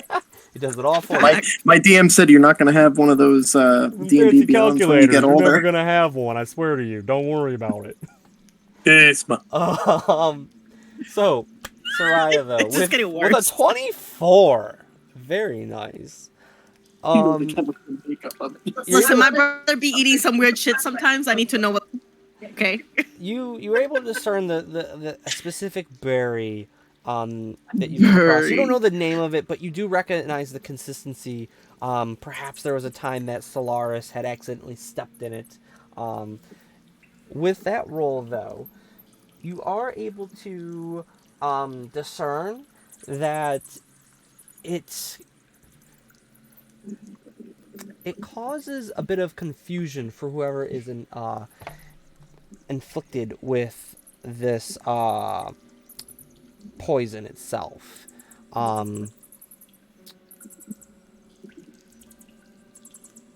Specifically being where, like, they're a bit, like, delusional and twists their mind and provokes, like, uncontrolled actions and things of that nature for whatever creature's taken a hold of this poison itself.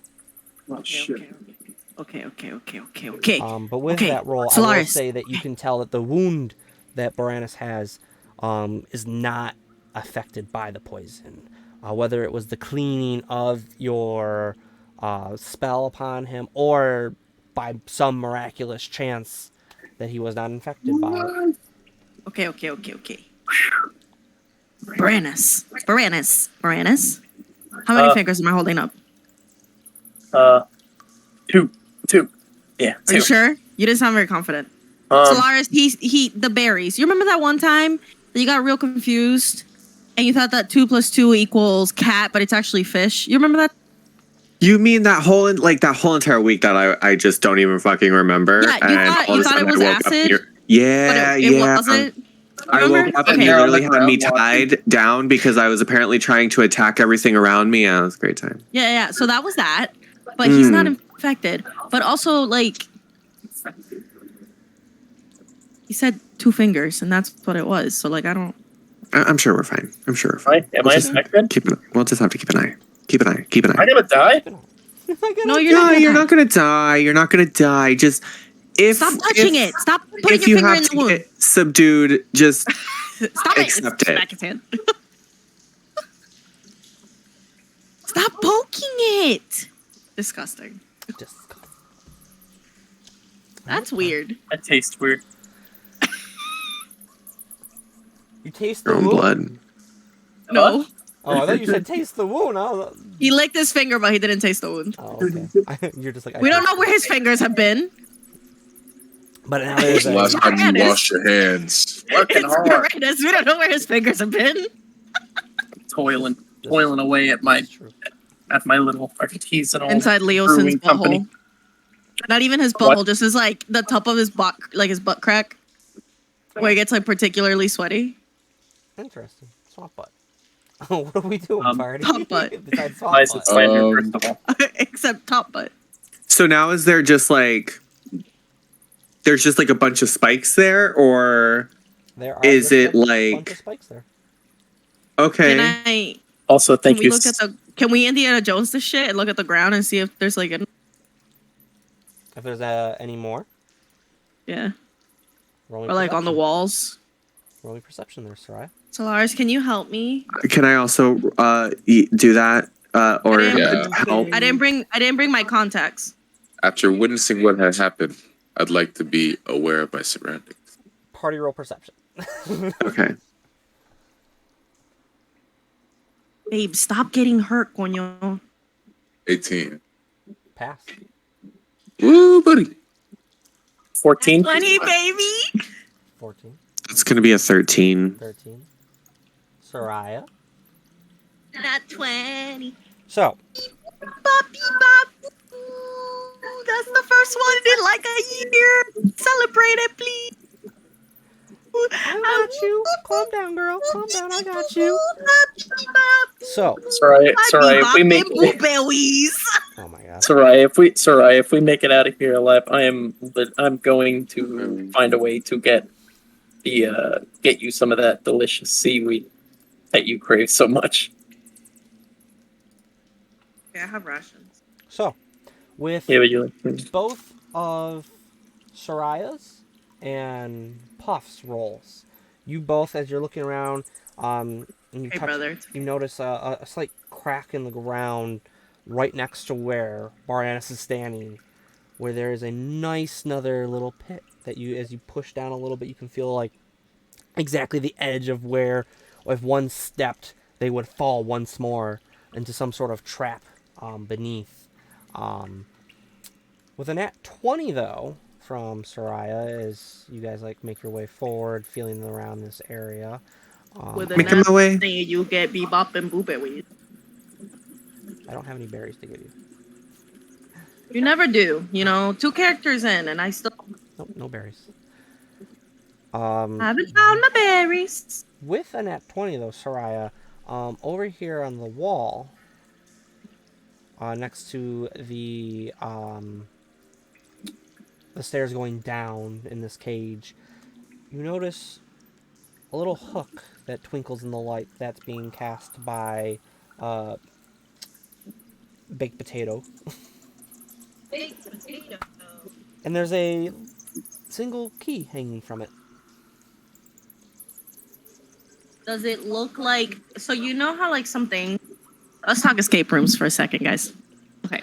So you know how like some things just look like when you go to touch it, it's gonna do something? Yeah. Yeah. You know what I'm talking about? Yeah. Like some things you can just tell that they're gonna move. Or like do something, like click or something. Yeah. Like how in Yeah. Indiana Jones, he goes to like do the statue thing, and that You know it's gonna fuck up. Yeah. You know he's gonna fuck up. Right? So can I tell if I grab the key thing, if I grab it, is it gonna like Indiana Jones? You would need to make your way over there and then either roll investigation to see if there's any traps, or perception to see that general area of what's kind of like there. Can I hop and skip over the traps that we already found? Is that a thing? Like, am I capable of doing that? Definitely. You could definitely jump across and then make your way over to the trap here. So Lars, I'm gonna go look at a thing. Can you come with me?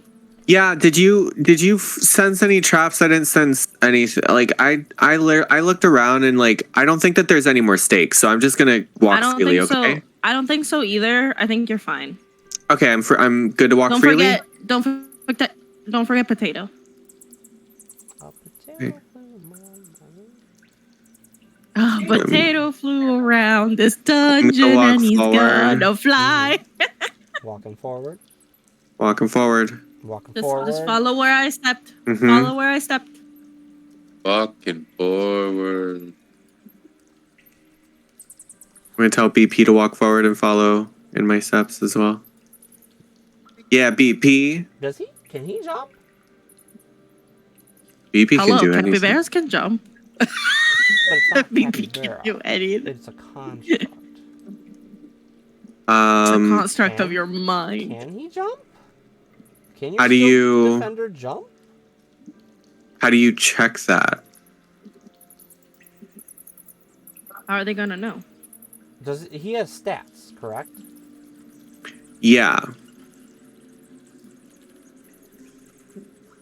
If he's got a strength, There's a speed of 40 feet.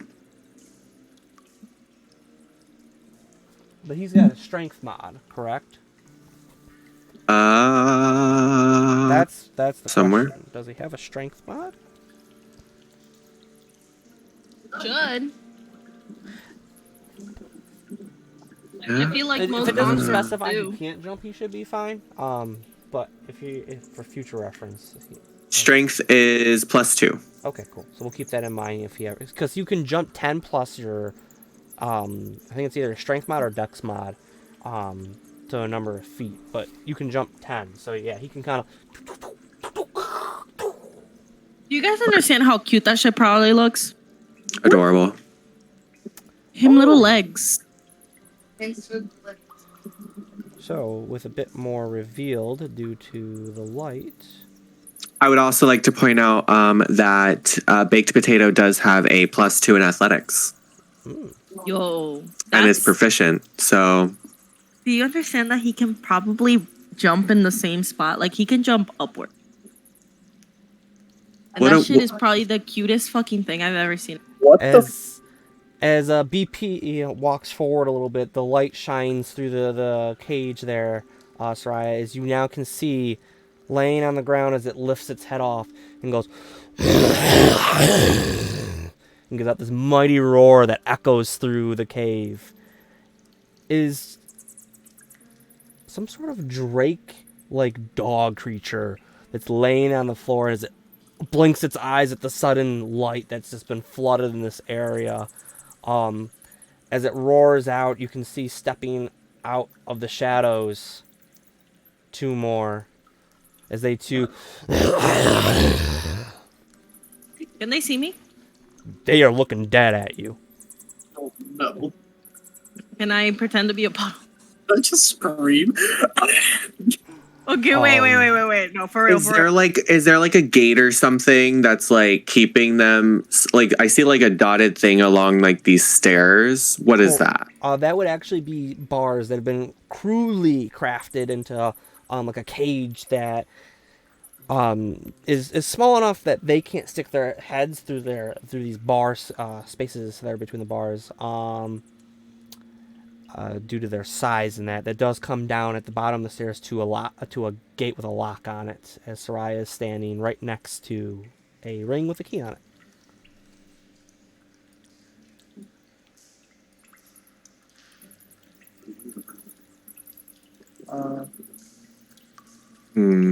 Hold. Guess and move some barbecue. Oh yeah. Oh. Where is Neri's ability to speak to plants? Am I able to see? Can I make eye contact with one of them? Oh, easily, yeah. They're looking up at you guys, and then occasionally they go. Are they speaking? Can I just like look at it and just like, even though like I obviously like don't understand what this thing is saying, I just want to like stare at it and just try to be like, do you want to be let out? But I'm not going to say it. I'm going to like look at the key and I'm going to look at it. Look at the key and I'm going to look at it. As you look at the key and look at it, you look at the key and look at it. Because like I can't speak to it, but maybe like it's intelligent enough to see like that we could possibly let it out and that we could possibly help it. You see all 3 of them slowly make their way to the gate as they kind of just like pace in front of it, just staring up at you guys. What if I like reach out for the key? You reach out for the key. I don't grab it. I just reach out. You reach out to the key. They stop like, for a moment to hover. stare at you guys. And like hover my hand over the key. They just stare intently. You can feel almost feel like a heat upon yourself as their gaze is just piercing into your soul itself. I'm feeling like pasta water right now. Sounds. What do you think? Should we? Do they look hungry? Anybody got any snacks? Good question. Are they hungry? Roll me. What's your circle? Roll me hunger. Hold on. I'm a circle coast. A circle of the land coast. Roll me What animal is this? handling with disadvantage. Can I guidance? With disadvantage. With disadvantage, as you're touched by Solaris as he imbues a bit of magical You got guidance into this. you. Got this.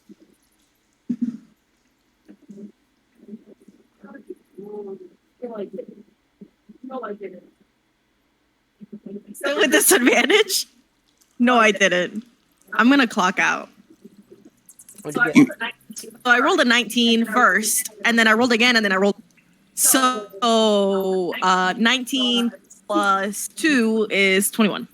Plus the D4 because I gave you guidance. Plus the D4, that's 25. Oh, a D4. No, wait, yeah. Yeah, roll your d4. She says, I'm gonna add 4. I got too excited. I'm sorry. Ooh, so that's a 23. 23. Okay. With a 23, you're not too familiar with these reptilian dog-like creatures. They're pretty bulky looking. They have like rippling muscles upon them as they stand on all 4s. Their tails swooshing the ground powerfully with a mighty horn that comes out of the front of their face. But as you're looking at them, you can see a bit of saliva coming down and dripping onto the floor, and as you look around a little bit more, you can see there's a lot of gnawed bones in this area. As you're sitting there, you hear a slight of a stomach growl down at the bottom of the stairs. I think they're hungry. As much as I'd like to let them out because I don't believe in keeping caged animals like that, I don't think we should. It seems like they've been fed a couple of living things.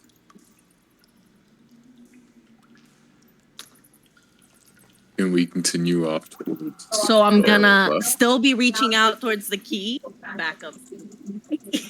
Yeah, as you back up, you see them kind of like circle around the gate some more. The one at the bottom kind of like claws up on top of it and stands up, revealing like a strong rippling muscles as it try to like push in, and you hear the metal kind of creak a little bit but doesn't budge as it comes back down.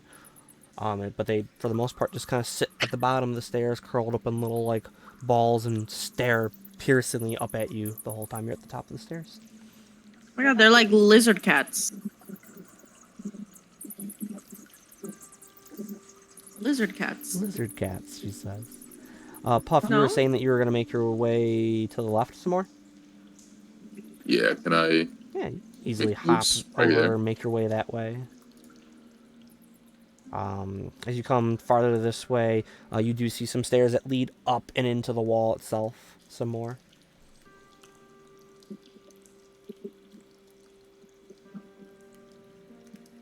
I'm gonna 18. I see some stairs.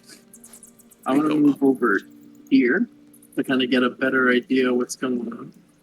Yeah, as you move a bit closer, while this is happening, you can see like these drake creatures kind of like push up on the walls of the stairs and then give some roars out to the group. With your dark vision, you can see a bit farther down that the cave wall, kind of like bumping up and down and around to the north on this map, and then going off and off out of sight, and then coming quickly back into sight as you can see the edge of the cliff about 60 feet going diagonally off from you in that direction. Okay. BP and I are just going to move up here real fast. It's up next to Puff. Should we? You guys move a bit more. You guys get to see a bit more of what is out of sight.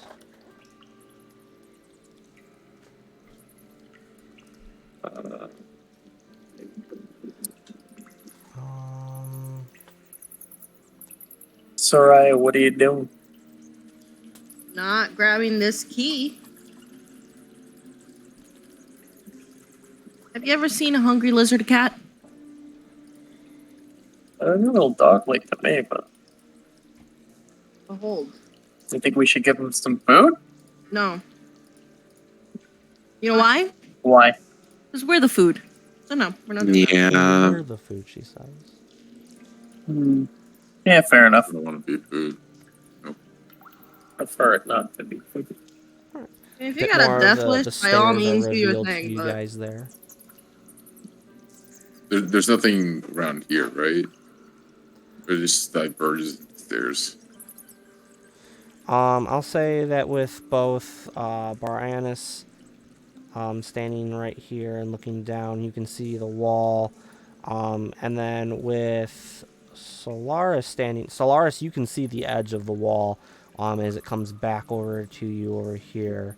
So you can So see then- this whole area right here to yourself, Solaris, all the way down to here where there's a wall. And then it comes back up to here where there is the edge of the cliff itself. So you don't really see Okay. anything else than that. So I'm just going to say out loud, I'm just going to say, hey, I don't think that they're forward. It just all right, not that I think. There's no way forward. So we're going to have to go to our left. I am going to go up to like here. I don't want to get like too close to the stairs. BP's obviously going to follow me. Correct. I don't want to get too close to the stairs. The past, what now, 2 fucking little tiny areas that we've had to squeeze through have been fucking traps. Okay? Can I roll for something to do some preemptive checking because of there's disappearing stairs. We had someone get impaled by a fucking poisonous fucking spear. Okay, not little old me, not little old Solar. I almost said not Soraya's bro. No, not I. Instead of psoriasis, it's Soraya's not Soraya, bro. Not Soraya, bro. Absolutely not. Oh no. So yeah, can I roll something to like see if there's like a trap? Roll me perception. Because this is all feeling. Can I roll to Scooby Doo? Can I roll to Scooby Doo? Go and roll for me, there, Solaris. Oh, if there was a time for there to be, blessed be the volcanoes. That's a nat 20. Bro, Natty. Bruh, I swear to God, if you're like, yeah, you check, there's 100% no traps, I'm gonna be real mad. There better be a fucking trap up in this bitch. I better detect some shit. Walter's like, I don't want to waste it. Please, give me something good. Solaris. Even if there's not supposed to be, bro, just give me something. As you make your way over just to the edge of these stairs, BP follows you a little bit. You feel quite confident as you actually are making your way to these stairs. You're very apprehensive about going forward, but there's something that draws you to them as you make your way to them, and you're just so confident in your motions that as you go forward, you see more of what's ahead with BP's assistance, of course. You see the stairs leading down. Let me show you if it will let me. Boop.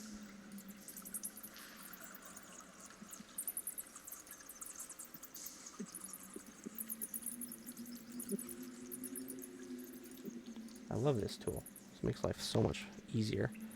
But Solaris, as you're standing at the top of these or at the bottom of these stairs and you look up, you make out a single stick. It's very thin and like pushed up into the wall itself, so that way it's like almost blends in perfectly with the wall. Minus like the color, but it's like in the crevice, so it's like shadowed there. But you notice this stick that goes up the vein of the wall into the ceiling itself, where you can see a plethora of the ceiling that has seemed to be broken apart, and that if that stick had moved just a little bit, the whole ceiling would collapse right there. That's a trap if I ever fucking heard of one. I'm gonna look over at BP, even though again BP can't talk back to me, but like I just like to bounce my ideas off of BP. Real bro, honestly. I'm gonna look at BP. I'm gonna be like, BP, I don't know if we should go this way. Like there's definitely a trap there, but I don't know how we're gonna get around it. So I'm gonna then go back to right here. BP will follow. And I'm gonna call Soraya and Baranis over to our together. And I'm gonna be like, hey, so I went over there and I saw a little stick that's in like the ceiling. Looks like it might be a trap of some sort where like, I mean, I didn't see like a trigger necessarily. But I have a feeling, because, you know, someone got stabbed and other people have fallen into vanishing stairs. I have a feeling that ceiling's going to come down on us if we step maybe on the wrong area or just in general, but I don't know how to get around it. I'll say with your nat 20, you can tell that there's a specific spot stepping close enough to the stick that would cause it to crumble and shift the stick enough that it would fall. I'll say that. So as long as we don't touch the stick, right, we should be fine. You should be fine. Okay, guys. Okay, here's the plan, okay? There's a stick. We need to not touch... Baranus, I'm looking at you. I feel like you Said- came up with a plan without adding me as the independent variable here. Walter said, "Hey, you remember that nat one?" I am magnetic to sticks. I say you go in last. I'm okay with that idea. BP and I will go in first, followed by Soraya, followed by Puff, followed by Baranus. Because we cannot knock this stick. The moment we knock this stick, we are all going to become mush. Mush. The great cave collapse of greenest, you know, and I don't want to be a part. What if Dan here.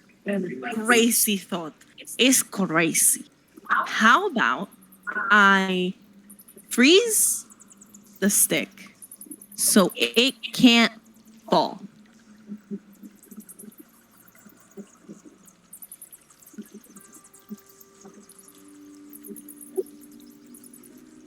It's the loading screen on Solaris' face for me. Dial-up just initiated. Yeah, right it's there. the dial-up sound. So I'm trying to think, like, I worry that even the pressure of you using like water on it will cause it to move. It looks so unstable. Okay. I'm kind of scared to even breathe next to it. Okay. Hence Baranus going last. I would sneeze. I would sneeze, he says. I would sneeze. Literally. One little piece of dust is just okay. So we good with that? Everyone just make sure that we're really watching out for the stick.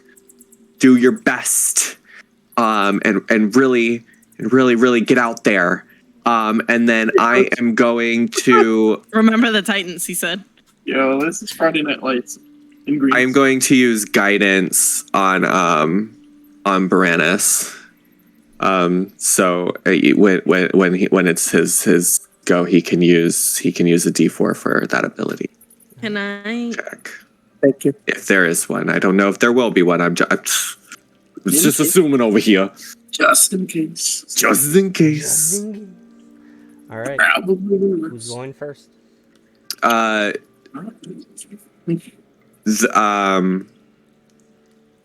Let's have BP go first. BP takes position first. Starts to make their way up.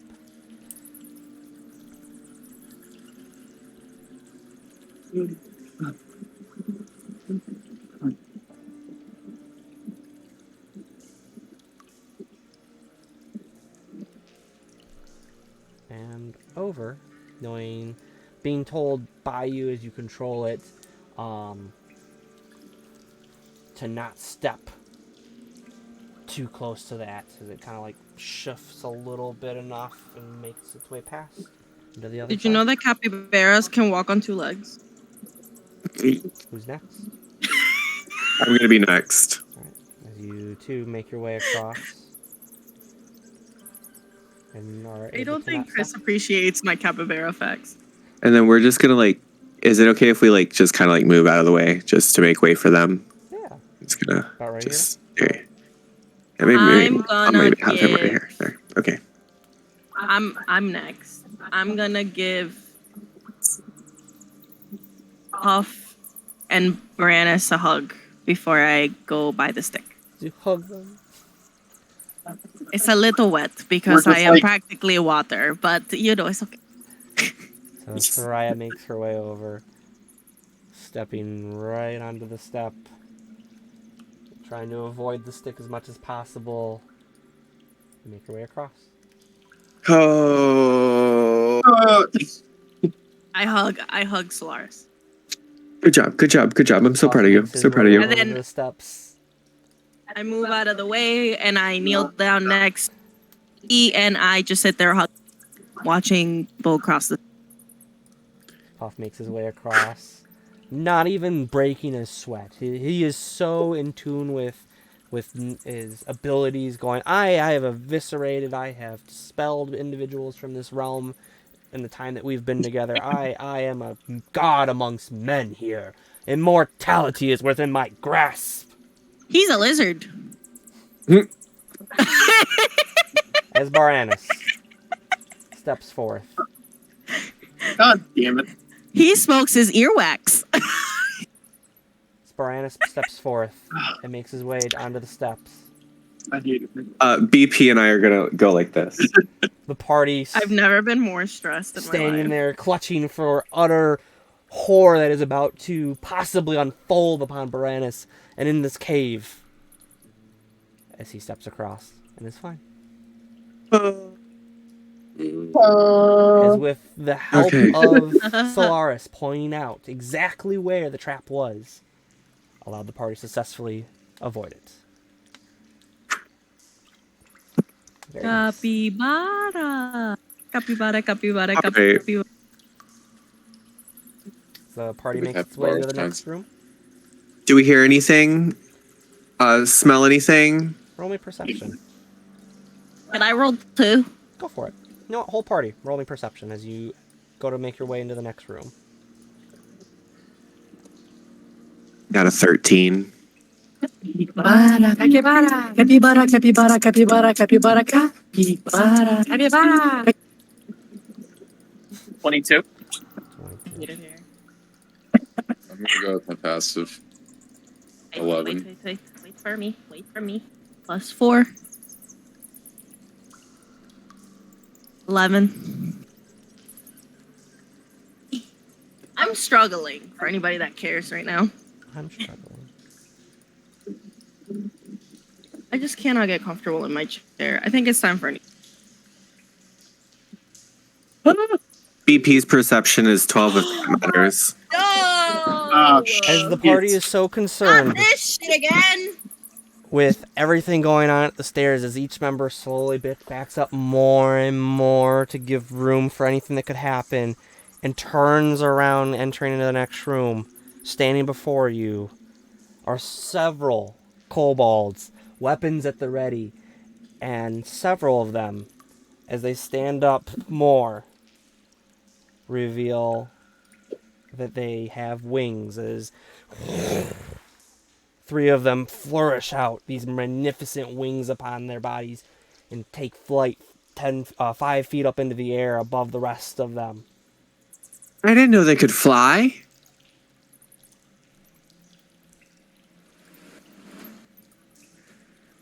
Fuck. Could I cast Entangle before they take off? With that, though, with the introduction of the kobold ambush, we will call it there for this What the session. fuck, Chris? You fucking suck, dude. Oh my god. You're expecting me to wait a whole nother fucking... A whole week. You gotta stop watching them D&D shows. Yeah, you gotta stop watching fucking Critical I had Role, a bro. feeling. I had the sneakiest suspicion. He's like, I just saw Matt Mercer end the session right before they're about to get to a shit show. I was going to do it here anyways because we do have a cutoff time for tonight. So No. we do have certain party members that have a busy day ahead of them, so we have to be considerate of their time frames.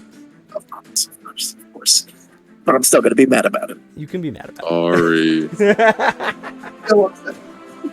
I have to touch grass It's so gross. and a lot of alcohol. If you're not following the channel yet, you should definitely do that. So, I do appreciate you guys playing Enter the tonight. The next episode, our next session 5, will be next week, Friday. We always will be doing these on Fridays, as well as some other fun stuff, hopefully, down the line. But they'll be at 7:30 Eastern on Fridays, so definitely make sure you hit that follow button so you can come and hang out with us. Make sure you go check out all these lovely individuals. We've got Ace of Lion, We've got KZ_fireheaded and the other Walt, and hopefully soon we might see Mr. Menchie be doing some streams down the line. So definitely go check out these lovely individuals. If you haven't already. What the fuck are we gonna do? Oh, give me a shout out. How many we got? PUBG Hold on. Mobile. 1, 2, 3, 4, 5, Four 6, of them are 7, 8, flying. 9, 10, 11, 12, 13 of them with 4 of them being flying. Right. That's stupid. Yo, I've been waiting to use Hex this whole time. I was like, I don't want to use it yet. Yeah, there's a decent amount of What if- kobolds there. I'm upset. They might have heard you guys making some commotion. Who the earlier. fuck rolled a fucking D20 this week? That got us 13 fucking kobolds in the shit. Who was it? Who rolled the D20? Wipe them out. Wipe them out. So They're gonna get Walter's like, wiped oh out. look, that's a nice wall. that's a nice fall. It'd be a shame. That's a nice bold. So, Hate it here. but It's okay. I got appreciate you I got guys. told. Hope to see you all next week. We might have V back, so that will be good. So Hydration or dehydration, boys. hydration or dehydration. Just give me one It'd be nice if V could come storming into the cave. That'd be great. From the top, just like, hey, bye. So, with that though, we are gonna call it an end for the night.